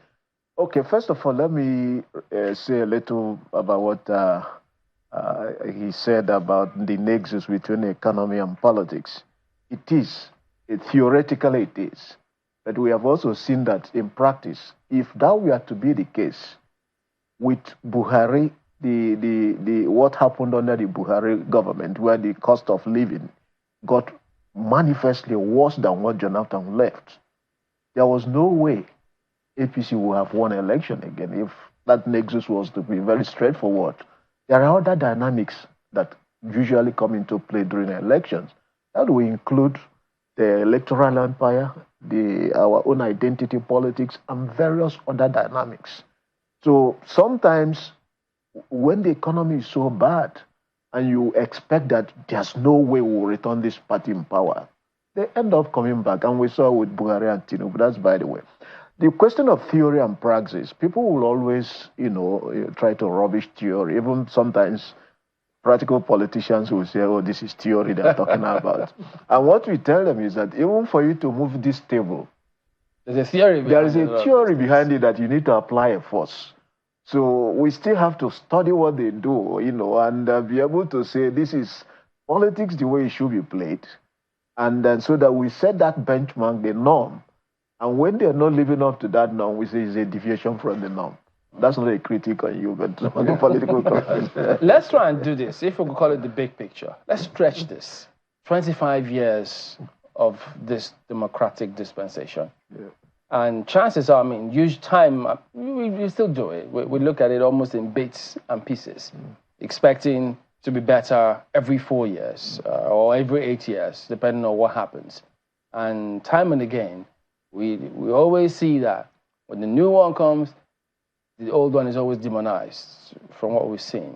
So if you look at it, say, look, 25 years, after all, we heard former President Obasanjo the other day speak about homegrown democracy, saying that the way we adopted Western liberal democracy hasn't really worked for us. So if we look at it from that angle, from that perspective, what are we missing? 25 years of this democracy. Are we better or not? Prof, that's okay. Well, first of all, what I believe you're referring to is what they call policy sustainability and policy instability, because once a new person comes, they try to reinvent the wheel. It's clearly a problem. But on the question of, what we can do about it, this is the environment we are in. And we still have to find a way of sanitizing. There is no study, by the way, that I know of that is conclusive that if you are in a democratic dispensation, it necessarily leads to, economic development. No study proves that. It's contradictory. Because if you look at the Asian tigers and the economies that developed, most of them came in as authoritarian regimes. Of course, we've had our own authoritarian... So, it's not a function of the kind of system you have in place? It never promises you. Democracy doesn't promise that there will be economic development. The argument is that in a democracy, you can use discussion to resolve conflicts, and that in the long run, being free, that's why it's called liberal democracy, and all the freedoms that come with it, in the long run, it will benefit. But of course, in the short run, because we are coming from an authoritarian background, in the short to medium term, it tends to aggravate the structures of conflict because there are so much bottled up feelings from our authoritarian past. So it never, in the short to medium term, you see, it's likely to create more problems. That's why some people call it illiberal democracies. I think that's often the mistake people make, to think people talk about dividend of democracy. There is no promise in academic research that says once you are democratic, you are going to. So is that your tacit support of what the former president was talking about? Let's have a second look and see how we can make things better. No, not in our own democracy. What I'm trying to say is that every democracy is different. If you go to Scandinavian countries, others, there are various moods. And if democracy, one of the early arguments, if it's supposed to help you select your leaders, then you ask yourself in our own, of the billions we select, do the outcome of the elections reflect the wishes of the people? If it doesn't help you to recruit, in our own case, what happens that because of the fear that whoever controls the state power will use it to privilege its in-group and disadvantage others, it tends to be anarchic. And because of the anarchic character of politics, it doesn't even give us anything. We don't get anything. That's the argument of this thing. And of course, the practical politicians who have... practical, I think it's you. Yeah. When I mean politicians that have been accused of demonizing this structure and this system. leaving us where we are today, that if they had behaved better, we might have been in a better place. No, I want to disagree with the professor. Go ahead. Because I believe that democracy is still the best form of government anywhere in the world. Why? Because it establishes permanent... You qualify liberal democracy or... Well, liberal democracy or democracy as we know it, in this country, in any form at all, if you have democracy, it presupposes that that government that you have in place is at the instance of the people themselves. And that introduces permanent, a kind of permanent interest in the survival of that system. Unlike the other autocratic systems that he's talking about. Autocratic systems revolves around individuals. So like the military, you see, their own interest is short-term. They have short-term objectives, that's why they become more corrupt than what you find, in the systems, in democratic systems. So that's why I don't agree that the nexus between a growing economy and having a stable politics, is diluted, by what he says he called primordial systems, and then the fact of state capture and things. All those things are things that I know what you call teething problems in any system at all. There's no system that starts and then germinate and become strong. This is our reality. All at once. This is our reality. As a matter of fact, if you asked any of the military leaders that intervened in our previous democracies, the excuse they always give is the fact that the democracy wasn't working. We are in a hurry for just a moment. We're in a hurry for development, and it would seem that the people were yet to see the proceeds of development. We're not feeling it as it were, and in a plural society like ours, where there's so many other competing factors. He spoke about identity politics.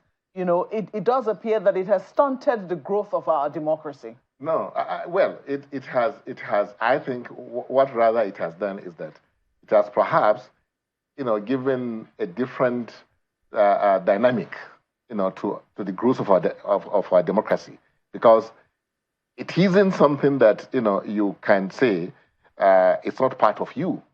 Primordial sentiments talk about it's part of us. It's like we have what we call triple heritage, as Africans.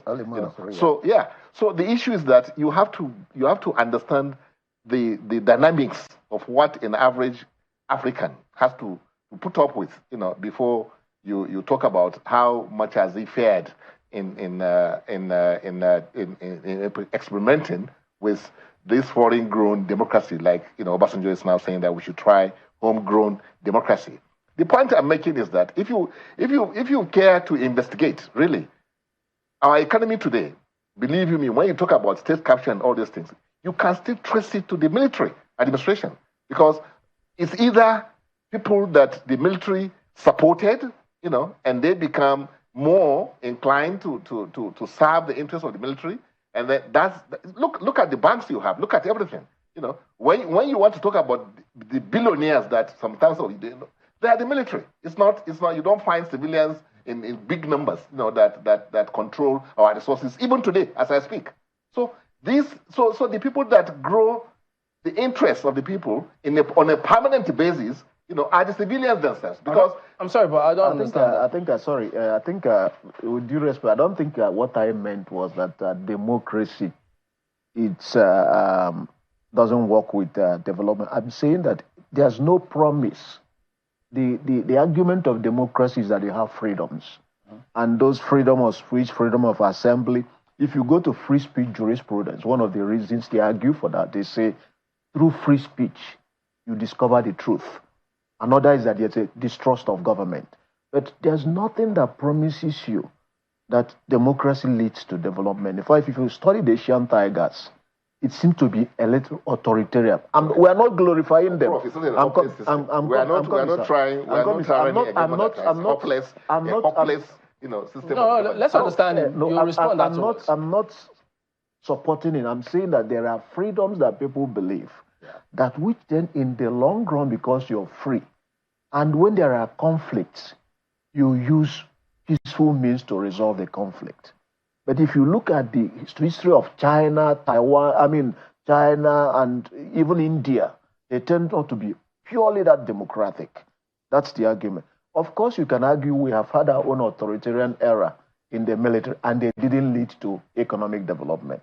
The point is, there is no causation between the democracy and economic development, at least in the literature. That's what I'm trying to say. I'm not saying in practice, I think freedom is priceless. I don't know how much you can put as a price on freedom. Yes, so to have freedom, that enables you to, as a human being, be able to think out of the box, be able to solve your problems, and then it also guarantees sustainability of policies and then practices that you have, which translates into economic growth. Because what is economic growth? It's the activities, when you talk about GDP and things like that, it's the totality of what you do as individuals, as corporate entities, and what have you. So when you free those energies, you don't, put them in chain, then what you have is a very, very fast growth in terms of, what comes out as benefit. Yeah, but the problems we're having today, every nation that you see, every nation, you mentioned China, Singapore or whatever, or India, or to that extent, even America, they went through this stage because it is the failures, the complications that you have that determines how successful you become end of the day. The pains we are going through today, under even this administration, you can see the amount of energizing that it has done to an average Nigerian. People are thinking beyond the rhythm, the way we normally think, which I think was a kind of, laissez-faire, kind of attitude, to issues that concerns them. Look at how Nigerians are today, beginning to question, to hold power to account. Are they? I think they are, because why are they doing it? Oh, look at what Labour is doing from the Labour point of view. The man that left here now, you can see the kind of they are challenged, they are put up, to the government. And when you go out, look at how people are coming out, on the streets. Even from Southwest, where Bola Tinubu is from, people are saying we can't take this. Okay. Enough is enough. What I want to know is whether we understand just how democracy works, what the expectations really were before politicians romanticized this in such a way and overpromised on what the outcomes of a democracy will be. Very much like how you hear the song, the expectations of what will happen in the year 2000. I mean, there was a lot that was really, really promised, and what our democracy. And every time you hear politicians campaigning, you hear about the dividends of democracy. Do you think that politicians really understand what democracy is about and how it's supposed to bring about this development? Because what we understand is that the freedoms is what will eventually bring about the development. But even the freedoms today, in some respects, are being stifled. So do you think that politicians truly get it before they begin to embark on their slew of campaign promises? No. Mope, this is not a mechanical system. It's a social system. It takes time. It's a process that it takes. How much time? It's not moving. It's not like moving this thing from here to here. That easy. No, you're talking about human beings. You're talking about the orientation, the thinking. How to get the person to perform or to behave in the manner that you want him to behave. That is not, and this is under democracy. That's under freedom. It's not under military, where you can just wake up and then somebody chunk out whatever kind of laws he wants to chunk out. To say nobody goes out, he don't go out. No. So this is something that takes time. It takes patience. We must have patience with this because it's the best form of government. And anything that's good takes time. It doesn't come just like that. So we are moving forward. I'm not saying we are not making mistakes. I'm not happy, the stage we are, but we are not where we were, under the military. Today, Nigeria is a pride, of Africa, in the sense that we have practiced democracy for half a century, unbroken, and we're still discussing democracy here. Prof, do you agree with him? Well, let me just say also put this. In countries where the basis of statehood and nationhood are still contested, where the basis of statehood, nationhood, not even nationhood, statehood is contested, there is a risk that in what we call transitional democracy, those transiting from authoritarian to, it's still a journey. That because, as I said, in the short to medium terms, there are structures of conflict that are aggravated. So instead of the nation building process moving linear, so many centrifugal forces are let loose. And we can see it in the weaponization of ethnicity during election. So that what we call the social distance, the sense of community among the various constituent parts of a nation become wider. And nobody can tell me that it's not wider now. So that's part of the process. So if you look at places like Rwanda, that people now like to romanticize, Tanzania under Nyerere, they tend to be strong, little, not too much of that kind of freedom. I'm not advocating there will be no freedom, but I'm just trying to say this is what we should expect when you unleash liberal democracy in a country where the basis of statehood remains contested. Then it aggravates the structures of conflict. So that even now the separatist agitations are growing, the southwest, not everywhere. So is it then I think that's what Obasanjo had in mind when we was talking about that we need to adapt it. We like the freedoms. You think we should? Yes, of course. Can? We need to find a way. For example, when we are talking about adapting it, for example, some of us believe that we should have. There have been several recommendations. For example, rotational presidency, having a kind of presidential council, presidential council, so that. Look at what happened. Under Buhari now, we are talking about Fulanization. Under Tinubu, we are talking about Yorubanization. So the social distance is being widened. Well, I think the politicians agree with that. That's why they are now looking at the national anthem and going back to those tribes. But that is, for me, that's shadow boxing. Is that the problem? What do you make of that? Are you happy with the process that has It's just shadow boxing. It's the same thing that has worked for others. Is it the letters that will... You see, I think they are leaving the substance to chase the shadow. So what does it change? Does it change the cost of food, price of food in the market? You don't think that even the singing of it every day So when you're hungry... I would have thought that the nostalgia, because that was what was sang in your time, would at least, make you want to support that. Exactly. The lyrics. Is that what you're motivated with that? You know, there's that melody and the lyrics, that you don't find in Arise or Compatriot.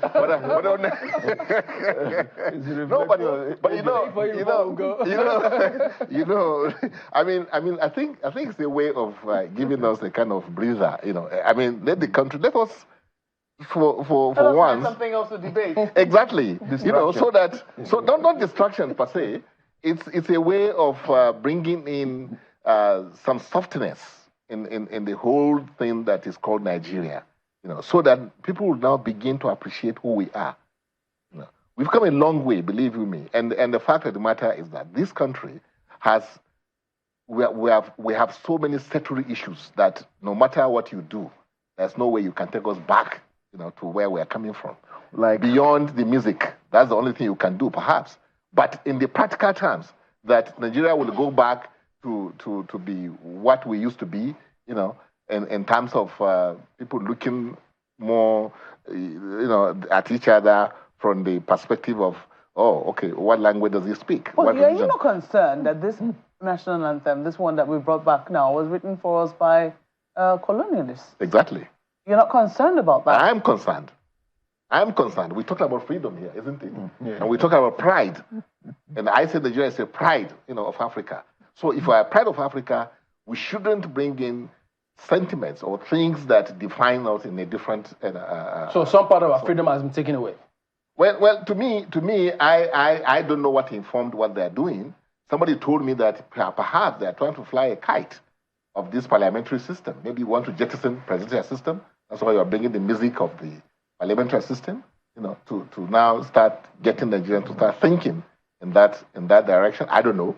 There's people that are thinking that. But you support it. You like it. The music? Yeah, the musical aspect of it, maybe. But not the substance of it. Because the substance of it is that we are retrogressing in terms of building an independent nation called Nigeria that has outlived those colonial experiences that we want to get out of our And system. many who don't like what has happened feel they never got a chance to get their voices heard of something they're supposed to be part of. Exactly. So they feel the freedom which you speak about was non-existent in this case. Yeah. And those are part of the reasons why they feel question mark about this quote-unquote freedom, which we keep talking about. But Prof, we're winding down now. Give us your concluding thoughts. Well, I think if you go to that anthem, it doesn't have to be on the anthem. It could be January. I know. Well, let me just say that 1 year, people say is 1 year too short, to assess a regime. I think what we should ask is the government came with a renewed agenda, a renewed hope. Is it what you say? Renewed hope. So we ask yourself, are you now more optimistic of this country now than you were before 1 year ago? Yes, I agree that sectorally, you have to look at it in terms of sectors. Because if you use your intuition, you may be wrong. Yes, in one or two areas, you can say Muslim ticket, it hadn't, they seem to have managed it better than we thought they would do. But in terms of taking us back, Buhari was nepotistic. This government has pested Buhari in nepotism. At a time people are just dying of hunger and hardship and everything. You look at the nature of appointments, you ask yourself, do you want to build a nation? You want to, at a time we say from, are we moving forward? Economy, even at the time things are very tough, you are using 90 billion to support pilgrimage. At a time people are complaining, you are using trillions, what is more than the budget of 36 states combined to build a coastal railway. Is that not a misplaced priority? Final thoughts.